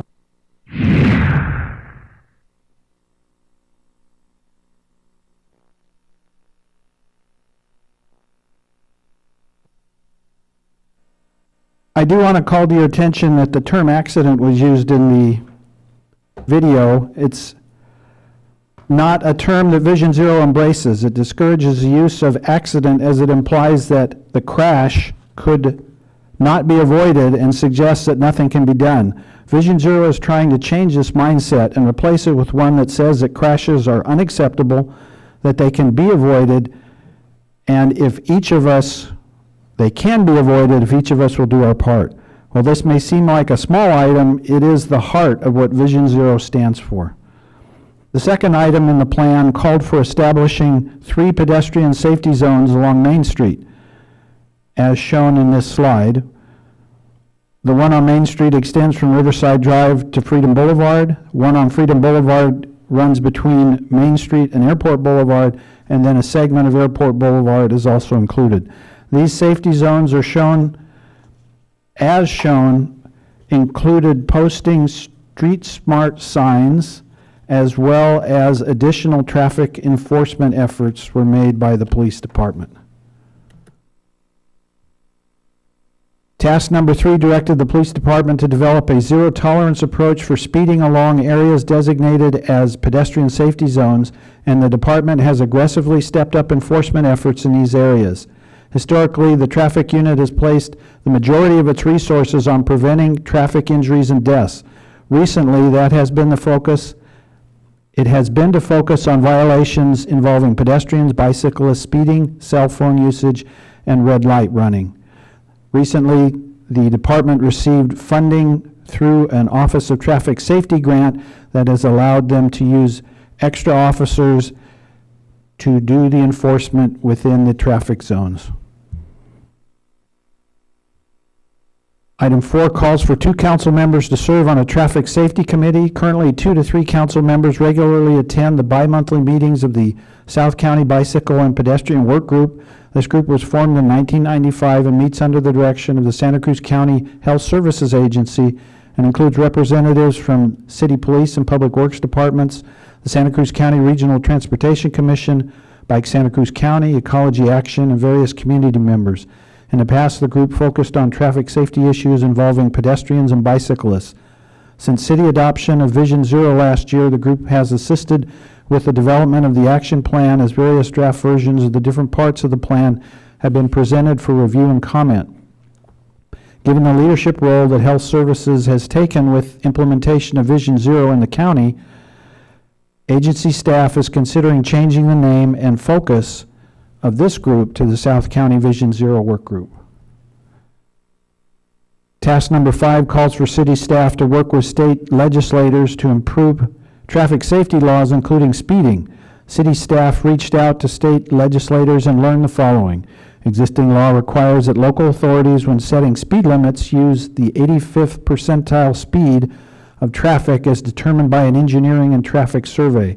Last year, State Assembly approved Assembly Bill number 2363, named Zero Traffic Fatalities Task Force, to establish and convene a task force to analyze the existing process for establishing speed limits and provide a recommendation as to whether an alternative to the use of the 85th percentile as a method for determining speed limits should be considered.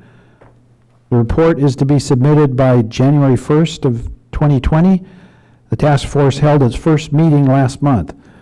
The state is not considering other speed limit legislation at this time. Task number 6 calls for identifying and installing new infrastructure enhancements. The Public Works and Utilities Department has identified 3 new enhancements. These include installation of in-road pedestrian lighting, placing street smarts messages on sidewalks, and placing pedestrian flags at crosswalks. Lighting is proposed for installation on Harkensoo Road at the Ramsey Park driveway, on Harkensoo Road at Sunset Vista Drive, and on Freedom Boulevard at Marin Street. Currently, flags are installed on Main Street at Central Avenue and on Freedom Boulevard at Marin Street. Since council approval of Vision Zero in January of last year, staff has worked with County Health Services to prepare the draft action plan that you're receiving this evening. The plan was also presented to the South County Bike and Pedestrian Work Group earlier today for review and comment. For the next 2 months, staff will receive comments, then make revisions and prepare a final plan for council approval later this year. Preparation of the final plan shall include additional formatting and graphics. The draft action plan includes an introduction and summary with a mission statement, goal, and objectives. This slide indicates the mission statement is to reduce traffic-related deaths and severe injuries through community collaboration, data analysis, policies, systems, and infrastructure. The goal is to eliminate traffic fatalities and serious injuries on city streets by the year 2030. And the objectives are taken from the January 2018 Council Resolution and include focus on the 6 E's, which are encouragement, education, enforcement, evaluation, engineering, and equity. Also data analysis, policies, systems, and infrastructure improvements, and equity, community engagement, and transparency. City staff has partnered with various public agencies in developing the draft action plan. Much of the work was through participation in 2 groups, the Watsonville Traffic Committee and the South County Bike and Pedestrian Safety Work Group. The Traffic Committee is an internal city committee consisting of staff from the police and public works departments that meets periodically to discuss traffic concerns, and the South County Work Group includes those agencies shown on this slide, as well as members of the public. The action plan identifies 5 core principles to guide the creation of action items. These include the following. Number 1, traffic deaths and severe injuries are acknowledged to be preventable. 2, safety of human life is our highest priority and all are responsible. 3, the transportation system should account for human error and plan to minimize the severity of repercussions. 4, action toward Vision Zero will be data-driven based on available crash data and will include ongoing evaluation measuring performance objectives. And 5, speed is a fundamental predictor of crash survival and severity. Outreach was done in April through June of last year and is summarized in Appendix A. The outreach included an online survey and participation in 7 community events, and 241 completed surveys were received. The survey asked questions about motorists, bicyclists, and pedestrians concerning unsafe behaviors, safety tips, and personal behavior changes. The most frequently identified unsafe behaviors were motorists failing to stop for pedestrians, distracted driving, and jaywalking. The most frequently identified safety tips involved infrastructure to improve street crossings. The most frequently identified changes in personal behavior that respondents said they need to make were to follow traffic laws and avoid distracted driving. Appendix B in the study includes collision data and analysis. The city used a traffic consultant to assist with this analysis using data collected through the statewide Integrated Traffic Record System, SWITRS, from the years 2011 through 2017. The analysis indicated peak hours and days of the week when injuries or fatal collisions were most prevalent, and at which intersections those injuries or collisions predominantly occurred. Peak crash hours were reported between 3 p.m. and just before 6 p.m., and the highest occurring intersections included Airport and Freedom, Freedom and Green Valley, and Green Valley and Main. These results concur with the pedestrian safety zones identified earlier. This slide is a page of action items from the draft action plan. The heart of the action plan is several pages that include 39 action items, which are recommended actions to be taken by the city and its partners. These recommendations were drawn from a number of sources. These include plans and assessments that were done previously and had not been implemented. Ideas were gathered from the South County Work Group and the Traffic Committee.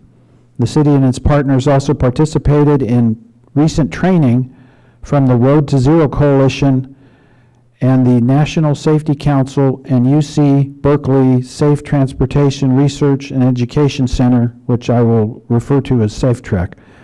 The action plan is intended to be a living document, as it will be reviewed regularly and action items will be removed when complete and new ones added when identified. It will have the ability to change as the city's priorities change.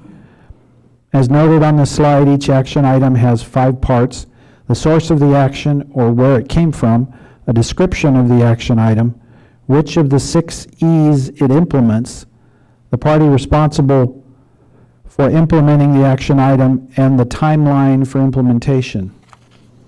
The 6 E's include encouragement, education, enforcement, evaluation, engineering, and equity, and were originally used by the National Safe Routes to School Partnership. Instead of having dates, the timeline indicates if an action item is ongoing or is already being implemented. If it's short-term, it would be implemented within a year. If it's mid-term, it would be implemented in 1 to 3 years. Or if it's long-term, it would be implemented in 4 or more years. Highlighted on the slide is an action item to create a traffic safety/Vision Zero task force. The source was the 2018 Council resolution adopting Vision Zero, as well as the Pedestrian Traffic Safety Action Plan approved by the Council earlier this year.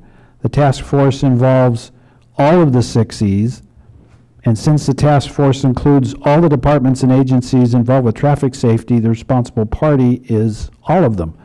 The timeline is short-term, as the task force is being organized at this time. During the creation of the action plan, South County Work Group served as a task force. With the recent addition of a representative of the city manager's office, the group now has people from all of the groups identified in last year's council resolution, and this will allow the group to meet regularly and coordinate the efforts of each member. Generating this list of action items has allowed the city and its partners to identify strategies that can be used to improve safety for pedestrians, cyclists, and motorists within Watsonville. While many are new, there are also a number that are already being implemented by the city and its partners, and reaffirms that Watsonville has been successful in selecting programs, policies, and strategies to protect the community. Another action item that's proposed this evening is to implement pop-up/temporary demonstration projects, such as a protected bike lane, to expose residents to what a reconfigured street could look like. Shown on this slide are examples of several temporary demonstration projects involving bulb outs at intersections. The source of the action item was the SafeTrek training. It addresses engineering, education, and equity. The responsible partner would be the Public Works and Utilities Department, and the timeline is short-term. Another proposed action item is to continue work in the school community through the Safe Routes to School program. This includes promoting walking, biking, and traffic safety education, providing safety equipment such as bicycle helmets, and expanding high school and middle school active transportation programming. The source of this item is the South County Work Group and the Safe Track Training. It addresses education and encouragement. Responsible partners are the work group, Public Works, and police departments. The timeline is ongoing as the city is addressing this with its current Complete Streets to School plan that's under development. One goal of Vision Zero is to use data analysis to use predictive analytics to identify trends and predict when and where dangerous traffic behavior by motorists, pedestrians, and bicyclists may occur. The source of this item is the work group and the safety action plan. It implements enforcement. Responsible parties include the Health Services Agency, Public Works, Police. The timeline is ongoing as these partners regularly address this as part of their responsibilities and in their regular meetings. A proposed action item is to collaborate on a county-wide comprehensive traffic safety media campaign with customized messages for Watsonville, including developing public service announcements in Spanish and English for TV, radio, print, and social media to inform residents how to travel safely, including how to share road space safely, and to communicate any upcoming infrastructure changes along key corridors. The source of this was the Safe Track Training. It addresses engineering and equity. The responsible party is Public Works. And I discovered this evening the timeline is ongoing as city staff met yesterday with other agencies to plan this out. These include cities from Santa Cruz County as well as the county itself. A commitment of $65,000 has been secured. The PSAs will begin publication in August and run for 1 year.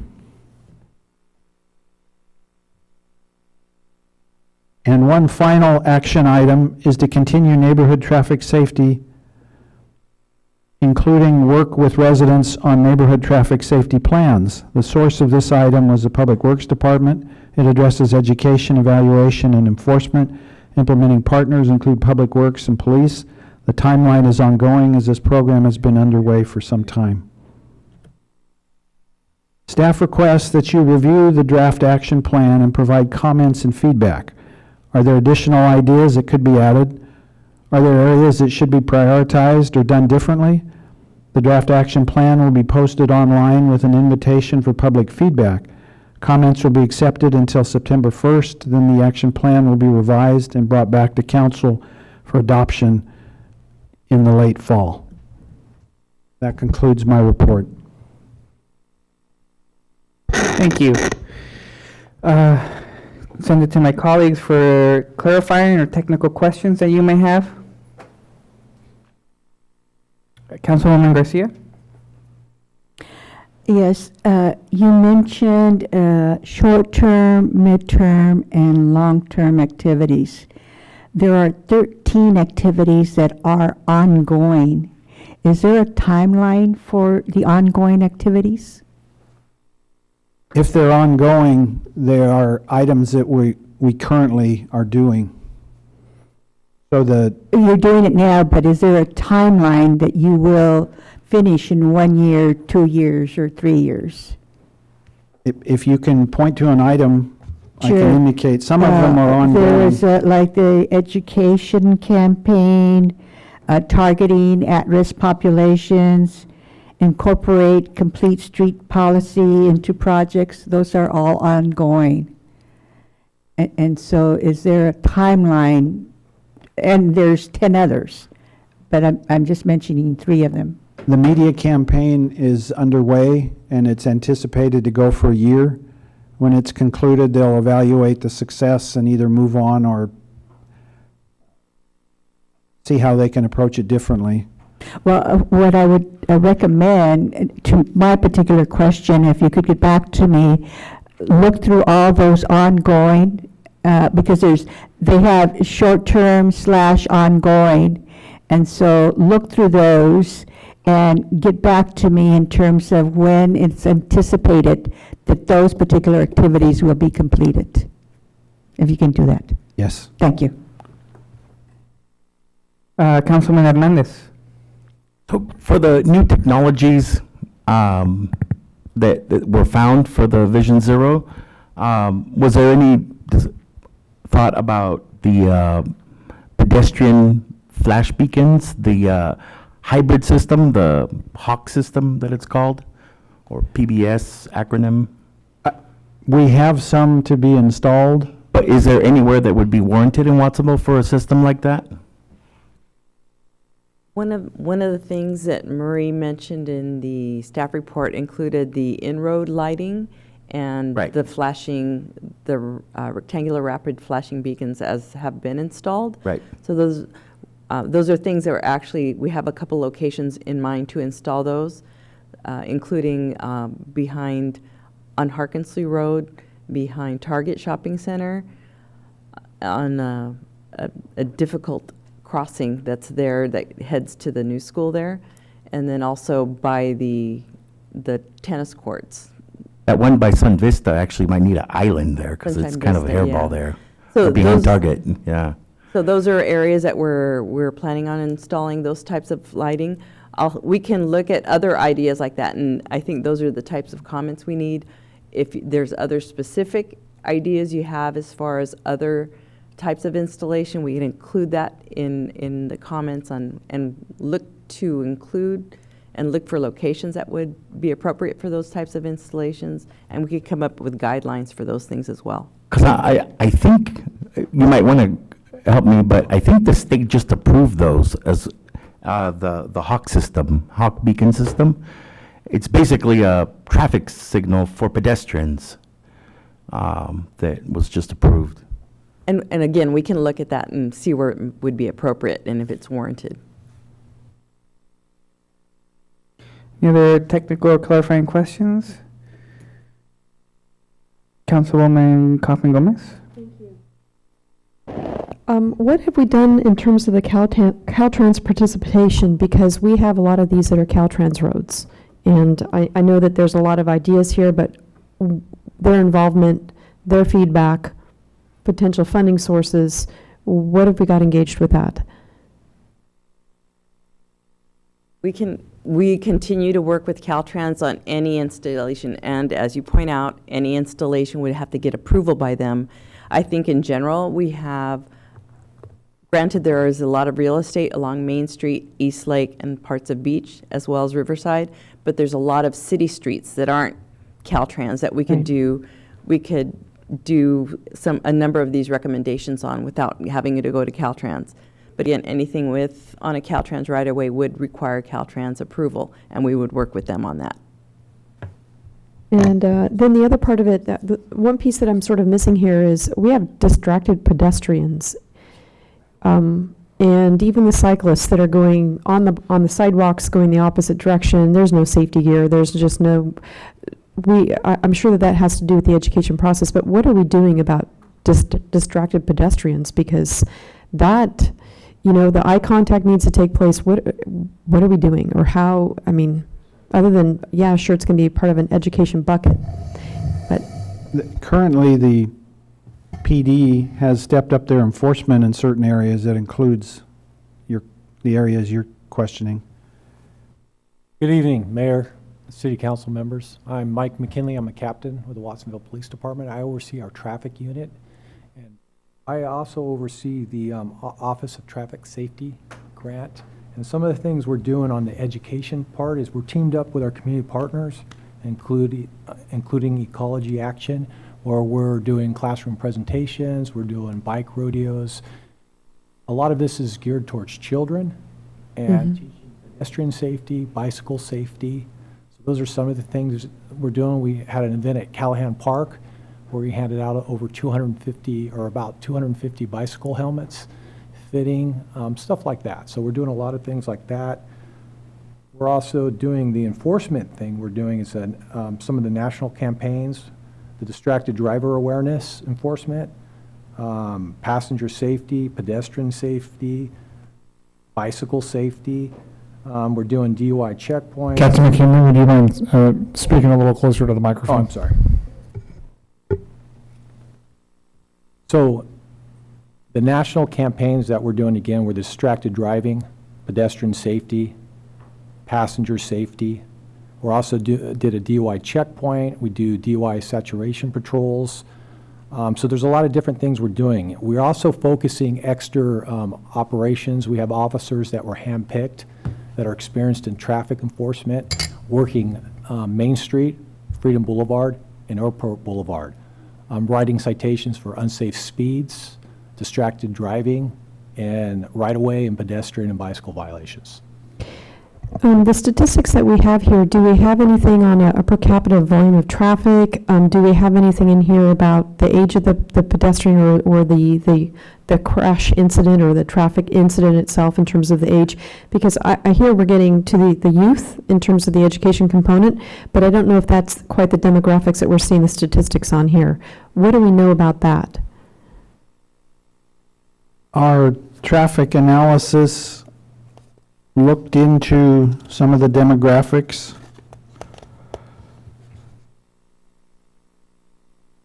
But we didn't include them in this document, so we will need to add that. That would be helpful because that is going to gear what age group we're actually educating. That's the bigger, crux of the issue. I mean, I'm thinking it's great that we're doing the youth, but if we find our demographics are between 30 and 45, and no helmet, opposite end of the traffic kind of thing, then we're going to have to figure out how to stretch to that segment of our population if that's really what our demographics look like here on the accidents. Good evening, Mayor and Council. You bring up a really good point, and in an outreach efforts and education efforts, we are also trying to look at who's the population we need to work with. For example, the Watsonville Police Department sometimes targets homeless who are typically at risk of being in an accident. So there's been a lot of education that has happened in that area. Councilmember Hernandez have invited us to speak to a group of dog walkers. Which unfortunately I personally was unable to attend, but we had Ridgeway. Sergeant Michael Ridgeway. Sergeant Ridgeway speak to them, and we created a handout that we're passing around and creating awareness and education. We also have a few special events around pedestrian safety that we're hoping to launch as the school year begins, where we can do a crosswalk party and just do education for the community as a whole and bring awareness to the point that you made earlier about distracted pedestrians, and just make sure that we're conveying that message constantly. I visioned the Abbey Street with the Beatles crossing that crosswalk. That's my vision on that. Oh, and to that point, our new removal murals, speaking of art earlier today, when we commissioned our new removal murals, we actually put a challenge out to artists. And I said, why don't we invite them to do pedestrian safety themes? And I invite you to look for, at the end of this month, when the removal murals are taken down and the new ones go up. It's amazing what a creative mind can do in terms of at least, highlighting pedestrian safety through art. We were really delighted to see the submissions. And then I just have one more last thing. And are we going to do anything for the safety component of National Night Out? Would we have any resources to have any of the helmets or any of the other education component rolled into our National Night Out? That's something we can work on, and Thank absolutely you. do. But you're my driver, so it won't be you. Councilman Gonzalez? Yeah, a couple of comments and notes or recommendations. Is there any way that we can put something on Freedom Boulevard at Alta Vista, that crosswalk that's right before, I want to say Clifford, right? It's Alta Vista, where that crosswalk is just, is that Arthur? No, Alta Vista, Mariposa, Arthur. Well, Mariposa, that Mariposa crosswalk that's there. Can we put flags there for temporarily? I mean, when school starts, that's where the parents tend to cross, is that crosswalk right there. That's Yeah, we could definitely look at, Right by the see what cemetery, would in be other words. appropriate to put there. Yeah, flags or something else, Yeah, or whatever else might be appropriate. Okay. And the other thing is, today on Rodriguez Street, I observed, and this is a commendation for the police department, on Vision Zero also, and everybody that's working on Vision Zero, I think they're doing an outstanding job. But today I witnessed a police officer on Rodriguez and East Beach Street bringing the attention to two bikers. They were on there, but as I was on Rodriguez Street, and I stopped for a family that was crossing from the parking lot to the deli across the street. But the thing that I observed here that was really important here was that there was a child there with them that was crossing, and the child was trying to tell his parents, and directing them to go to the crosswalks. You know, he hesitated to go, no, this is not the proper place to cross. So it just reflected that we are doing something good in our community. But now going back to our police officer that was sitting on the corner of East Beach Street in Rodriguez, the bikers witness the jaywalkers, and they go, that's more dangerous than what we were doing. And so it's kind of interesting because the police officer was stuck at a corner and couldn't cross. And what are we doing to these folks? Are we actually citing them, or are we just educating them? I mean, when he catches up to them, eventually, hopefully he did. We can do education, but most of the time we'll write a citation. You know, it depends. You know, it depends on the circumstances. Every officer's given some discretion, but with our policy right now, with our focus on traffic safety and everything, we are issuing citations, especially on Main Street and Freedom and Airport Boulevard. Good. Thank you. Yeah, and I did stop because I knew they were going to cross no matter what, and I'd rather have them cross safely than just jag behind cars. All right, thanks. Any other technical clarifying question? Councilman Hurst. Well, this is a good question because enforcement doesn't make themselves very popular when you're giving tickets out. We saw that with the street racers. We see that with a lot of guys with loud mufflers and other things of that nature. And, you know, there's a lot of young folks, high school students going to PV High with no helmet at all, and certainly a lot of skateboarders out with no helmet at all. But you know, giving them a ticket might not be make you the most popular guy in town. How do we figure out what really is an educational moment? Is it when you have to pay the fine, or is it a warning, or what goes into that discretion process? Every officer has the opportunity, depending on the contact, believing if education will serve the purpose, to give a warning. And that sometimes depends on the person. If he says he's been cited before or he's done it before, then he's probably going to get a citation because education hasn't worked. If someone apologizes and said, you know, depending on the circumstances, they may get a warning. Thank you. Councilwoman Garcia and then Councilman Gonzalez. The council today did not get to hear the master plan for Ramsey Park. Earlier, if you were here earlier, when I introduced myself, I made a complaint that there are no parks in District 5. But Ramsey Park is right across the street on Pennsylvania and Main. So I would anticipate that with the improvements of Ramsey Park, there's going to be many, many more people from District 5 crossing at Pennsylvania and Main Street. And so have you considered that there might be something that's going to be needed there to protect all those additional people visiting Ramsey Park from District 5 at Pennsylvania and Main Street? We haven't gotten into those specifics yet with this plan, so these are just ideas that we could implement.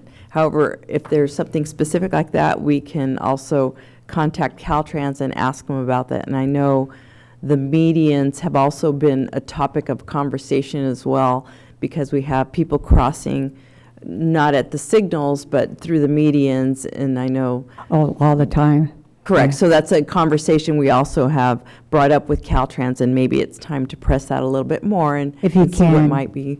Yeah, appropriate. if you can, because I've even gotten contacts from my neighbors that live on Rosewood, off Montoya, and that type of thing, saying, oh, well, we might start going to Ramsey Park, but they think of going to Ramsey Park via Pennsylvania and crossing there. And so I anticipate there's going to be a lot more pedestrian, bicyclists, maybe even cars at that intersection.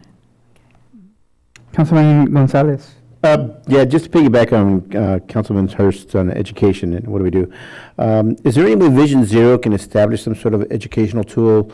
And we have traffic school. So when you get a ticket, you can go to traffic school. When your car has something that it's not appropriate, you have a fix-it ticket, where you have to go to a police officer and have it signed off. I mean, some of our residents can't afford a ticket sometimes, but is there any way that we can establish some sort of program that once a month we get these folks that were given a citation for jaywalking, crossing unattentive, bicycling, and group them together and make them come to a meeting, an educational meeting, and have that ticket signed off? Councilmember Gonzalez, I'd like to invite Teresa Rogerson of the Health Services Agency to come up and address your question. Welcome. Good evening. We do have a bicycle traffic school diversion program that County Public Health administers, and it's a partnership between the courts and the law enforcement agencies and our agency. So that at least with bicycling, if somebody gets a citation for one time only, and depending on what the citation is, they can go through the bike traffic school. It's a 2-hour class. We charge a $35 fee, and their violation fine is waived, which oftentimes is above $200. So it is a I think it's an equity issue as well as an educational tool instead of just a slap on the wrist, as Lowell was pointing out earlier. So yeah, we're administering that program, and it would be a great idea to expand it to pedestrians and other road users. Right now, it's also adults only, over 18. We've talked about doing a youth program as well. So that's another way that we could expand that program. Thanks. Councilman Hernandez. What does happen when youth gets tickets? They get the same fines that adults get? Goes to traffic court. Goes to traffic court. Okay. It's kind of tough for kids that are riding their bikes sometimes, because the other day I found myself in a predicament. I was coming back from that criterium, and I was on California coming back. Had my helmet, had the lights, going the right side of the lane.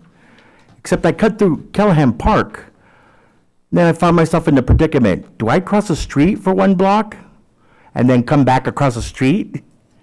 Because there's nowhere for me to cross back to go on Ford Street. There's nowhere to go. I had to go You have a question? half a Councilman mile. Hernandez? Sorry. But it puts people in a predicament that the layout is illogical. Do you ever work with people that are in that sort of predicament where they tell you, well, there's nowhere to cross up ahead, so I just went through here and went on the one way? Do you work with kids that tell you that kind of information and just kind of glance and say, I have not, but that sounds more like a design problem with the streets. So that might best Public be. Works. do you know where I'm talking about though? From Callahan to Callahan? the church, Ford Street. Okay, Yeah. we can look at it. And you can, we could talk more about it and tell me specifically what you're looking at, and then we can see what we can do. Councilwoman Parker? How many places do we have those flags in the city? The crossing flags? We have them at 2 locations, one here on Main Street and one on Freedom at Marin. I actually saw, I guess in the last week, twice at Freedom and Marin. And worked wonderfully well. Traffic coming both ways. Everybody stopped, and the child was instructing the adult to wave it. Wave it. Wave it as you go. And another one was an abuelito, and he was like, okay, and he was with, it was all kid-focused, I have to tell you, the 2 times I saw it. The adults were waving the flags, and then they put them back in on the other side. And I was with my brother, who's from out of state, and he said, also an educator, and he said, wow, that was great usage of those flags. Is there a question, Councilwoman? Yes, there is. Sorry. It's coming. So I wanted to say that because it worked out well. But over on, what is it? It's 129 Riverside by the high school. I have seen over and over again. And is there any plans to put another crosswalk in there? Kids coming home from school, cutting across. Literally, adults, massive traffic going both ways, not wanting to walk a block to get to and they're just waiting for, and then people stop. Like, Aurelio did, because you knew they're going to come in front of you anyway. Is there any way that you can add more crosswalks into that area? That 129 is it Caltrans? Yeah, it is Caltrans. And one of the things in Vision Zero is back to the education component, letting people know where they should cross, what they should do when they cross to be safer. And I think crossing at an intersection is more expected than mid-block. So education also would play into that. I'd like to piggyback a little bit on what Ari was talking about. Have you seen a good response with the flags? And if so, is there any possibility to just move forward with it because it's such a low-cost sort of solution to help improve traffic safety? Actually, there's been really positive feedback. We do have a lot that walk off and we replenish it. But I think in areas like one of the other locations out on Freedom and Mariposa, I think that would also be a good place to put them. We have seen people take them, but use them in other places. We were just talking about that today, that they'll take the flag, but if they use them elsewhere because they feel like it draws attention to them when they're crossing, that's a good thing. If they're just being taken just to take them, then it's not as good. But I think it is a good low-cost solution, and people, and going back to the teaching kids how to use it, you often see the kids are the ones directing the adults. No, this is what we need to do. So that education of the kids really helps. But I think it is something that we can implement in more locations. Because I actually sent you an email too today, or I was hoping to get one on Freedom Boulevard in front of the McDonald's. Oh, it's Sydney. Yeah, we actually, there's, I think, we have grant funding for Signal there, but that's 2 years out. But we are looking at some other interim measures at that location. Okay, perfect. And then just another observation that I made, and I made it during the campaign. The corner of Green Valley and Main Street, I can't tell you how many times I almost saw a student going to school to PV High get run over, and because people are trying to get the freeway because they're running late or they know they got to sit in traffic for a while, and that whole corner, that whole area really worries me. And I know that the school year begins in August, and I don't know if there's any way to maybe put a sign there or do something that warn motorists to just let the students cross first, and then they can go on, and or to slow down, because honestly they don't even slow down. They just sort of just burn rubber and almost take everybody out. Yeah. I will check in with Caltrans, but that also sounds like an enforcement issue. Yes, as school approaches, we can definitely do some extra enforcement up there. Thank you. Especially have our traffic guys up there. Councilman Hernandez, thank you. So have we looked at some of the other existing plans, like some of the other cities, to make sure that we're not missing the boat on any big items that we might want to include in our plan? We have reviewed plans that were done in partnership with the state. We invited the state down to help us with a pedestrian safety plan and a bicycle safety plan. We've worked with other agencies in developing our plan. But your suggestion is a good one. We could look at Santa Cruz, City of Santa Cruz's active transportation plan and see what ideas we can get from those. We also have our two planning grants that dovetail in with what we're doing on Vision Zero, and we're lifting ideas out of the Complete Streets plan for the schools as well as Main Street. I mean, we can even look at some of the big cities, right? San Francisco, San Jose, Santa Clara counties plan that they have, and they can choose some items that might fit our community and make sure that we got the most complete Vision Zero plan. Councilwoman Kaufman Gomez? Sorry, I didn't expect to ask another question, but I do. Airport, Home Road, we know that that's just an intersection we'll have continuous discussions about. One of the concerns I have is, the 85th percentile, and we brought up the speed limits, and I know that we're going to go back to the Assembly Bill, the 2363, in its discussion to allow more local jurisdictions to have better say in the matter when it comes to speed limits, and I'm really encouraging that we support and watch that piece of legislation.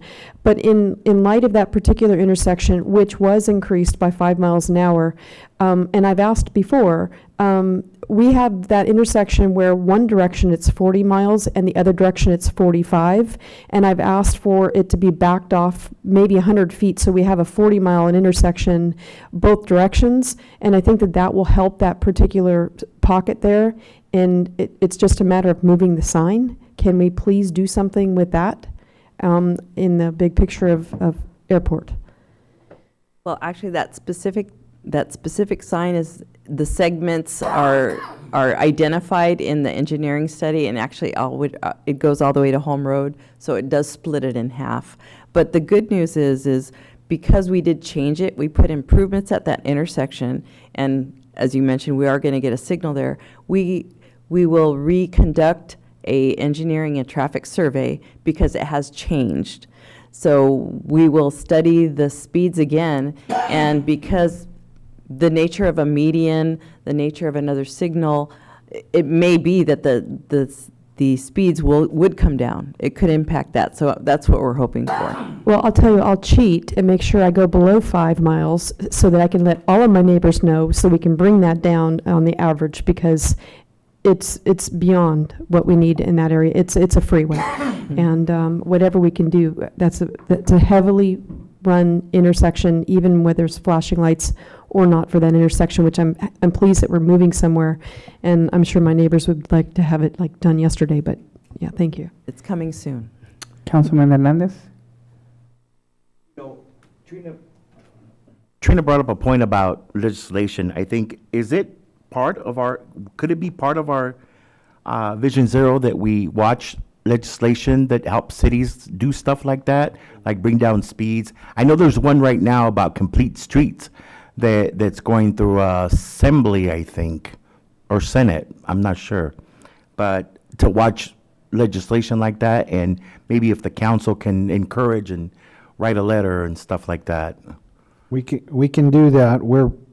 It's written in to follow the speed, but to look for other opportunities as well. Because there is a complete streets one right now, too.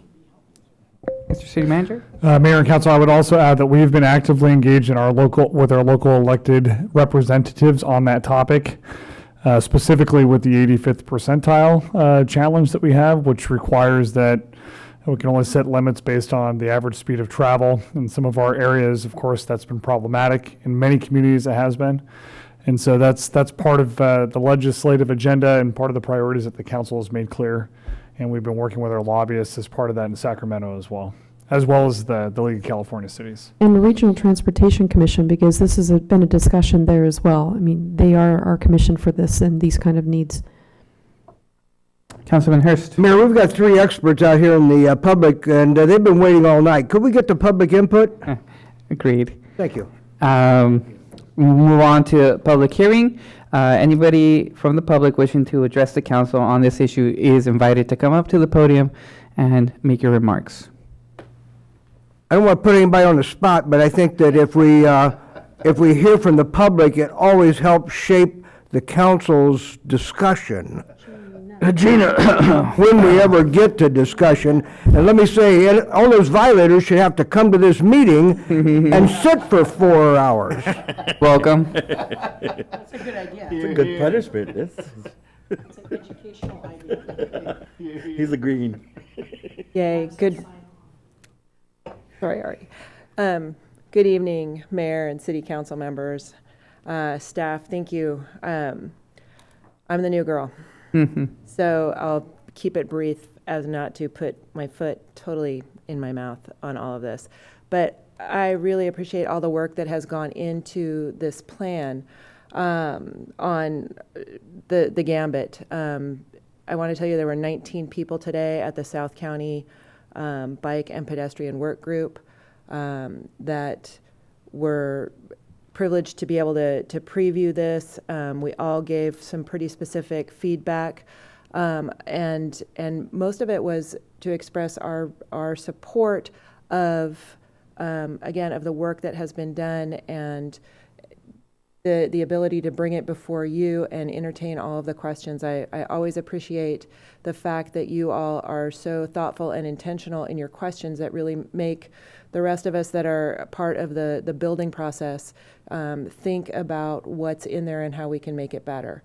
I do really, I mean, I know as a new bike commuter, like I'm riding my bike most days to Santa Cruz.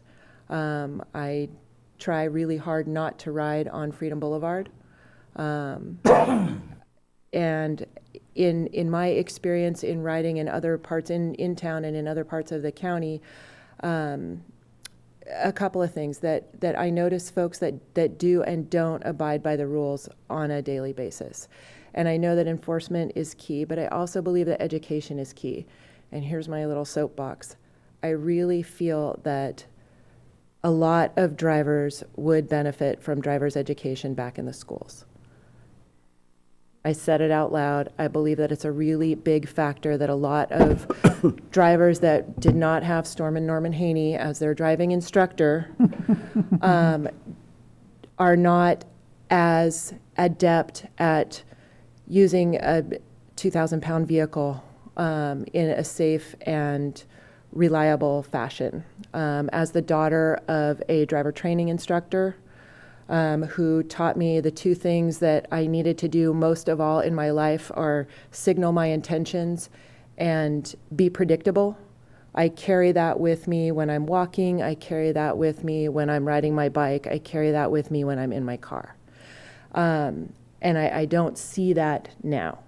So I really, from a safety for myself, you know, I still gotta go home and cook dinner every night, and so getting home safely is a key aspect of, I'll call it my research, because I really am trying to be intentional on where I ride and look at traffic patterns and look at other cyclists, and you know, we're not all super innocent.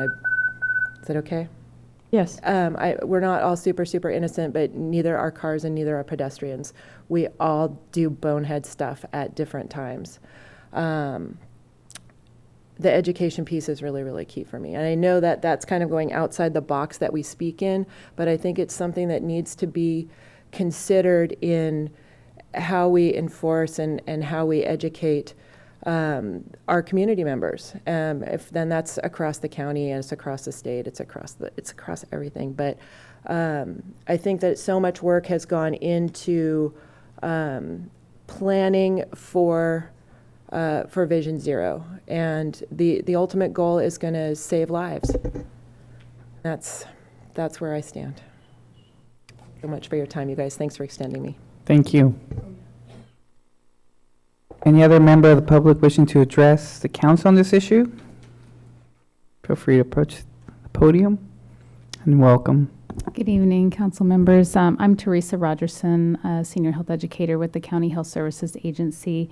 And I mostly just want to thank all the staff and the city departments for all the work that they've put into this. But but even bigger than that, just for embracing this idea of Vision Zero, which will hopefully shift the culture of how we get around and how safe we are when we do that. So, the Department of Public Works and the Watsonville Police Department, the City Manager's Office, I really appreciate all the work that's gone into this. And I'm excited about where Vision Zero is going to be going, not just here in Watsonville, but looking at what's happening throughout the country and around the world with it. And I know things like innovative treatments and technology and other tools that we're not utilizing right now will be a part of that. This is a document, as Murray mentioned, that's going to be evolving as things evolve. And I know some of the things that are in there are actually going to be ongoing in general. We're going to just keep doing the things that work, and we'll keep trying new things. So thank you. Thank you. Any other member of the public wishing to address council on this topic is invited to do so now. If not, we will close the public hearing, and I will bring it back to the council for a motion. Councilman Hernandez. I'd like to make a motion to move the Vision Zero draft action plan. Second. I'll give it to Ari. Sorry, Lowell. That's okay. President Reyes, thanks, Lowell. We expect Okay. to see her on her bike, too. Councilwoman Garcia. There's a phrase or word that Murray said that makes me think of what I want to share right now. And he used the word mindset. As you know, 3 of us were able to go to Mexico to visit our sister city at Tangancícuaro. And Tangancícuaro is a poor town. Many of their sidewalks are only wide enough for one person to walk. They have absolutely no striping at their crosswalks. They have no stoplights. But you see a lot of people crossing streets. You see a lot of bicyclists. You see a lot of scooters, and of course, cars. So I asked one of the directors, and I can't remember what department he was a director of, but I asked one of the directors, I says, oh, you must have a lot of accidents and maybe even fatalities. He says, oh no, rarely does anything happen. He says, and it's because we know to protect them. And he said, the example he gave is, he was actually our driver when we went to go visit Driscoll's. And on the way back coming from Driscoll's, there was a group of bicyclists coming towards us this way.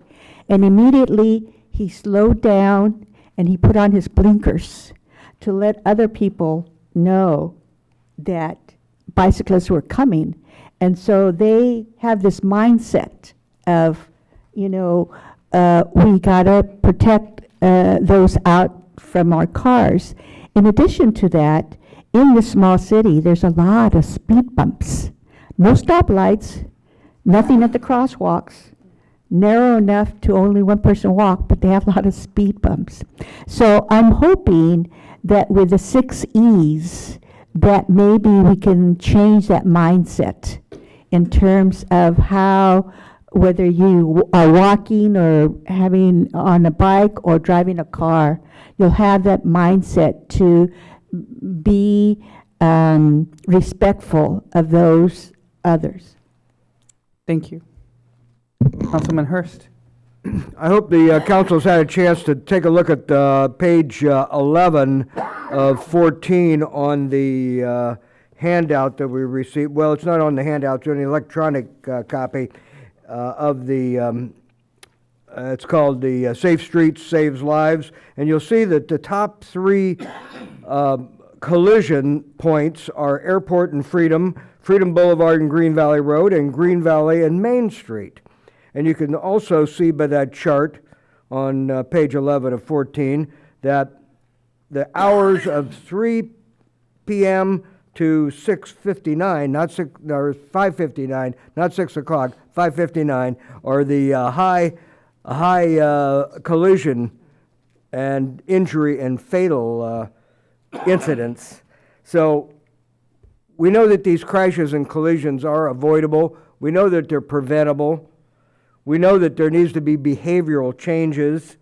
And I think we also know from a public works standpoint that there are treatments and design and physical changes to the roadway that will help us out. I know the S-curve at Lincoln and Freedom wasn't popular with everybody, and maybe still not popular with everybody, but it really did prevent a lot of collisions from occurring. And so we need, in addition to the physical changes, we need education and we need enforcement. Thank you. I too want to echo what Councilman Hurst said. This is going to take a long time, and we're not going to get the change we're looking for overnight, but hopefully, this will be something that will start today and will continue tomorrow, and future councils will hopefully continue it until we get that to zero, and hopefully we'll get to zero even before 2030. Councilman Hernandez? Really quick, one of the goals, or one of the things that I always thought about, is that when I was a kid, there was like a couple of BMX tracks just in downtown, Evergreen Apartments, up by where Hyde Street is at. And I used to ride my bike everywhere, the Little League games, up to the BMX tracks. And I'd stay there till darkness, and then go home. Sometimes I'd stay there till like 9 o'clock. And I remember going everywhere on my bike. I'd go to Scotts Valley when I was in 6th grade on my bike. I'd take the bus and then come back on my bike on the bus.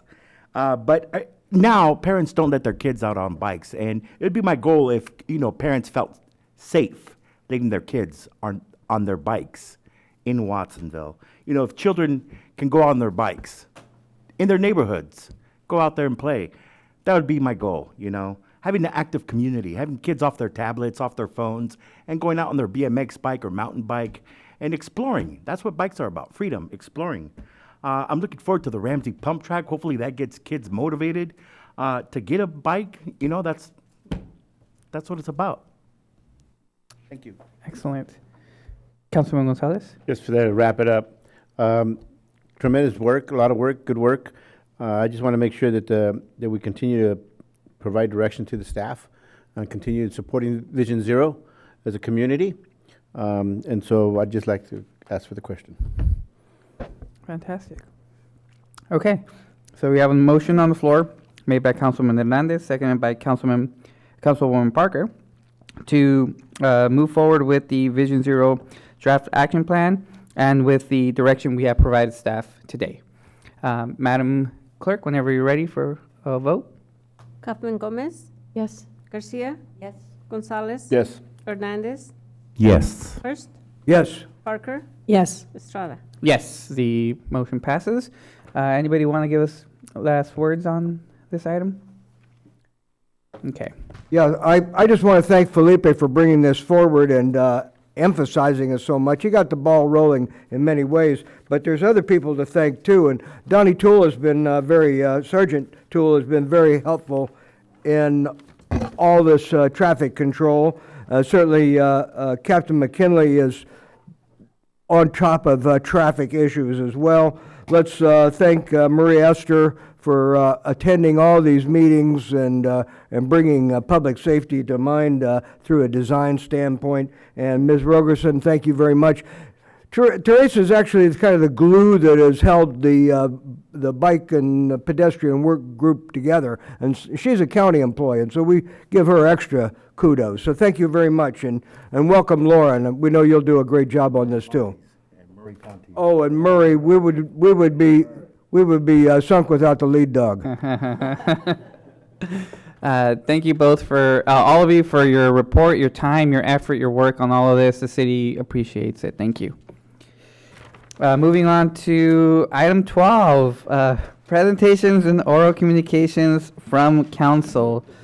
Let's start with Councilwoman Parker. If you have Oh, you know what? I'm gonna let Councilman Gonzalez go first. He's earned it.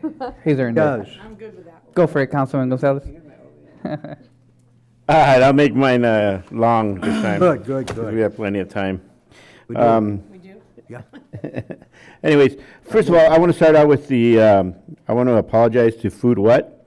In one of the meetings, I inappropriately and incorrectly stated some facts that were not factual, and and they were brought up to my attention. So again, I'd like to apologize to the organization. They do help more than 12 students out, and they are not funded by a national organization. So those two things I did say that they were, and they are not. So again, I apologize for that misstatement.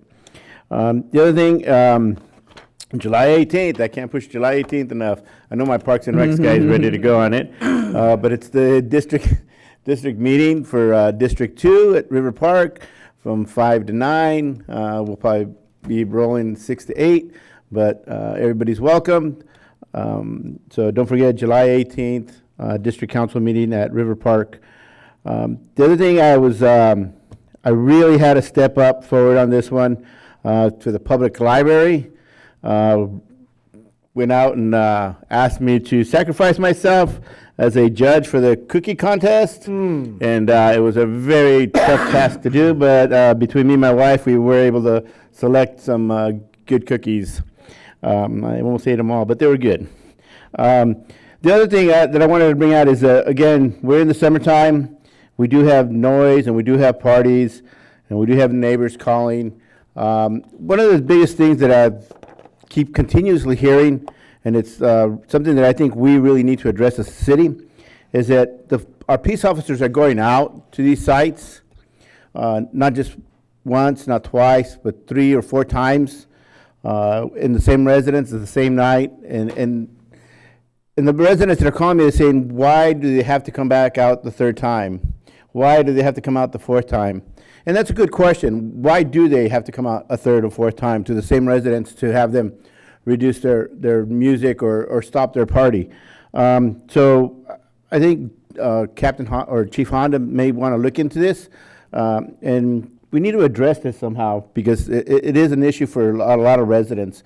And I'm not against parties, but again, when you have a DJ that's 2 blocks away and you hear him in your living room, that's a little bit too much. And then, especially if they run till 2 in the morning, that's a little bit even too more.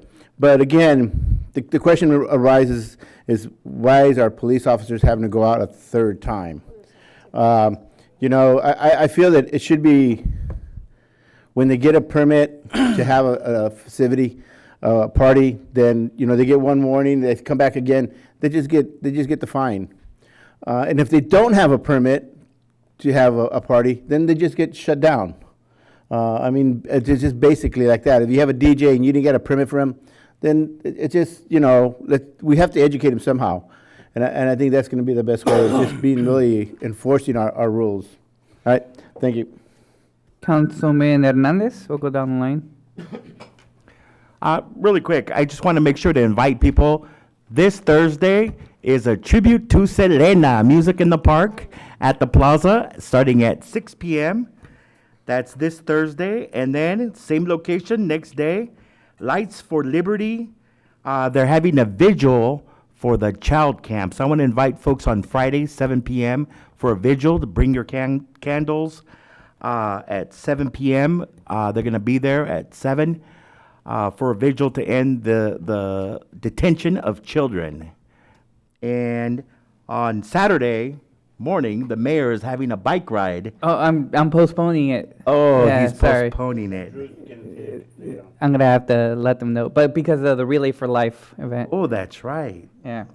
Well, there's lots of things happening this weekend as well, so that concludes. But there is another bike ride though at the end of the month. Yes, I'm not sure if it's 27th or 28th. But we'll have another council meeting by that time, right? No. No. Until August. Holy moly. But you can show up. They all Yes. go out there. So on July 26th, we're having another night ride. It's a superheroes bike ride at Watsonville Cyclery. So dress up like your favorite superhero or wear your cape at 7 p.m. at Watsonville Cyclery on Friday, July 26th. Thank you. Councilman Hurst? I just want to thank all the staff that worked extra over the holidays for the 4th of July. The parade was just spectacular. I thought the fireworks were really good, too, and they had a tremendous crowd out there. So, Rayvon, we want to say thank you to you and your crew. I went to the Saco barbecue, and I thought I was going to be part of the barbecue there for a while. You know, there is some communication that we need to do, and we saw it this evening with our Parks and Rec and the Plaza, and we didn't even get to Ramsey Park. But there is some outreach that I think we can do. But it was interesting going out to the barbecue because this ties right into Vision Zero. There were a couple of bike riders on Corralitos Road, a great place to ride your bike, and the bike lane there looked pretty decent too. But they had flashing lights, red flashing lights on the back of their bike, white flashing lights on the front of their bike, bright colors, helmets, spandex, the whole thing. It looked really good, and they were quite visible, and people actually paid attention to them. I understand the criterion was really good too, and I didn't make it over to that side of town. Summer in the City, there was another home run, so thank the staff for making that possible. And speaking of barbecues, we went to the Farm Bureau dinner, and that was pretty decent, you know. It was the horticultural facility at Cabrillo is a wonderful location, and I think that, you know, we continue to build a better relationship with the Farm Bureau. They don't agree with all our street plans for Main Street, I heard, but maybe there's another opportunity for outreach. And I did see a lot of tractors in the parade, and they were going slow, so there's hope. There's hope. Thank you. Councilwoman Parker? I want to echo Councilman Hurst's remarks. When it comes to 4th of July, the fireworks were amazing. Took so many staff to make sure that the airport was at its best, and it was fabulous. And I got calls from people who weren't even in attendance. They live around there too, and they said it was just wonderful. And unbelievable kudos to Nick and Israel for the parade. You too, Tamara, with our census float. But thank you so much. I mean, it was such a fun time, and Gino was amazing. He had the best playlist too. It was awesome. I too was a little bit singed at the Saco barbecue in regards to our downtown plaza plan, but it's okay. That's lively discussion, and I hope. And I told them all, if you believe it, come out and come today and talk about it. And some of them did, but most of them didn't. And they do need to get out and tell us what's going on. Sons of Italy is this Sunday, and I will be in attendance there, and I'm sure we'll hear about our decisions, today. And I want to wish everybody a wonderful time off, because we won't be seeing you again until, well, we'll see you, but, in meeting form late in the evening until the end of August. So I want to thank you very much. Thank you. Thank you. Councilwoman Garcia? Because it's late, I'm going to share only one activity. I had the pleasure of speaking to the graduates of the Summer in the City youth. I explained to them how successful they made the session, and what I shared with them was two things. One, at least 10 of them sent an email to the city council members expressing their thoughts, concerns, and recommendation on the 2 plastic ordinances that we voted upon at our last meeting. And in fact, because of those emails, some of our council members mentioned those concerns or recommendation at the meeting itself. And so they really had an influence on us. Secondly, the topics that they addressed for their presentations, because we had 3 groups of city council members sitting up here.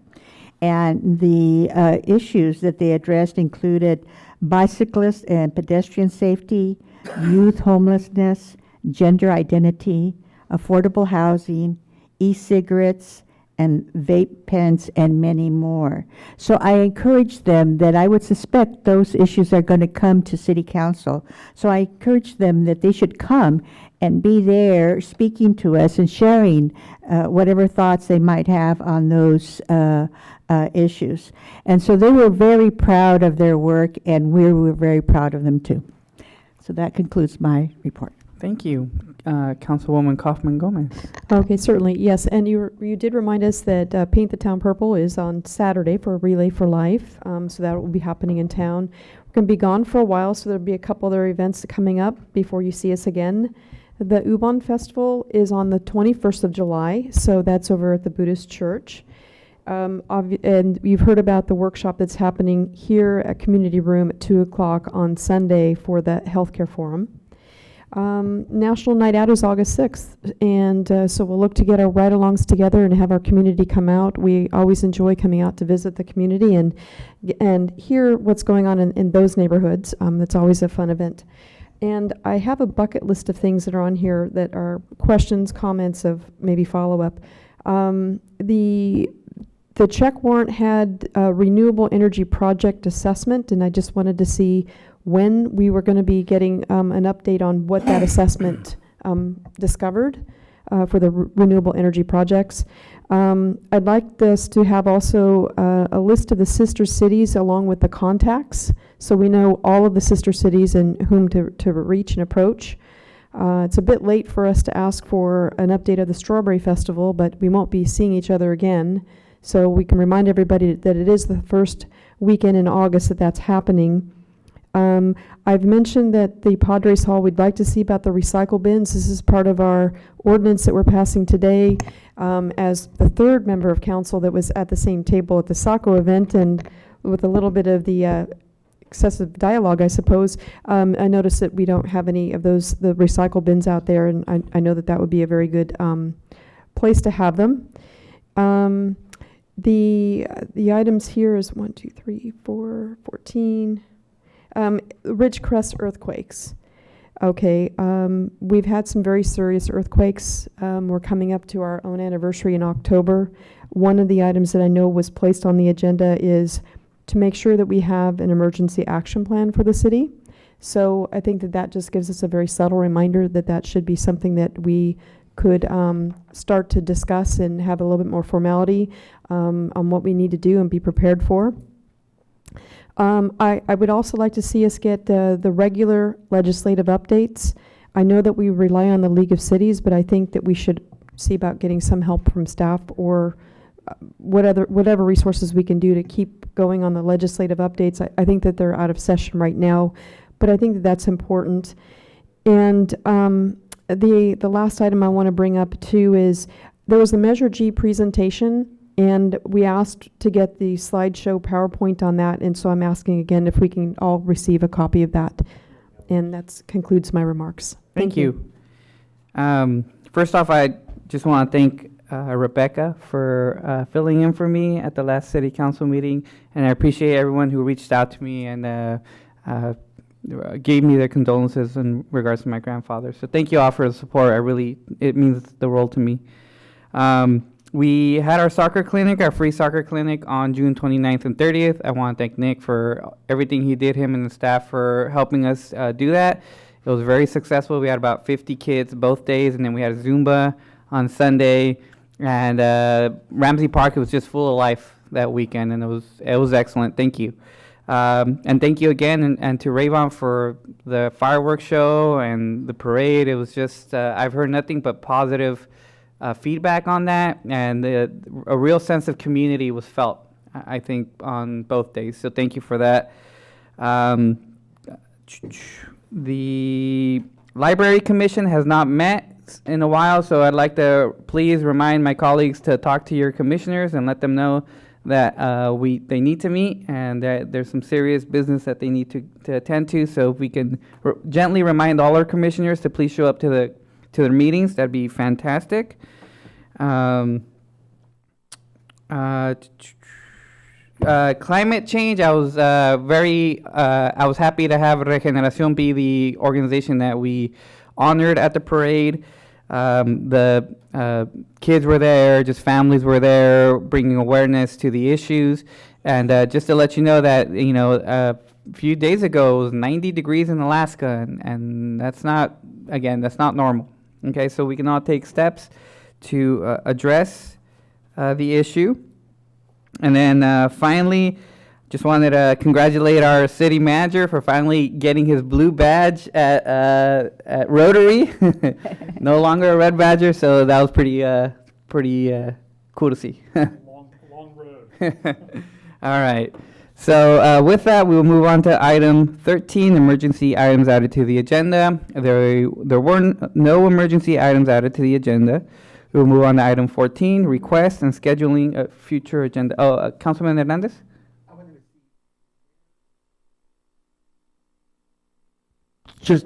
Just out of curiosity, do we need to give staff direction to do whatever it takes for the Museo Park?